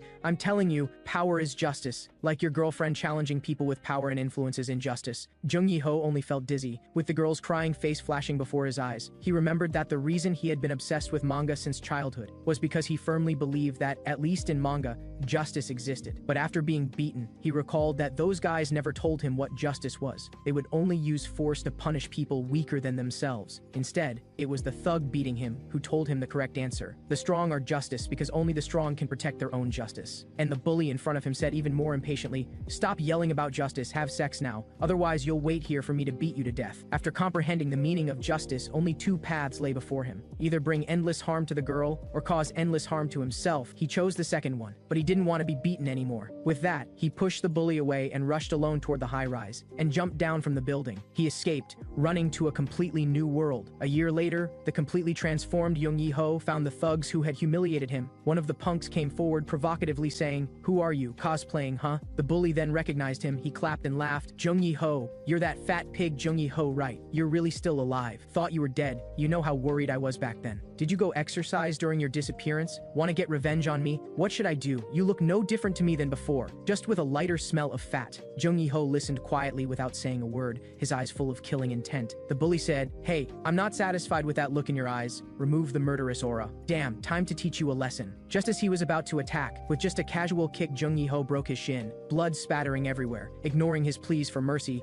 Jung Yi-ho repeated the bully's words from years ago, "I'll sit on you, and you need to cry out." He sat down on him, and the bully was directly crushed into meat paste. Watching the other thugs frantically flee, Jung Yi-ho smiled faintly and said, "Classmates, when you cry, don't forget to oink like pigs." Then he strode after them. Indeed, being strong was justice. He walked down the street carrying two bullies' heads, and soon caused massive panic. Police surrounded him with raised guns. Jung Yi-ho said, "From now on, I am justice. Whoever dares to shoot, I'll take their life." But a police officer had already fired at him, but this shot couldn't even tear his clothes. Jung Yi-ho said, "I told you not to shoot." So he completely went berserk and began his slaughter. That day, he overturned the entire city, from those punks who bullied him to the police and soldiers who tried to stop his crimes, as well as the frantically fleeing citizens. All were mercilessly eliminated by him. His reason for doing this was completely not because of anger, but to demonstrate his overwhelming justice. He shouted excitedly, "Those ignorant fools who tried to stop me have been swept away by me, including those idiots who felt despair seeing my new justice. Indeed, a quiet city is the best. No one will be harmed. Now I can go see you with dignity, and I've prepared a gift for you." Then, he came to the hospital to visit the girl. She had been unconscious for a long time, unable to speak. Jung Yi-ho said to the nurse, "Why did her condition become like this? Answer me." The nurse stammered, "This patient has been in intensive care for a year." Jung Yi-ho said furiously, "So why is she staying here?" The nurse stuttered, "Back then the classmates did bad things to her and pushed her off the building." Jung Yi-ho said angrily, "These bastards did this? I shouldn't have killed them so simply." He turned to ask the nurse again. Then, "Does she still have consciousness? Can she speak?" The nurse said, "She occasionally has consciousness. If you wait, perhaps you can talk to her." So Jung Yi-ho dismissed the nurse and waited quietly by the girl's side for her to wake up. At night, the girl finally woke up. She looked at the person before her and asked weakly, "Who are you?" Jung Yi-ho's heart jumped, thinking she really can't recognize me. So he said, "You're awake. I'm Iron Arm Warrior. I'm the justice judge you've been waiting for. Look at the gift I brought you. I've eliminated them all. No one will bully you anymore. Not only that, I've crushed all the bystanders too." The girl on the hospital bed laughed and said, "This must be a dream, but even if it's a dream, I feel relieved." Jung Yi-ho held her hand and said, "This isn't a dream, I promise you, for you I'll use this power to judge anyone." Looking at his face, the girl's pupils suddenly dilated and said, "Jung Yi-ho." Two tears flowed down her cheeks. She continued, "That bastard. He left me alone in hell and escaped by himself. You must judge him too. I didn't choose to escape, but faced it with him. But he abandoned me. I hate him." After saying this, the girl's heartbeat completely stopped. Holding the girl's hand, Jung Yi-ho's heart ached like a knife, saying, "Okay, I promise you, after I've judged all the perpetrators, hypocrites, bystanders, and sinners, I'll eliminate myself with my own hands." The scene returned to the battlefield. At this moment, Iron Arm Warrior was pierced through the entire chest. He seemed to see that girl's face, and the Justice Warrior in his hallucination said, "If she thinks you're already dead, then you can escape now, right?" Escape? That's indeed what I'm best at. Countless times I've been running away, giving up everything. Please please don't look at me with that hateful gaze. This time I won't run away anymore. With that, he stood up. Park Jong-soo realized something was wrong and turned around. To think he could still stand up after being injured like that. Jung Yi-ho stood up and crushed an energy device. His flesh was miraculously regenerating, he said. Before I finish my judgment, I can't die yet. Regeneration? The information on Resurrection Warrior didn't mention this. In the technologically advanced other world, this capsule fused all scientists' life's work. The Demon King was the most vicious existence in this world, so this couldn't be considered a risky investment. But if the unrefined serum spread throughout the body, it would trigger a rampage. But before your body overloads, you'll gain all the hero's abilities. At this moment, Jung Yi-ho had already swallowed the capsule and fallen into a complete rampage state. Park Jong-soo thought, Resurrection Warrior clearly didn't tell me he had a second phase. Before he could think further, a devastating beam of light shot toward him. Seeing him dodge the attack, Jung Yi-ho directly lunged at him, and in an instant slammed him hard with a suplex, saying, "It should be difficult for you to deal with me, because my speed is faster than the speed of sound." With that, Jung Yi-ho threw Park Jong-soo flying several meters with all his might, condensing lightning and striking with another punch. This strike was extremely powerful, directly making Park Jong-soo spit blood. Seeing Park Jong-soo flying backward, Jung Yi-ho didn't stop. A lightning bolt full of pressure charged from his mouth, erupting with tremendous power. At this moment, Song Joon-lee was watching the battle. This was Iron Arm Warrior's ultimate weapon, and something that would perish together with the enemy. In the 8th rebirth using the weakening capsule, he hadn't obtained a corresponding countermeasure either. Now it was time to produce a result. He pulled out a belt from a box. This was a prop he had asked Li Jialan to completely repair. But Li Jialan explained, although all aspects have been repaired, the autonomous consciousness of this prop hasn't recovered. Possibly because of the sense of loss from losing its master, it disappeared. So a selfish weapon with self-consciousness simply couldn't work through simple repairs. Seongjin Lee said, "So to persuade such a weapon with self-consciousness, I can only put on a good show." At this moment, the decisive battle between the two on the battlefield had entered a white-hot phase. Jung Yi-ho coughed up large amounts of blood because his body had severely overloaded. The medicine had begun to break down his body, but it didn't matter. Returning to the city to kill even one more sinner would be worth it. And Park Jong-soo was also wrapped in red magic power, showing a desperate fighting spirit. Seongjin Lee slowly raised the belt to show it the battle situation, saying, "Did you see, Mr. Belt? Iron Arm Warrior is the enemy. You should have seen him before. And the hero desperately fighting that guy? You should be seeing for the first time right. He's the last rescuer in the world that Ji-won-an wanted to protect. He's currently the only hero who can oppose Min-soo Kim. He's the kind of person who won't give up easily, even if he loses everything. If we ignore him, then before meeting Min-soo Kim, he might die here. Make a choice. Ji-won-an's weapon. Do you want to immerse yourself in the grief of losing him and watch his world perish with your own eyes? Or choose to make that guy your new master?" At this moment, the belt finally made a sound. "I'm not helping because I feel sorry for that guy, or because I can't see through your dirty little tricks, nor do I care about the fate of your world. But I can be certain that this is the world my partner desperately protected, so it's equally important to me. Therefore, I'll help him fight." And at this moment, the two were still in confrontation. Resurrection Warrior sent the belt to Spear Warrior's side. Seeing this scene, both were slightly surprised. The belt actually spoke at this time. "Counter Warrior, I'll trust you once. It's time to transform." Without any hesitation, Park Jong-soo directly went up to touch the belt. In just an instant, the belt merged with him. Seeing Park Jong-soo complete his full armament, Jung Yi-ho summoned lightning and launched an attack at him. But Park Jong-soo remained calm,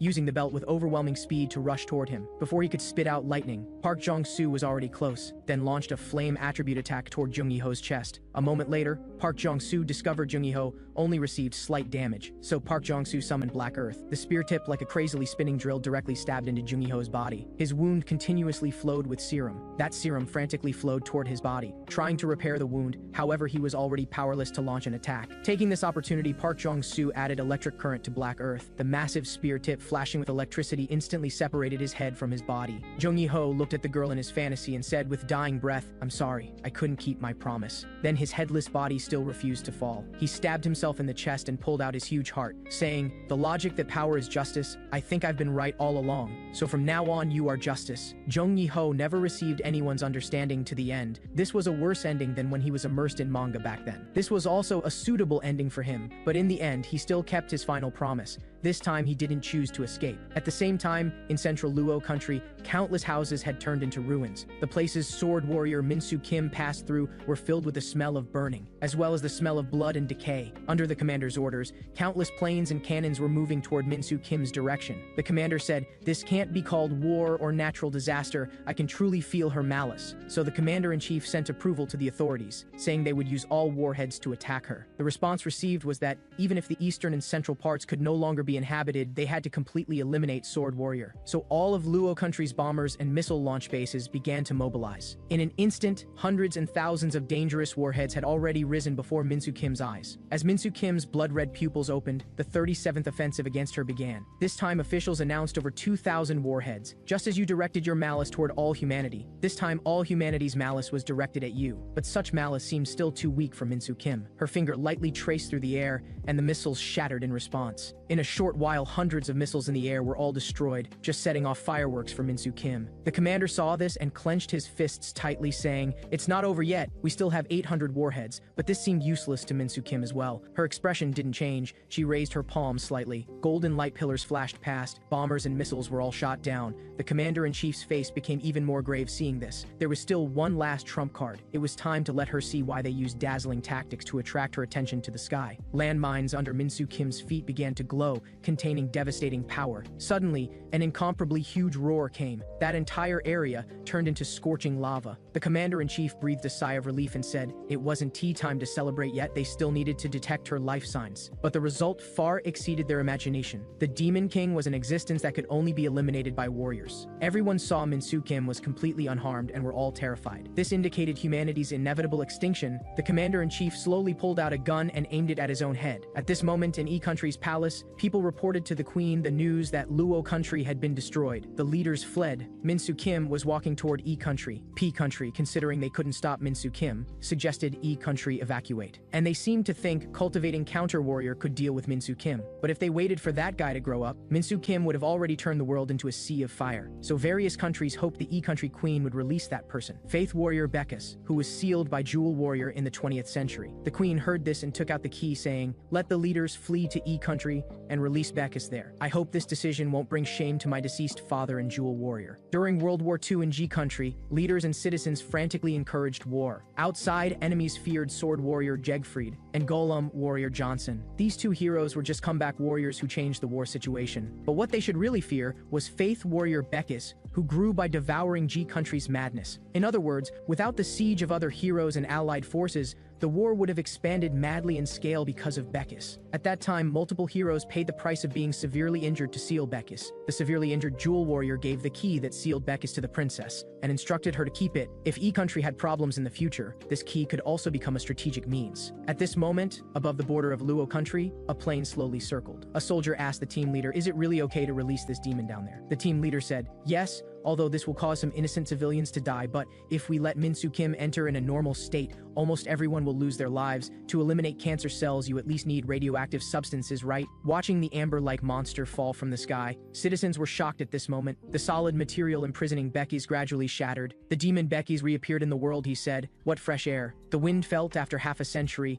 and so many masses. Come, let's start a war. Minsu Kim saw the black smoke emanating from inside, and was slightly surprised. Could there still be living warriors here? Becky's also sensed Minsu Kim's killing intent drifting over from afar, saying, so that's the reason they summoned me. Becky's casually grabbed a believer and transformed him into a telescope, then began to carefully examine the warrior before him. Heavy armor and overwhelming force, this guy might very well have come here from the sword world like Jegfrande. If it's a sword warrior, I can easily make her submit to me. But due to some trigger, the person before him had already begun transforming into a demon king. Thinking of this, Becky smiled slightly and said, so that's why they chose to release me. At this moment in E Country's council hall, ministers indicated that probably hundreds of thousands of refugees had already been affected by Becky's. Hearing this, the queen began to bow her head in prayer. Hopefully Becky's could perish together with Minsu Kim. In the leader's thinking, Minsu Kim, who wanted to destroy the world through war, and Becky's, who wanted to rule the world through war, they definitely couldn't coexist. They pursued perfect rule and perfect destruction. So they wanted Becky's to die after killing Minsu Kim. Or even if he couldn't take his life, they could weaken Becky's power. But all of this was seen through by Beckus. He said, they really underestimated me. I'll make that guy become my assistant. He raised his arms and shouted, let's start World War III, everyone. Then he strode toward Minsu Kim, saying, 21st century sword warrior, I'm the 20th century faith warrior Beckus. I know your pain. I want to talk with you. Seeing Minsu Kim stop, Beckus continued, you hate this world, right? This world treated you as a monster, so you turned yourself into a demon king. Right. Bekis was pleased in his heart because Sword Warrior paused, meaning she was wavering. As long as she wavers, she might become my believer. He continued, I'm like you. I want to evolve this boring world that can't accept us. Do you want to act together with me? But before he finished speaking, his tongue was cut off by a sharp sword chi. He immediately realized Sword Warrior had completely lost her humanity. He shouldn't have tried to incite her. The next moment, Minsu Kim raised her palm slightly, and in an instant, Bekis was slapped into a blood mist. But Bekis' second authority activated. He could revive using believers' bodies. He said, although I don't want to cater to those guys trying to use me, but I can't let you destroy this world where I can enjoy myself, and judging from those humans' actions, as long as I kill you, there will be no one left to stop me. With that, Bekis activated his third authority. Countless believers' bodies mutated into cannons, planes, etc. in no time. His surroundings were filled with various military forces. Countless tanks began firing human-composed shells at the Demon King. They went through the Demon King's sword formation without hesitation. The soldiers who survived by chance were then possessed by Bekis. He found an opportunity to get close to Minsu Kim. Although his head was cut off with one sword, he left a slight scratch on the Demon King's face. Bekis said proudly, seems you're not invincible either. I only sacrificed a dozen believers to scratch your face. Bekis revived again, launching troops to attack the Demon King. The reason he was the strongest hero in the 20th century was because he could wage war alone. He didn't need to consider weapons, trained soldiers, and supplies at all. But now the situation had changed. Countless believers who sacrificed their lives, cannons, and planes were all eliminated in an instant. Bekis was greatly shocked. The speed of death was faster than his summoning speed. Moreover, this world's population was limited. Even if he turned everyone into his believers, could he eliminate the monster before him? Bekis felt fear for the first time. And those believers of his, under the real fear of death, also lost their fanaticism. Bekis roared, you guys go stop her. Don't run. He looked at Minsu Kim and began to tremble, saying, so strange. Why doesn't my authority work anymore? Don't you also want to enjoy war? Spare me. Only I can play with you. Saying too much was useless. He was directly chopped into pieces by the inhuman Minsu Kim. But Minsu Kim at this moment turned around with slight surprise, because Seongjun Lee wielding a long sword had already slashed at her. Seongjun Lee said, Bekis wasn't your opponent, but he was enough to cover up my killing intent. The memory returned to half a day ago. Seongjun Lee told Park Jong-soo the training was over. There were only 3 hours left until the best opportunity to cut off Minsu Kim's arm. He took the thing Lee Jialan made for him and said, time is so tight, yet you can make it so perfect. Lee Jialan, there won't be anything troubling you anymore after this. The verdant warrior worried. Aren't you afraid? After all, you're really going to the battlefield. Seongjun Lee smiled. There's nothing to worry about. I'm an invader who destroyed lands. And you're righteous heroes. Moreover, death is the ending I've always been seeking. Finally, he turned to instruct Park Jong-soo again. Remember, you must become the warrior among warriors. The scene returned to the battlefield.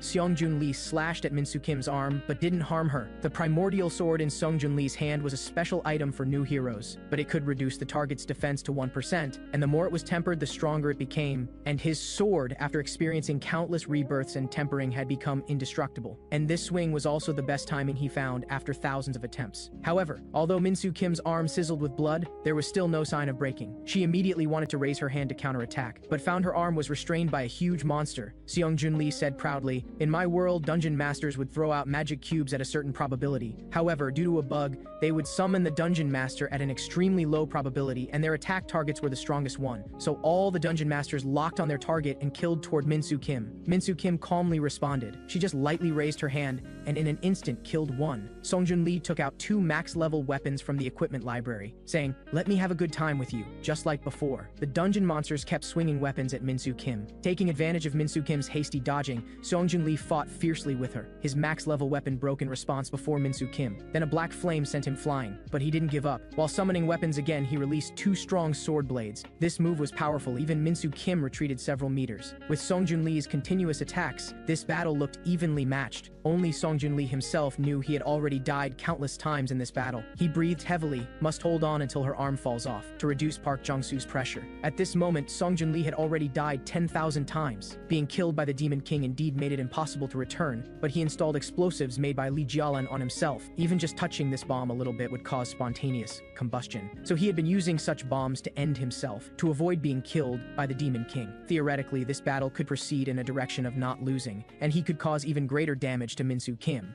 But that battle was equivalent to performing acrobatics on a tightrope between life and death. The final ending he had waited countless years for was right before his eyes. Seongjun Lee's spirit began to collapse.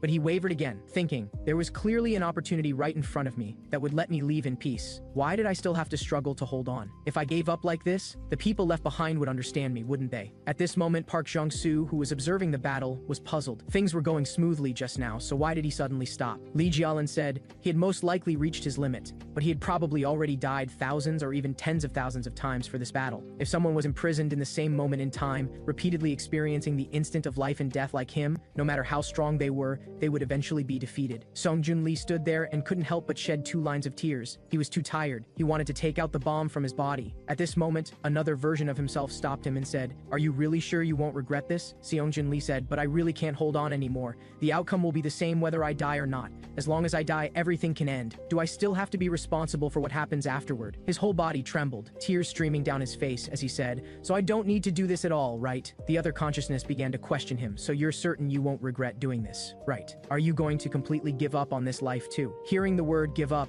countless versions of his past self flashed through Seong Joon-lee's mind. The aged version, the disheveled version, the sick version, the dejected version of himself, the version of him who saved the world together with his colleagues, the version of him who got married and started a family. Whether fortunate or unfortunate, he had buried them all under the excuse of creating better value for them. From the moment he chose this ability, he had been like a child playing games at an arcade machine. In game after game involving death, he failed again and again. "I never want to do this thing that insults life again." Thinking of this, Song Joon-lee threw down the bomb and said, "This is the last time. No regrets. Let's do this." He opened all the weapons in his inventory, ready to give it his all. As the dazzling light dissipated, he changed into crystal-colored battle armor. This was the legendary evolved magic armor. In people's stereotypical impression, the Resurrection Warrior was generally weak and powerless, simply because they didn't have dazzling techniques and had no need to become stronger. All sacrifices were just to gain experience for the next attempt. To maximize the use of that death ability, he often chose to end his own life. The version of him back then always treated his current self as a sacrifice for future development, but now he only had one chance, so he took it seriously. The weapons and armor he was equipped with now had never been used since he gained the return ability, so he was very unfamiliar with them. "Come on, Demon King Min-soo Kim, I will be true to my current self." He directly summoned a heavy hammer and smashed it toward Min-soo Kim. The heavy hammer turned into powder under the Demon King's gentle touch, taking advantage of the dazzling light from the hammer's explosion, blocking the Demon King's vision. Seong Joon-lee suddenly thrust his sword at her. After closing the distance, he slashed at the Demon King's arm. Min-soo Kim gathered her strength and blasted him away with one palm. This move should have completely shattered him, but this was just a clone created by Song Joon-lee. Demon King Min-soo Kim roared furiously, "You cunning bastard!" While Min-soo Kim was distracted, he threw out the explosive cube again. Blue light blazed, and the power of the explosion instantly engulfed the Demon King's entire body. After the violent explosion, blood sizzled from the Demon King's wounds. He felt his mind becoming even clearer. Losing the chance to return made him focus more on the present. His potential exploded, and he changed his move just as the battle axe was about to strike Min-soo Kim. Caught off guard, Min-soo Kim's injured arm was struck by the sharp sword once again. His eyes were full of excitement, feeling that his life was incredibly meaningful. But the Demon King was obviously even more enraged, and kicked Song Joon-lee's legs off with one strike. Song Joon-lee excitedly said, "Since I've already given you my legs, it's not too much for you to give me one hand, is it?" With that, he raised his right hand high and smashed it toward the Demon King's body. With a loud crash, the Demon King's arm was severed, and the Resurrection Warrior, lying on the ground, returned to the past once again. He comforted his sad companions, got along harmoniously with the warriors who had already died. The bits and pieces of fragments were his final sweetness, experiencing life for the last time, drinking and laughing heartily with his family. Finally, he stayed with his wife at the movie theater, at the amusement park, under the Ferris wheel gradually dyed red by the sunset. At night, the fireworks were brilliant and dazzling. The wife looked at him with a blushing face and said, "Today was really happy, wasn't it?" The two were perfectly matched, and when they were about to kiss, Seong Joon-lee gave up again. He sighed, "Even though I knew I shouldn't do this, I still wanted to see it one last time." Before the girl could wonder what he meant, he opened the Ferris wheel door and jumped down. To die, the Resurrection Warrior had tried countless methods. Only those who felt the present moment was meaningful would experience regret. But this time, he felt regret. On the snowy ground, Seong Joon-lee had already lost the ability to resist. Min-soo Kim sensed something different about him and said, "Your expression is no longer composed. It seems you're really going to die." After saying this, she kicked the sword on the ground towards Seong Joon-lee. She said, "End it yourself. Please return to before my friends died and stop their deaths. If you do that, maybe I wouldn't have been pushed to this point." Song Joon-lee refused. "You know what? Thanks to you, I just went." back to see my companions, Min-soo Kim said through gritted teeth. Then you can just turn into fragments and slowly disappear. After saying this, she left directly, leaving only Song Jun-lee waiting for death. Song Jun-lee said, "You're still so cruel to the very end, but thanks to you for giving me time to leave my last words." Finally, Song Jun-lee turned into fragments and disappeared. Through his actions, approximately 1.4 billion people died as a result. Although he would be regarded as a villain, humanity would no longer remain stagnant. He turned his head slightly and said, "No need to thank me. I did many bad things." And now there was only one warrior left who could fight Min-soo Kim to the death. Seeing the resurrection warrior completely disappear, Min-soo Kim felt something uncomfortable in her heart. Unlike those who desperately begged in despair, he left the world with a very calm expression. She couldn't help but question his purpose. He didn't talk about what happened after returning. Did he hope I would become the Demon King? Did he want to see the world destroyed? Then why did he break my arm? Damn bastard. When exactly did you start interfering with all of this? Anyway, no matter what you meant, you still didn't want to see me destroy this world, right? Then I will destroy it even more cruelly, even more desperately, just like how you trampled on my life. As Min-soo Kim accelerated her destruction of the world, citizens began continuous evacuations. The commander-in-chief expressed to the queen that he wanted to abandon the civilians and preserve part of the army's combat strength. The queen said calmly, "Only nations that protect civilians will earn respect. I hope you won't have any regrets." Meanwhile, Country H had summoned 110,000 soldiers who were ready to sacrifice their lives to fight against the Demon King. An Yi-ji, who was in charge of training the counter-warrior, reported to the president that all training had been completed. On Park Jong-soo's side, with Lee Jialin's modifications, he was fitted with 2 powerful mechanical arms. Although this kind of modification could possibly cause the brain's central nervous system to die, now all worries were meaningless. Everyone at the door was ready to begin the final joint training. When Min-soo Kim was still a warrior, she stayed in another world with her companions. The sleepless elf girl suggested conjuring up some food to solve the problem of hunger. Min-soo Kim thought for a moment, and what came to mind was banana milk. It was milk with a banana flavor, contained in a bottle that was narrow at the top, wide in the middle, and narrow at the bottom. And at this very moment, Min-soo Kim destroyed the entire city. The milk in front of her didn't awaken a shred of consciousness. Not long ago, the city's leadership was discussing how to deal with Min-soo Kim. What's going on? In less than an hour, the defensive camp had already been completely wiped out, just as they were chattering and debating endlessly. An Yi-ji from the intelligence department said with a darkened face, "A bunch of incompetent old men." One old man immediately flew into a rage. "What did you say? Who do you think you are?" An Yi-ji said, "I said you're incompetent. Isn't it basic military strategy to understand the enemy's situation before making a move?" 2 generals shouted, "A member of the intelligence team is actually discussing military strategy in front of generals. That's truly outrageous." An Yi-ji roared furiously, "If you let soldiers protect the suffering civilians, wouldn't that preserve the existing military strength? Even if that person rampages through the central city, she's only advancing at human speed. You should have calculated her speed before responding." The general said in exasperation, "Look at how this crazy woman talks. Get her out of here." Hearing this, An Yi-ji could only push the door open and leave in anger. Then she followed her assistant to the top floor to check Min-soo Kim's real information. She's actually a student who went missing a year ago. How is this possible? Is she an ordinary student like those on the ground? On the ground, an ordinary student came to the security building. That student merely raised his hand slightly. The 2 soldiers in front of him, one was entangled by vines, the other was frozen in ice. He calmly walked into the security building, immediately alerting everyone. Without any panic, he introduced himself. "I am the returned warrior, Chen Yu-cheng, here to help you solve this problem." As a magic circle appeared above his head, Min-soo Kim's information was transmitted to everyone. After a while, An Yi-ji, who had seen him use magic, began to interrogate him, including you and the one who launched this attack. "What exactly are you people?" Chen Yu-cheng explained calmly, "We are warriors who returned after saving different worlds. It's just that the one causing panic has lost her sanity while I'm still conscious." An Yi-ji asked, "Aren't these all terms that only appear in novels? Can you be a bit more normal?" Chen Yu-cheng said, "You don't really hope to understand people who destroy cities with swords and use magic with their bare hands within the bounds of common sense, do you? This is the plot of some fantasy novel. A person travels to another world to become a warrior and gains the ability to save that world." An Yi-ji thought about it and realized too many things were completely unreasonable. So she posed the next question, "What is your real reason for coming here?" Chen Yu-cheng said, "I'm here to help you eliminate that person occupying the city center, but I have some requirements." With that, he took out a proposal letter and said, "This contains the compensation I hope to receive after eliminating the sword warrior." An Yi-ji looked closely and saw that the compensation Chen Yu-cheng requested was 20% of the defense tax collected by the nation annually, to build victory statues of him in major cities and write his personal achievements into textbooks. Third, all major media must broadcast his battle footage and widely publicize his heroic performance. What is this guy up to? She originally thought he was someone who looked down on everyone, but it turned out he was just seeking attention. Chen Yu-cheng said, If you're done reading, please let the others outside see it too. It would be best if the president also reviews it. An Yi angrily found the leadership and said, he's completely untrustworthy. He has a strong desire for power and wants to become a savior. And even if he helps us eliminate the sword warrior, he will also... But before she could finish, the leader left directly saying, I will report this to the president. Thank you for your interrogation. So even though Chen Yucheng was very cunning, the authorities with no other choice still unconditionally agreed to his demands. They called reporters from major media outlets to a small room. Chen Yucheng appeared with an extraordinary demeanor. Scorching flames ignited around his body. Then a magic book and magic staff appeared magnificently in his hands. He said, hello everyone, my name is Chen Yucheng.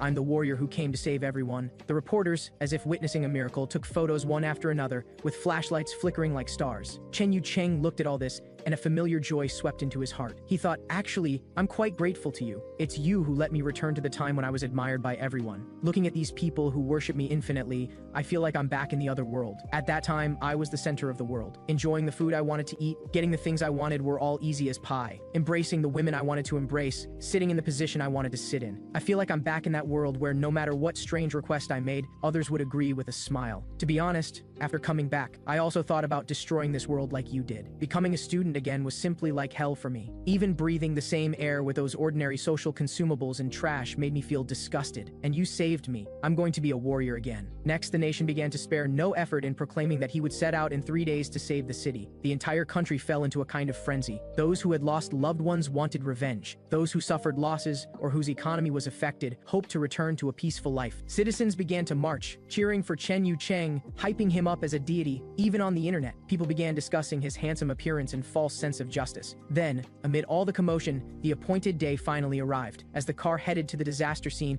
the accompanying person in charge reminded him that if he wanted more attention, he had to win. Chen Yucheng said disdainfully, that's for sure. I've already mastered 12 types of magic. Dealing with that person is a piece of cake. Please have the president prepare a medal worthy of me. Meanwhile, the entire country also began broadcasting this battle live, with people praying for Chen Yucheng everywhere. The reason other worlds summoned warriors from a blank world wasn't because warriors were so powerful, but because to them, warriors from other worlds could completely ignore the laws of their world. For example, Chen Yucheng before them was a monster who could stack magic circles. At this moment, he faced the sword warrior Minsu Kim. Magic circles continuously stacked in the air. In no time, a full 65 magic circles stacked above Minsu Kim's head. Seeing that she didn't have any sense of crisis at all, Chen Yucheng couldn't help but wonder, did the world she went to not have mages? That's even better then. I'll end the battle quickly. The 65 layers of powerful magic circles compressed in the air, forming the skill light of creation above Minsu Kim's head. Chen Yucheng's fingertips moved slightly. The brilliant and dazzling skill smashed fiercely toward Minsu Kim. With a thunderous boom, the entire area was smashed into a deep crater. Seeing this, the people rejoiced with excitement. Great, it worked. Chen Yucheng began calculating his rewards. What should I do after receiving the money? Where should I spend it so that everyone will think I spent it worthily? Just as he was relaxing and preparing to call it a day, he suddenly heard Minsu Kim's voice from behind. He saw Minsu Kim completely unharmed under the goddess's protection. Chen Yucheng broke out in cold sweat. The light of creation was powerful enough to destroy an entire space. How did she remain completely unharmed? Minsu Kim said, as a warrior, shouldn't you be in pain?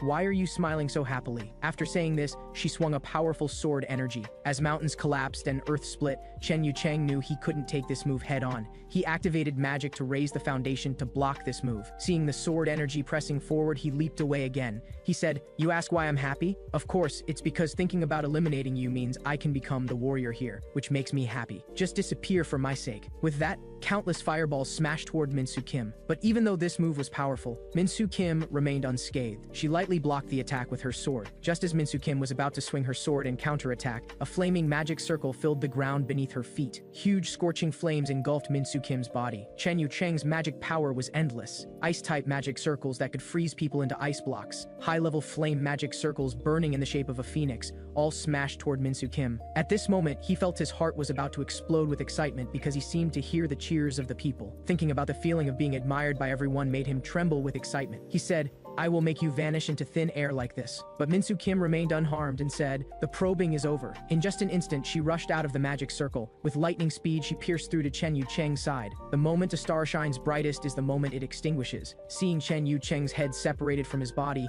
the people were terrified. They began a new round of evacuation. It's completely over now. Evacuate. We need to evacuate again. Meanwhile, An Yiji found another warrior, shield warrior Ryu Sun Hua, to talk. So it's settled then. Please cooperate with us. Ryu Sunhua agreed. I also want to protect everyone. At this time, An Yiji heard a colleague come to deliver a message. The higher-ups didn't listen to our request and executed the original plan. An Yiji was shocked. She immediately drove to the security building headquarters. She called Section Chief Kim to question him. I already said to keep the warrior operation plan. Why did you still forcibly execute it? I already reported to you that Chen Yu Chang's existence proved that there are many more warriors. If we gather them together and take down Minsu Kim in one fell swoop, wouldn't that be better? Section Chief Kim responded perfunctorily. I read your report. You've recruited a few more warriors. I suppose you're angry because Chen Yu Chang, into whom you poured your heart and soul, died. Calm down, team leader An. An Yiji said, I won't quibble about Chen Yu Chang's matter for now. Please promise me. Don't send them to the battlefield one by one like this anymore. Don't gamble with their lives. Section Chief Kim said, you even dare to order me around now.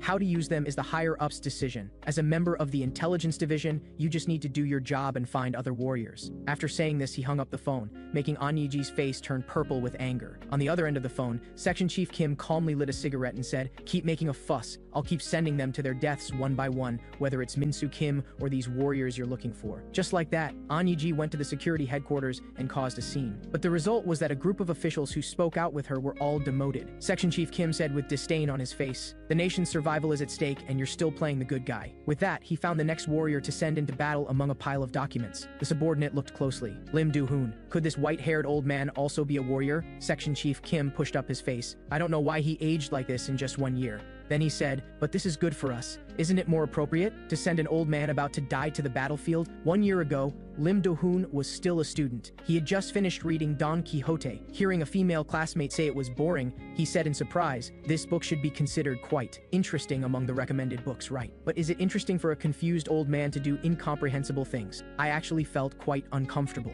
Lim Do-hoon laughed. I actually think he's quite handsome. Don't you think so? That indestructible spirit. 1 year later, Lim Do-hoon, white-haired, was on the battlefield. He had already eliminated the Demon King and was greeted by the knights' cheers. Lim Do-hoon smiled kindly and said, it's finally over. His companions worried, you look like you've aged quite a bit. How many years did that last strike use? He said, 20 years. He slowly sat down to check his remaining lifespan. He smiled, I still have a little over 6 years left. His subordinate couldn't help but cry, I'm sorry, Warrior-sama. If only we could have been stronger. Later, the victorious Otherworld began grand celebrations, with cheers and praise everywhere. The princess came over and said, this is a festival held for you. Why are you only watching everyone from afar? Seeing Lim Do-hoon bow, the princess knelt on one knee and said, we should be the ones observing etiquette. You've done too much for us. I heard from the summoner that you still want to return to your original world, right? Please don't go back. You shouldn't go back. The power of the Time Warrior is lifespan itself, and having used that power, you've become an old man. Probably no one will recognize you, and you'll face the miserable ending of being sick, aging, and dying alone in loneliness. Didn't you also tell me how the Time Warrior Sir Quixote from 500 years ago was recorded? Just stay here, Warrior-sama. This world is full of people who sincerely thank you. The palace will do its utmost to ensure your elderly life. Carriages will be available for your travels, and whatever you need, even if it means spending all our money,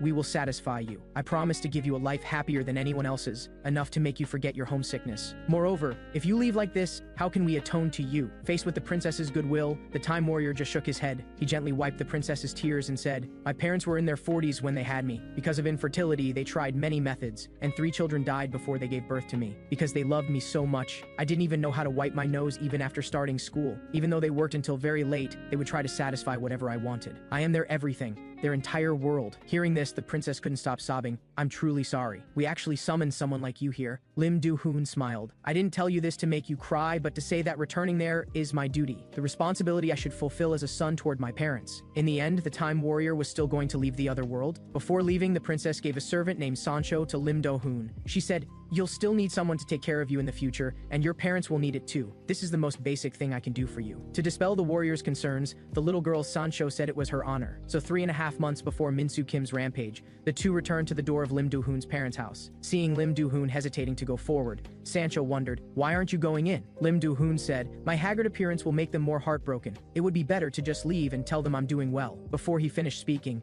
Sancho hurriedly crossed the road and went straight to the restaurant. The girl started chatting with Lim Do-hoon's parents. At the door, Lim Do-hoon hesitated internally. Should I run away? But my knees won't listen anymore. Seeing his parents rushing toward him in the heavy rain, countless thoughts flashed through Lim Do-hoon's mind. Maybe I should tell them it's my granddaughter's prank. Let's do that. I need to put on a smile. But his birth parents' inquiry, Do-hoon, are you Do-hoon? The longing still completely overwhelmed him. Coming to Lim Do-hoon's room, Sancho was amazed that there wasn't a speck of dust in the room. She said, "It seems your parents knew you would come back and have been cleaning regularly." Father happily hugged them and said, "Let's eat first. The cute girl who came back with you should join us too." At the dinner table, Mother kept serving him food, saying, "Try this. You must have missed Mother's cooking." Tasting the familiar dishes, Lim Do-hoon shed tears of emotion. Everything was the same as before, only I had changed. He stammered, trying to explain, "Mom, Dad, you might find the reason I became like this absurd." The family kept comforting him, saying, "If you don't want to talk about it, you don't have to." So the family tacitly agreed not to ask him any questions. Days passed one by one. During the day, he and Sancho helped out at the shop. At night, he wandered near the school watching students come and go. His former companions still chatted and laughed, but no one recognized him. Sancho knew everything and wanted to greet them. But Lim Do-hoon gently held her back and said, "I'm already very happy being able to watch them from afar." Sancho said, "If you don't have the courage, you can call me anytime. I'll drag them over." Lim Do-hoon said, "Thank you. It's fortunate that you came back with me." The days should have passed one by one like this, but the Sword Warriors' rampage soon spread throughout the city. It also affected their daily life. The TV kept broadcasting information about the warrior. Special agents from the Intelligence Bureau also came to their home. They forced their way into the house.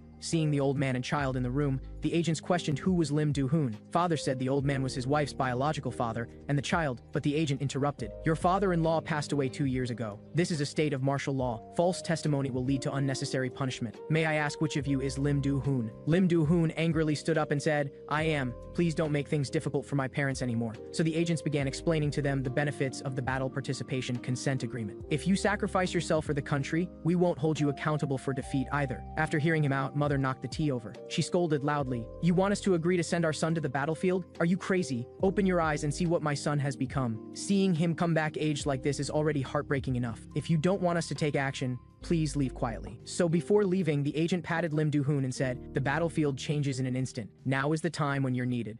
Over the past few days, due to the warriors' rampage, Lim Do-hoon's small family restaurant had temporarily closed for business. He had just stepped out of his room when he heard his mother's voice. "Don't even think about it, Do-hoon. Don't break your mother's heart anymore." Lim Do-hoon smiled awkwardly and said, "I wouldn't think that way. I just need to go out for a walk." But there was nothing worth seeing outside anymore. The school was quiet without a single person. That guy Min-soo Kim's appearance had completely destroyed everyone's daily lives. Walking down the road, Lim Do-hoon said to Sancho, "I still want to protect everyone. My own life has already been ruined, so I want to protect everyone else's." So Lim Do-hoon still called the agents, and the authorities gave him some time to say goodbye. That day, Lim Do-hoon said to Sancho, "Can you sleep with my parents today? I have something I want to be alone for." After that, he went back to living his normal life for a while, as if nothing had happened. Then he wrote a farewell letter to his parents. "Dear Mom and Dad, when you saw me return in my current state, you should have started to anticipate that I don't have much time left. Although I never told you precisely, I only have a little over 6 years remaining. Most of that time will be spent bedridden due to my broken body. I might even develop dementia and be bedridden. As your only child, I already feel so guilty for making you suffer, so I don't want you to endure any more pain. That's why I'm leaving.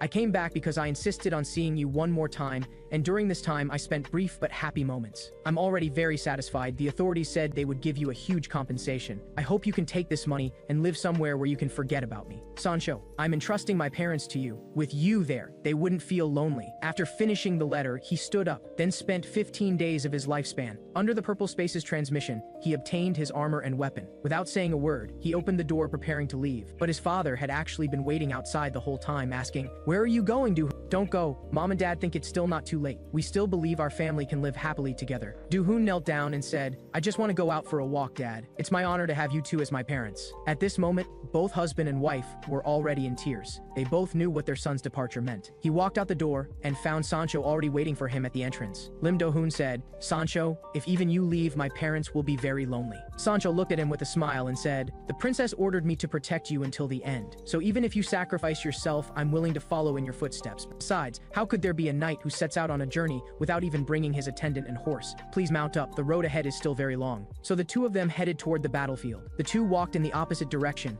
against the flow of people. The crowd chattered, "He's heading toward the destroyed city. Is he the next warrior? Making an old man fight. Even Chen Yu-chang couldn't defeat her. What can an old man do?" Among the crowd, only one girl couldn't help but speak up. "It's Don Quixote. way. On the other side, in the destroyed city, Minsu Kim sensed the warrior's aura. The old man slowly emerged through the smoke. Lim Do-hoon swung his great hammer, telling Sancho to fall back to avoid being hurt. Without any hesitation, he attacked Minsu Kim. This powerful strike was blocked by Minsu Kim with her sword. Lim Do-hoon activated his magic power, burning 1 year of his lifespan to make the giant hammer immediately grow several times larger. It crushed the ground beneath Minsu Kim's feet. Their weapons clashed, and the heavy hammer pressed down on Minsu Kim until she could barely breathe. But she wasn't an ordinary opponent either, and punched at the blocking sword. She sent the heavy hammer and Lim Do-hoon flying back. She was just about to raise her sword to counterattack, but Lim Do-hoon burned another year of his lifespan, making the heavy hammer's power even stronger. He directly smashed Minsu Kim, flying hundreds of meters away. Countless buildings shattered in response, leaving a huge crater at the top of a high-rise building. After using this move, Lim Do-hoon immediately felt his body being drained. The weapon in his hand was called the Magic Hammer Kronos. Unlike its sacred appearance, it was called a magic hammer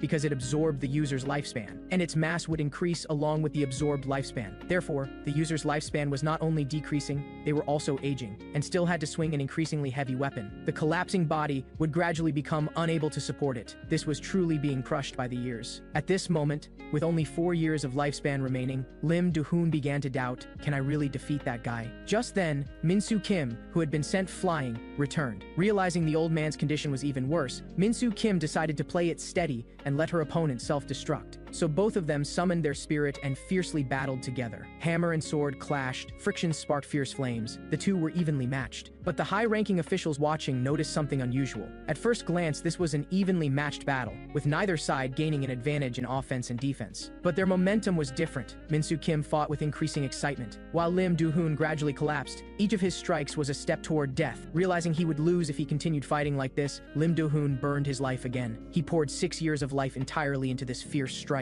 Burn away all the nostalgia, regret, and memories. The magic hammer directly grew several times larger the moment it contacted the sword's aura, pressing down so Minsu Kim couldn't escape, and the old man with only a tiny bit of lifespan left put down the hammer and clenched his fist, shouting, "I will crush you." With that, he punched toward the immobilized Minsu Kim. That last hammer strike had consumed almost all his life. He only had 1 day left, so he frantically punched at Minsu Kim. And because Minsu Kim couldn't move the heavy hammer above her head, she could only endure it continuously. What Lim Do-hoon had left was the last day of his life. Because he was so close to death, he was especially weak. Each time he threw a punch, he suffered more damage than his opponent, so he could only beg his body to hold on a little longer, not to collapse so quickly. However, his spirit had already become confused. He trembled all over and stopped punching. He lowered his head, and urine flowed out along his armor. It hurts so much. Where did my mom go? Like a child, he followed his instincts and took off his heavy armor. Minsu Kim took the opportunity to shake off the heavy hammer, saying, "Did he go insane? Looks like it's ending."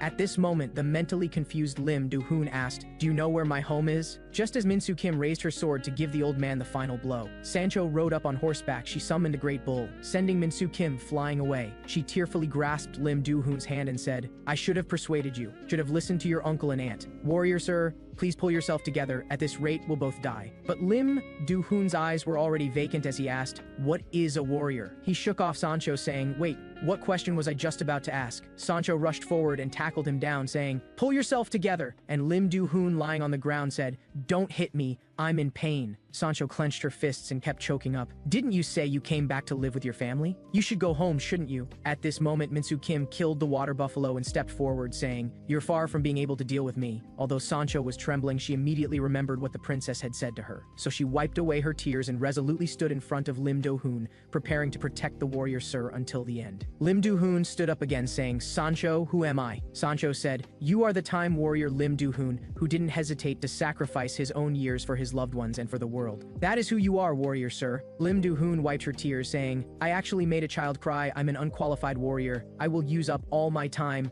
I'm entrusting my parents to you." As all his time flowed away, Lim Do-hoon looked back on his life. From birth to encounters, then growth, he also experienced beautiful love and also missed. This was his life. He raised the magic hammer again and said, "This is the strongest strike carrying my ordinary life. Feel it. Life itself is just a journey, so, Sancho, my parents, my friends, and everyone who added color to my life, don't be sad anymore." Minsu Kim said dismissively, "Your stance full of openings is laughable." Looking at Lim Do-hoon's body that seemed like it would be blown down by a breeze, and his eyes as cloudy as a corpse's, she knew his body was reaching its limit, so she inquired, "What is your purpose for coming here? You didn't hesitate to become so ugly. What exactly are you trying to exchange your life for?" Lim Do-hoon said, I came to end my journey. Min-soo Kim said, I can't understand what you're saying. Lim Do-hoon gasped heavily and said, it should be that you don't want to understand. Whether it's the people you've already eliminated or those you're about to eliminate, you killed them because you didn't want to understand them. Min-soo Kim said, it's they who didn't want to understand me. I had to do this to become a complete person. With that, she once again charged at Lim Do-hoon with her sword raised. She now only needed to block this strike, then find the right angle to eliminate Lim Do-hoon. However, when she received this hammer strike, she discovered she was enduring terrifying destructive power like a cannonball. Even Sancho in the distance was blown away. Fortunately, the Intelligence Bureau's agents arrived in time to save the girl. The city was destroyed by half from this powerful hammer strike,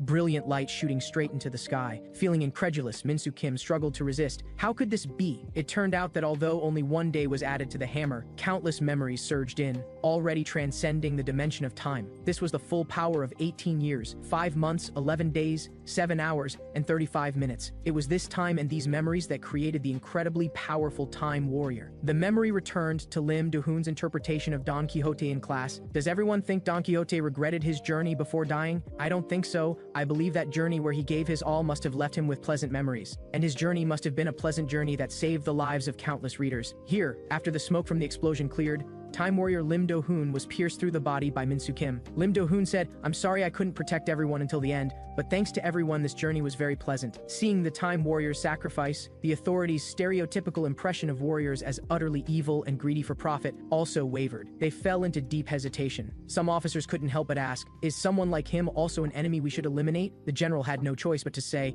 there will always be exceptions. It's unlikely that warriors who appear in the future will be like that person. Our security department shouldn't be swayed by unnecessary compassion, but should more calmly protect this land. If the one who sacrificed was really such a kind person, then we just need to treat him with respect after everything is over. Although he said that, his heart still wavered. He angrily went to find Section Chief Kim, saying, are you confident in the report you submitted? If anything goes wrong. And Section Chief Kim said, everything is under my control, General. If we use all our military force to eliminate Min-soo Kim, then the remaining warriors will become heroes. In that case, whether it's power struggles or force, we'd have no way to control them except through each other. If one of them suddenly rebels and wants to seize power, the consequences would be unthinkable. General, even thinking optimistically, they're just a bunch of time bombs with no way to measure their own ambitions. Reducing their power to a range the authorities can control is our second best choice. The general said, I'm just afraid that using the human mind to predict the distant future will backfire. And the reason Section Chief Kim was so confident wasn't because he had such strong judgment. As early as the day Chen Yu-cheng broke into the security department, another warrior had approached Section Chief Kim alone saying, I am the future warrior who can lead you to the pinnacle of power. I can see the future, so with my assistance, suppressing attacks will be a piece of cake. After it's done, all the credit for cleaning up the aftermath will go to you. And what Lee Sung-joon could see in the future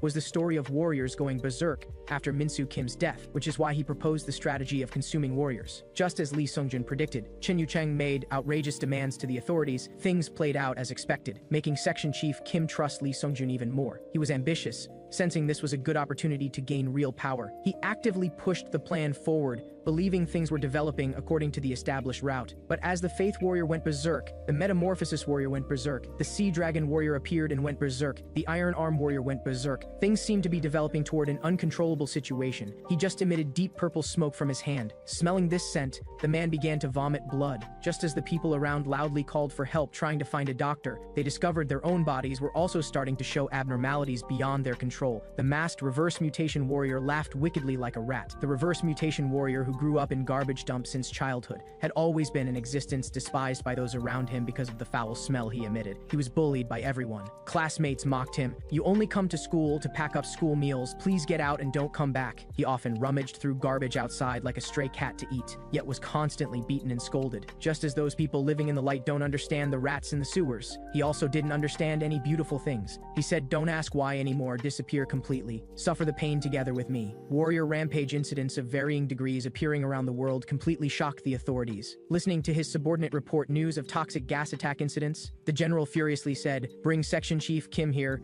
No, directly dispatch police to arrest him. Tell him that before executing him for the crime of insurrection, I'll give him a chance to explain. And Section Chief Kim broke into a cold sweat seeing news of warriors going berserk. What's going on? That warrior never told me about this situation. His face lost its usual composure. He tried to make a call but found no one was answering. Just as he was at a loss, the military police directly directly kicked down the door. Section Chief Kim, escorted to the security department, faced everyone's hatred. The general raged. You said to release warriors one by one to let them perish together. Now 6 warriors have gone berserk, and there might be more. How do you plan to take responsibility? Section Chief Kim said, didn't you also think this was a perfect plan? It could both solve the warrior problem and solve crises that might occur in the future. Another hot-tempered officer directly drew his gun, saying, how can you be sure no more warriors will go berserk? Is there a second plan? Section Chief Kim couldn't come up with a second plan, so he had to confess, the future warrior told me to do this. He said this was the only chance to save us. The officer said, so you believed what the person you were supposed to eliminate said? Section Chief Kim wanted to explain further, but the general treated him like an idiot, gathered all officials to think of other countermeasures, then had Section Chief Kim locked in a cell. Section Chief Kim shouted, the incompetent ones are you. The outcome is still unknown. Why lock me up? At this moment, he saw Lee Sung-jun walk in. Section Chief Kim was overjoyed, saying, it's him, the future warrior. He said he could assist me. Please help me. No matter how I explain, they won't listen. Tell me what will happen in the future. Lee Sung-jun smiled mockingly. I didn't expect you'd still believe what I said at this point. Although I'm grateful you interfered with them. Seeing this scene with my own eyes is more disgusting than I imagined. Lee Sung-jun raised his sword and directly severed Section Chief Kim's head. Every warrior was an existence ordinary people couldn't oppose. But if everyone could work together to make plans against a common enemy, they could at least suppress 1 or 2 warriors. So today, everyone present will die, not one will remain. Also, I'm different from other berserk warriors. I have no ill will toward you, so I'll eliminate you as quickly as possible. The officer reacted and immediately shot at Lee Sung-jun. He was hit by a bullet and instantly respawned in another location. Seeing him dodge the bullet, the officers began firing frantically, but no matter how they attacked, Lee Sung-jun could instantly respawn and find a more suitable route forward. In an instant, the officers' magazines were empty, and Lee Sung-jun had already walked before them. With no choice, the officers had to draw their swords to fight, but Lee Sung-jun just raised his sword and struck. In less than a moment, the high-ranking officers had all perished. The officer just now said, it seems every warrior is a monster-like guy. Lee Sung-jun said without changing expression, only I am like a monster. On the day the resurrection warrior went berserk, each country completely lost its original order, full-scale war began. Watching this scene on TV, Ryu Sunhwa was completely clueless, wanting to contact her liaison supervisor. What should I do now? Should I act on my own? At the same time,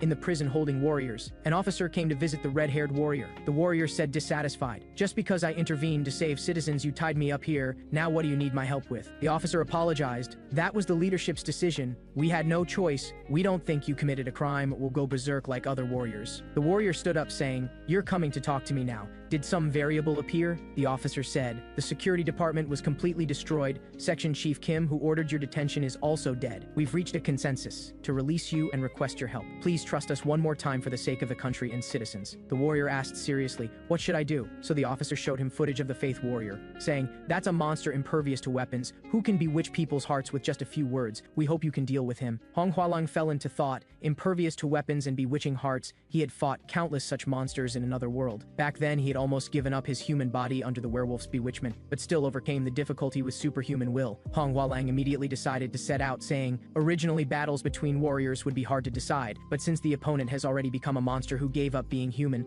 the final victor will definitely be me. At this time, on the street, the Faith Warrior was being praised and paraded by hundreds and thousands of followers. Hong Hualang, listening to that crazy singing, directly blocked their path forward. The Faith Warrior stood up saying, looking at the form and spirit of this soul, you're a warrior like me? I'm called Baek Hapna. Purify this world together with me. But before she finished speaking, an iron nail pierced through her forehead. Exorcist warrior Hong Hualang said, why are my opponents always so self-righteous? Baek Hapna pulled out the iron nail, saying, you're indeed a warrior, but having a warrior as a subordinate wouldn't be bad either. With her command to capture alive, dense crowds rushed toward the exorcist warrior like zombies. Hong Hualang assumed his stance, if she crosses this bridge, countless people will become her followers. He must prevent such a thing from happening. He dropped 2 iron nails onto the ground. A purple iron chain appeared on the ground, blocking the crowd. Baek Hapna smiled lightly, putting her hands together. The surging crowd instantly mutated, combining into a giant monster of red flesh. Seeing this, Hong Hualang remained calm, throwing out dozens of iron chains that pierced around the monster's body. Purple chains tightly bound the monster. Baek Hapna spread her hands wide, saying, you're not the only one who can use composite abilities. Then the monster exploded again into countless people. Baek Hapna said, to welcome a new companion, believers please hug him tightly. Instantly countless followers hugged Hong Hualang tightly like ants, forming a giant meatball in the sky, then smashing heavily toward the ground. Baek Hapna said smugly, I obtained another warrior as my subordinate not long after returning. Looks like this life is different. But when she relaxed,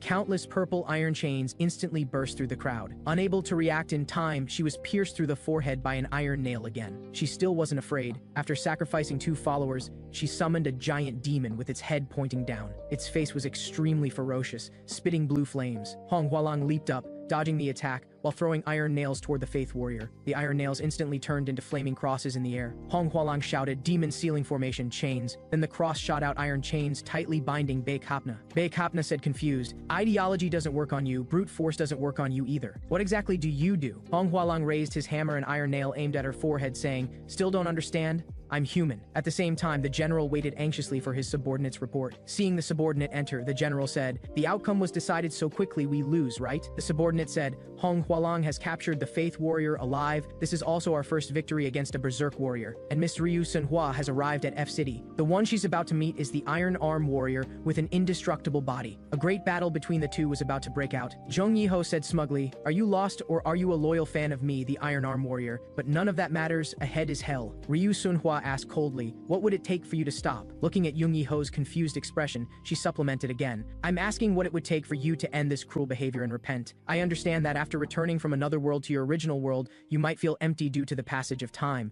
and might even lose yourself, but doing this is wrong." Jung Yiho said impatiently, "Do you know what you're saying? You say I should end this, but I've just begun. My judgment will only end after cleaning up all the trash in this country, whether it's perpetrators or bystanders, as well as the society that tolerates these bastards, all the same. My justice will never stop until someone stronger than me appears. Speaking of which, who are you to run before me and preach?" Ryu Sunhua said, "I'm a warrior like you, maybe I have the same pain as you." Jung Yiho laughed loudly. "People desperate to survive do speak carelessly, but you're really funny." Ryu Sunhua was a bit flustered, saying, "Everything I said is true." Jung Yiho instantly flashed beside her, saying, "Let me see your abilities," then heavily swung his fist down. What he didn't expect was his powerful strike was actually blocked by an invisible shield, and he was also shaken back several meters. His fist ached faintly. Ryu Sunhua said, "Is this enough to confirm my identity?" Jung Yiho cursed loudly. "What kind of trick is this? Put away your despicable tactics, you villain." Ryu Sunhua shook her head helplessly, saying, "Who are you calling a villain? If saying this makes you feel better." Having said that, she closed Hermit Knight mode and opened Round Table Knight mode. In an instant, emerald armor covered her entire body.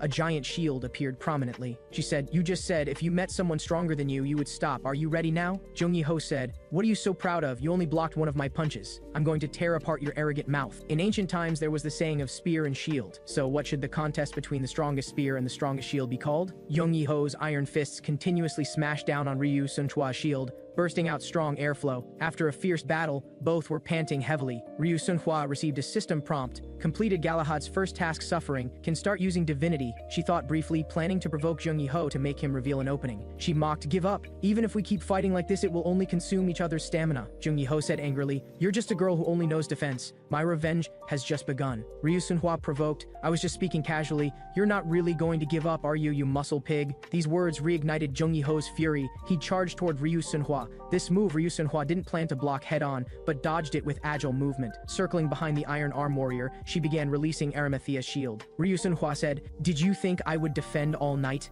I focused on blocking each of your attacks to satisfy the conditions for releasing my ability." Jung Yiho roared, "Another dirty trick. With these filthy methods you absolutely can't hurt me." Before he finished bragging, the powerful beam from the shield sent him flying. After an explosion, Jung Yiho passed out unconscious, still smoking. Ryu Sunhua was also exhausted and panting, thinking, his defense is very strong. If I didn't have shockwaves that could shake the brain, I probably couldn't have defeated him. At this time, the security department's people had also arrived by helicopter asking, "Did you deal with that guy?" Ryu Sunhua said, "It's very difficult to eliminate him, but he won't be able to wake up for a short time." The officer excitedly patted her shoulder, saying, "If I'd known you could resolve him so easily, I would have taken the route of supporting warriors early on, instead of letting soldiers sacrifice in vain." Ryu Sunhua said, "Actually, it's not too late. Leave the Berserk warriors to me. You just arrange for the refugees. As long as we join hands together, we can definitely make the world return to normal life." The officer said somewhat guiltily, "As adults, we have no face to meet you, but this time we absolutely won't be your burden."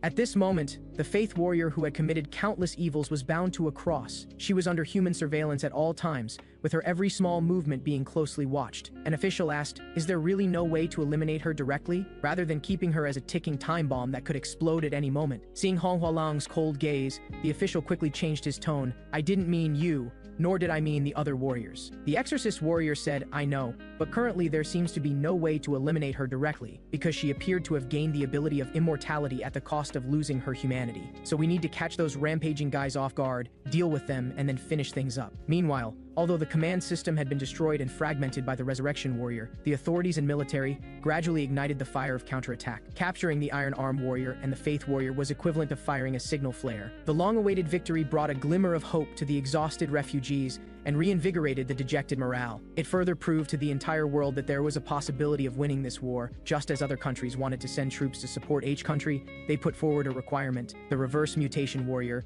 who could cause the most casualties, must be dealt with before they deployed their troops. At this time, the Reverse Mutation Warrior was perversely trapping a group of people in a house. A woman said, "You can't do this to us. At least save the children. Are you even human?" Facing the citizens' accusations, the Reverse Mutation Warrior only expressed that he was tired of the slaughter game and wanted to see other ways to play. He said, "The virus I've implanted in your bodies will exhaust itself and die after infecting 10 people. If you want to live, you need to go out and let others get infected. If you don't infect anyone within 24 hours, you'll be devoured by the virus." Then, the Reverse Mutation Warrior snapped his fingers, and the crowd rushed out frantically. At the hospital, a patient with a severe illness was struggling violently. Dr. Park immediately told his assistant to mobilize all the Type O blood in the hospital, but he received refusal and persuasion from the warehouse side. They said the hospital had no blood left, and a patient who simultaneously had a virus outbreak and coughed blood would die within 2 minutes. Dr. Park angrily said, "Not every deceased person has the same symptoms, and their physiques are all different." But before he could finish speaking, the patient had completely lost all signs of life. Just as this ended, a nurse came to inform him that another patient had an outbreak on the other side. The day ended, and as a doctor, he hadn't been able to save a single patient. He felt powerless. Outside the hospital, patients' families began new disturbances. Everyone said, "Stop the hospital's isolation control measures. Family members have the right to know. Open the hospital's surveillance." Dr. Park blamed himself. There must really be a deity in this world, otherwise how could there be warriors who overturn our understanding? Then why did the deity specifically let me be born in such chaotic times? Why did they give me the responsibility to help others in an era when ordinary people are powerless? Since I can only watch others die, why make me a doctor? If only I could save one person, even just one. Under long-term toil and rushing around, the doctor himself also got infected with the virus. Then he heard another piece of bad news. The hospital could no longer continue operating. The authorities had changed their policy and chosen to no longer run the hospital, but instead disperse the protesters and guide them to shelters. Now medical supplies were insufficient, and other hospitals were in the same situation, so they couldn't expect their rescue. Those doctors expressed their apologies and said they would leave after isolating the patients. Dr. Park punched one of them down, saying, "How can you say such things? Doctors cannot abandon patients." The doctor who was hit said, "Then what can we do? We're completely powerless. Even you, who've been running around treating patients and got infected, haven't saved a single person. Do you want us to die together? The living need to think for themselves." At night, the isolated patients began having outbreaks one after another. Alarm sounds rose one after another. Some people also chose to end their own lives. Hearing the cries for help, Dr. Park put on his white coat again. He thought, "God, even though I'm incompetent, they still need me. So I only need one day. Please bless me for one more day. Even if I slowly crumble, don't let me shatter suddenly." Just as a child thanked the doctor as usual, Dr. Park finally couldn't hold on anymore. Blood flowed from his 7 orifices as he collapsed to the ground. Just as his consciousness gradually blurred and he was about to lose all signs of life, he vaguely saw the figure of a warrior. The verdant warrior slowly appeared, holding a light of hope like fireflies in his hand. When Ryu Junho was just chosen to become the verdant warrior, he asked in surprise, "Why me of all people?" The verdant creator, God Vigdris, told him, "You are a warrior with dignity. You've never hurt anyone. Whether friends or family, you treat everyone with sincerity even if they're just passers-by in your life. This is why I chose you. Please save our world on behalf of me, this incompetent god without feet warrior. Please heal our wounds as you did in your own world." But Ryu Junho knew himself. He just lacked the courage to stand out. He wasn't anyone special, just a coward afraid to take the lead. When he saw on TV the news of Minsu Kim destroying the city, he recognized at a glance that the guy was a warrior like him, but he was particularly discouraged. Compared to him, the world he had visited before was like a children's fairy tale book. Fighting against such a guy would surely mean death, and besides, his ability couldn't be used the moment it harmed someone else. But when he saw the news of the virus spreading, he realized he had to act now. At this moment, under his magic power, the virus in the doctor's body was being eliminated. He opened his eyes and got up, finding that the bleeding and fever symptoms had all disappeared. The verdant warrior said, "These are spores from Vigdris's youngest daughter, which can eliminate harmful factors in the body. You should have recovered, while also retaining resistance, so you won't need to worry anymore." Dr. Park asked in confusion, "Are you like the warriors in the news?" The verdant warrior said, "Sort of. By the way, doctor, could you help me?" After a while, the doctors who were rescuing received a call from Dr. Park. This shocked them greatly, because Dr. Park had been infected 10 days ago, and those infected with this virus couldn't survive past 7 days. Dr. Park explained on the phone, "It doesn't matter if you don't believe it. Just bring people over to take a look." And the verdant warrior Ryu Junho had already arrived at the rooftop overlooking the entire hospital. For victory in war, powerful weapons and soldiers alone weren't enough. Then he recited, "Bloom like spring flowers melting the snow, like tender shoots breaking through the earth. Spring maiden, dandelion, thousands upon thousands of bright little flowers bloomed one after another following his summons." In the distance, the reverse mutation warrior felt the malice he had carefully cultivated rapidly disappearing. He couldn't help but tremble. What to do? My chest is about to explode, and I've only just begun. Did people develop a preventive agent so quickly? No, that's impossible. If that were the case, all the bacteria should completely disappear, not just concentrate in one place. Is it a warrior? If so, I'll deal with you personally. Back then, all the other worlds faced crises, and all the other worlds summoned warriors. However, not all worlds were righteous, nor did all worlds pursue the same kind of justice. The place where the reverse mutation warrior was summoned was a perfect world. After endless development, they obtained indestructible bodies and perfect minds. Along with infinite wisdom, people in the perfect world could rival gods. The reverse mutation warrior asked in confusion, "You actually summoned me, but what do you need me to do?" The white-haired woman said, "Precisely because we're too perfect. We need imperfect, you warrior. Please take our lives. Please slaughter us." Because as time passed, they began to curse perfection and endless life. They wanted to reclaim finite life, but because they themselves could no longer possess malice, they needed a warrior. That is, a human who didn't possess emotions like hesitation, mercy, or empathy. Although it sounded extremely bizarre, so-called warrior worlds were all embellished worlds, fairy tales jointly beautified through negotiations between the saved and the savior after the fact. Although this didn't seem beautiful. At this time, the reverse mutation warrior who openly appeared on the street quickly drew the authorities' attention. This sinister guy finally showed himself. He was probably planning to head to the hospital where the verdant warrior was. Headquarters indicated they would reserve the decision to deploy reinforcements until the reverse mutation warrior's death was confirmed. That meant, as long as they eliminated that guy, they could not only protect the citizens here, but also kick off a nationwide counterattack. Let's begin implementing the operation plan. We'll eliminate him today. Everywhere the reverse mutation warrior walked, there were civilians who had died from the virus with horrible deaths. The reverse mutation warrior said, "Although I'd like to collect a bit more, let's collect while walking. Collect a bit more and then come find you ants." At this moment, several shells from the sky whooshed toward him for bombardment. After several loud explosions, flames shot skyward. After the smoke cleared, a purple poisonous barrier appeared where the reverse mutation warrior was. The reverse mutation warrior in the poisonous fog was completely unharmed. Along with his ability clone explosion activating, clones walked out from the smoke one by one. The bombers and combat soldiers who received the signal immediately launched an attack, not intending to let any escape. Just as they prepared to conduct the bombing, large flocks of crazed strange birds appeared in the sky. Thousands of crows frantically crashed into the bombers' fuselages. Before they could report the damage to the aircraft, the planes exploded into scrap metal in the sky. The soldiers launched an attack on the reverse mutation warrior. Dense bullets hitting the clones seemed to have no effect. The crazily perverted clones went forward one by one to embrace the soldiers, and instantly, explosions of poisonous gas with astonishing power occurred. Except when spreading the virus, the reverse mutation warrior had been hiding his whereabouts. This made the authorities think that although he was in existence with terrifying lethality, his main body's lethality probably wasn't much different from an ordinary person. Therefore, the government believed that as long as they found his main body at the right time and eliminated him, it would be fine. But they were completely wrong. His clones seemed to never stop no matter how many times they were eliminated. He could absorb others' lives and use them for himself. The reverse mutation warrior said, "By the time you realize the consumption speed is faster than the collection speed, you're destined to fail." And because the victims' appearances were always too tragic, this greatly affected the army's morale. The reverse mutation warrior was like a living virus, a cancer cell in human skin. After the rout, the missing Major Jung opened headquarters door. His whole body trembled,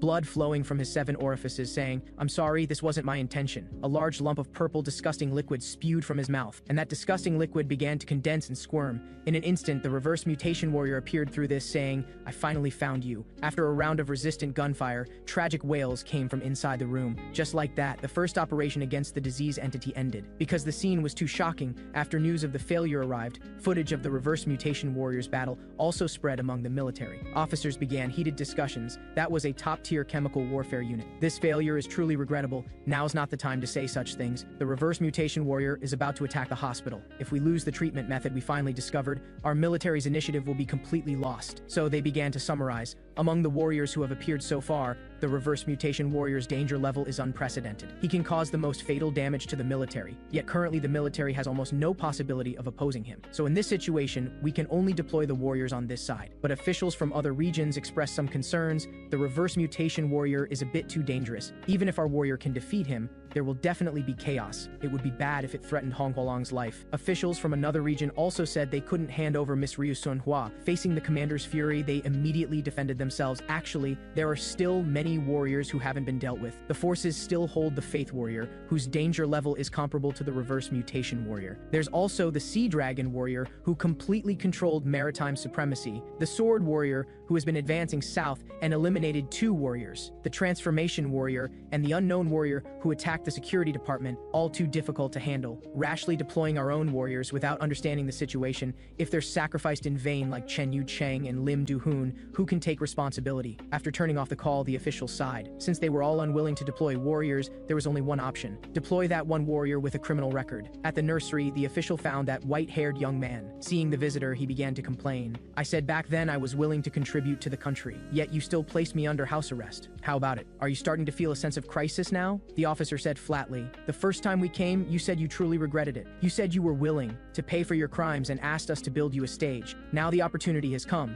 but even if it's a stage leading to hell, are you willing to try? Just now, the police officer nearby asked the commander, what crimes did this warrior commit before? The commander said, 12 thefts, 7 violent incidents, 3 cases of driving without a license. But his most famous case should be that high school assault incident where he killed 1 person and maimed 4 with his bare hands. Hearing this, the officer worried, letting such a dangerous person suddenly play the role of a righteous messenger. Can we trust him? The commander said, there's no choice. It would be good if he dies after subduing the reverse mutation warrior. Having them kill each other is also part of the plan. Just as he finished speaking, he was kicked by a little girl beside him. The girl said, don't talk about brother Tae-il like that. Although he's foolish, he's kind-hearted. After Choi Tae-il was arrested for theft, his brother Choi Min-jae, 3 months younger, came to the police station to plead and also said, he's kind-hearted. Let him off once. The released Choi Tae-il said angrily, how can you put shackles on a student? Damn police. Before he finished speaking, he received a heavy blow from his brother. Choi Tae-il said, how dare you attack your brother? Choi Min-jae said angrily, you just entered the nursery 3 months before me.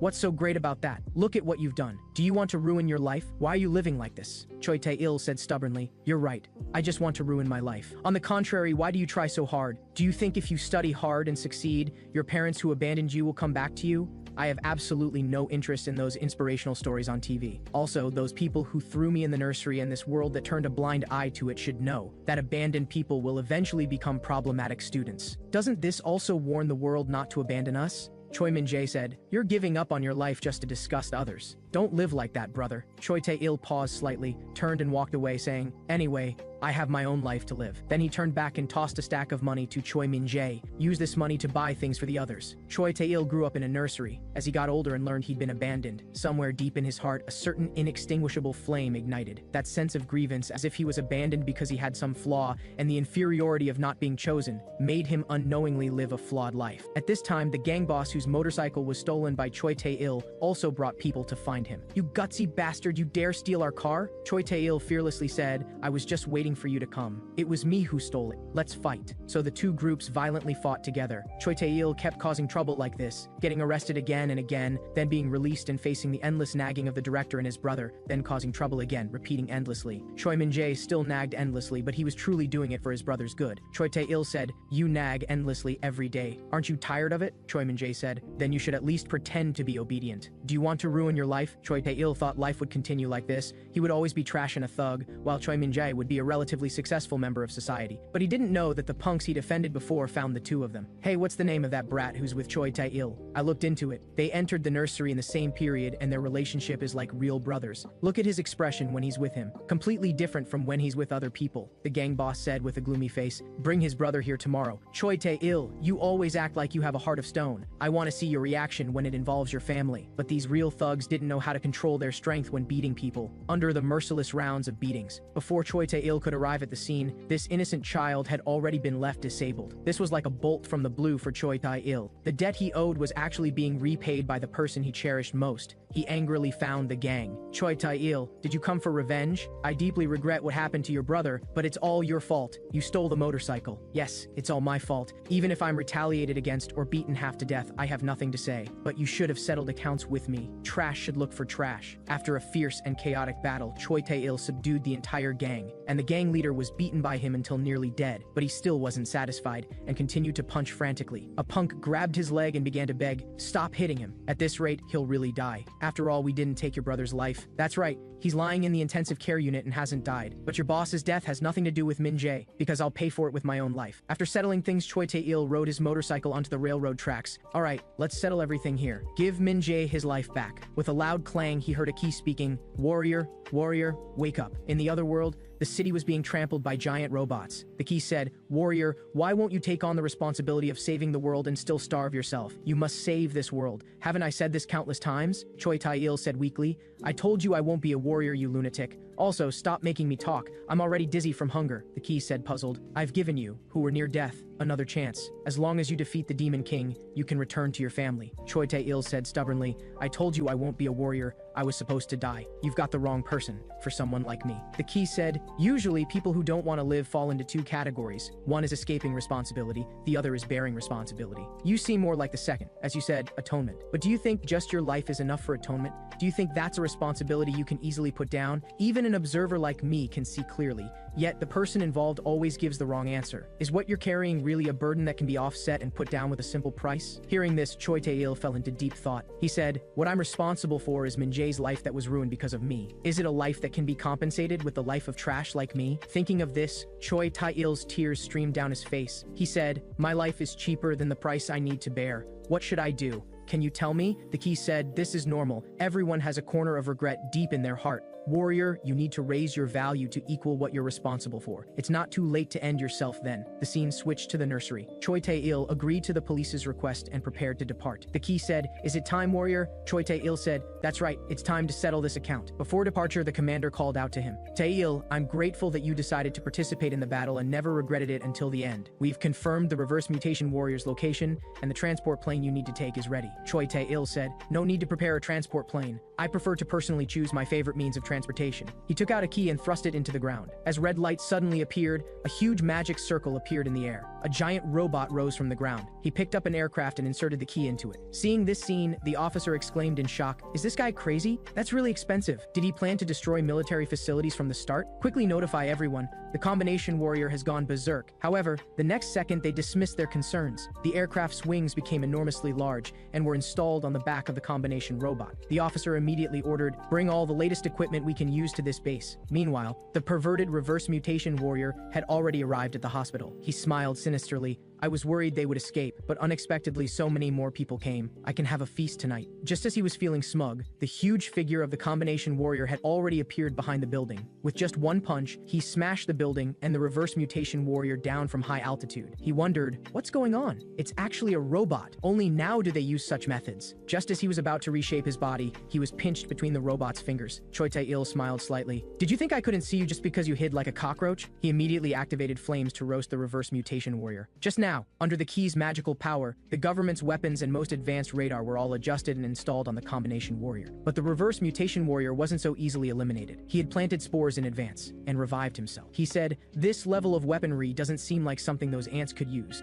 Is it a warrior? Fortunately, I escaped disaster. If I hadn't prepared in advance, that would have been a big problem." But before he could react, enhanced shells from outside flew toward him. Choi Tae-il sighed, "Radar is really useful. I can see clearly even when his toes move." After speaking, he again released missiles toward the reverse mutation warrior. The reverse mutation warrior had no choice but to activate clones and poisonous barriers to block. But this also showed signs of defeat before the combination warrior's incomparable flames. The reason the combination warrior could crush the reverse mutation warrior with such a huge advantage was because he was both the sum of the strategies the martyrs left behind to attack the reverse mutation warrior, and the sum of the guilt toward the sacrifices they couldn't protect, and the sum of the survivor's will to try to turn the situation around. The combination warrior said, "Just hold on a bit longer, and it'll be over. I want to openly be a person who never existed from the start." The night before the battle, Choi Tae-il chatted with the commander. Choi Tae-il said, I have a request. I will definitely die this time. I have a wish. I don't know if you can grant it. If I die this time, let my cause of death be the motorcycle accident from this time last year. The commander asked curiously. Isn't your goal to become a hero or get an immunity certificate or something?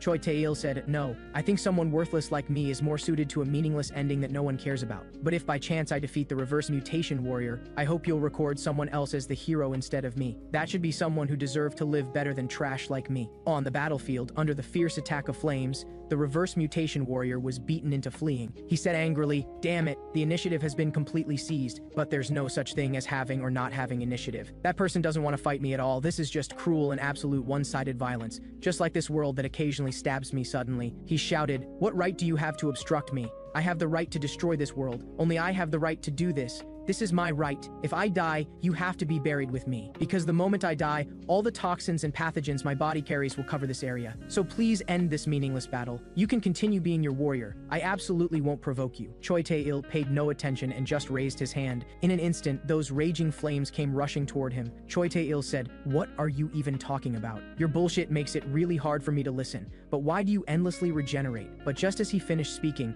his nose and mouth suddenly began bleeding. Without knowing when, the virus had already invaded his body. The reverse mutation warrior said crazily, the virus I spread while stalling for time with nonsense just now will completely devour your body. My wish is for everyone to die. How about it? Try begging for mercy. However, hearing this, Choi Tae-il laughed crazily. Thank you. The reverse mutation warrior said incredulously, are you crazy? What are you laughing at? Choi Tae-il said, thank you for creating such a huge brawl. This is the kind of ending someone like me should have. As the radar activated, the reverse mutation warrior's attack launched again. Wherever the fierce artillery fire reached, the reverse mutation warrior had nowhere to hide. He said in a cold sweat with terror, why? Aren't you afraid of dying? Choi Tae-il said, because I'm already a dead man. The robot again raised its giant arm and slammed it fiercely into the reverse mutation warrior's body. The reverse mutation warrior's real nemesis wasn't things like therapeutic agents. After all, such things would be defeated by stronger viruses. His real nemesis was the kind of madman right before him who completely wasn't afraid of death and only wanted to eliminate him.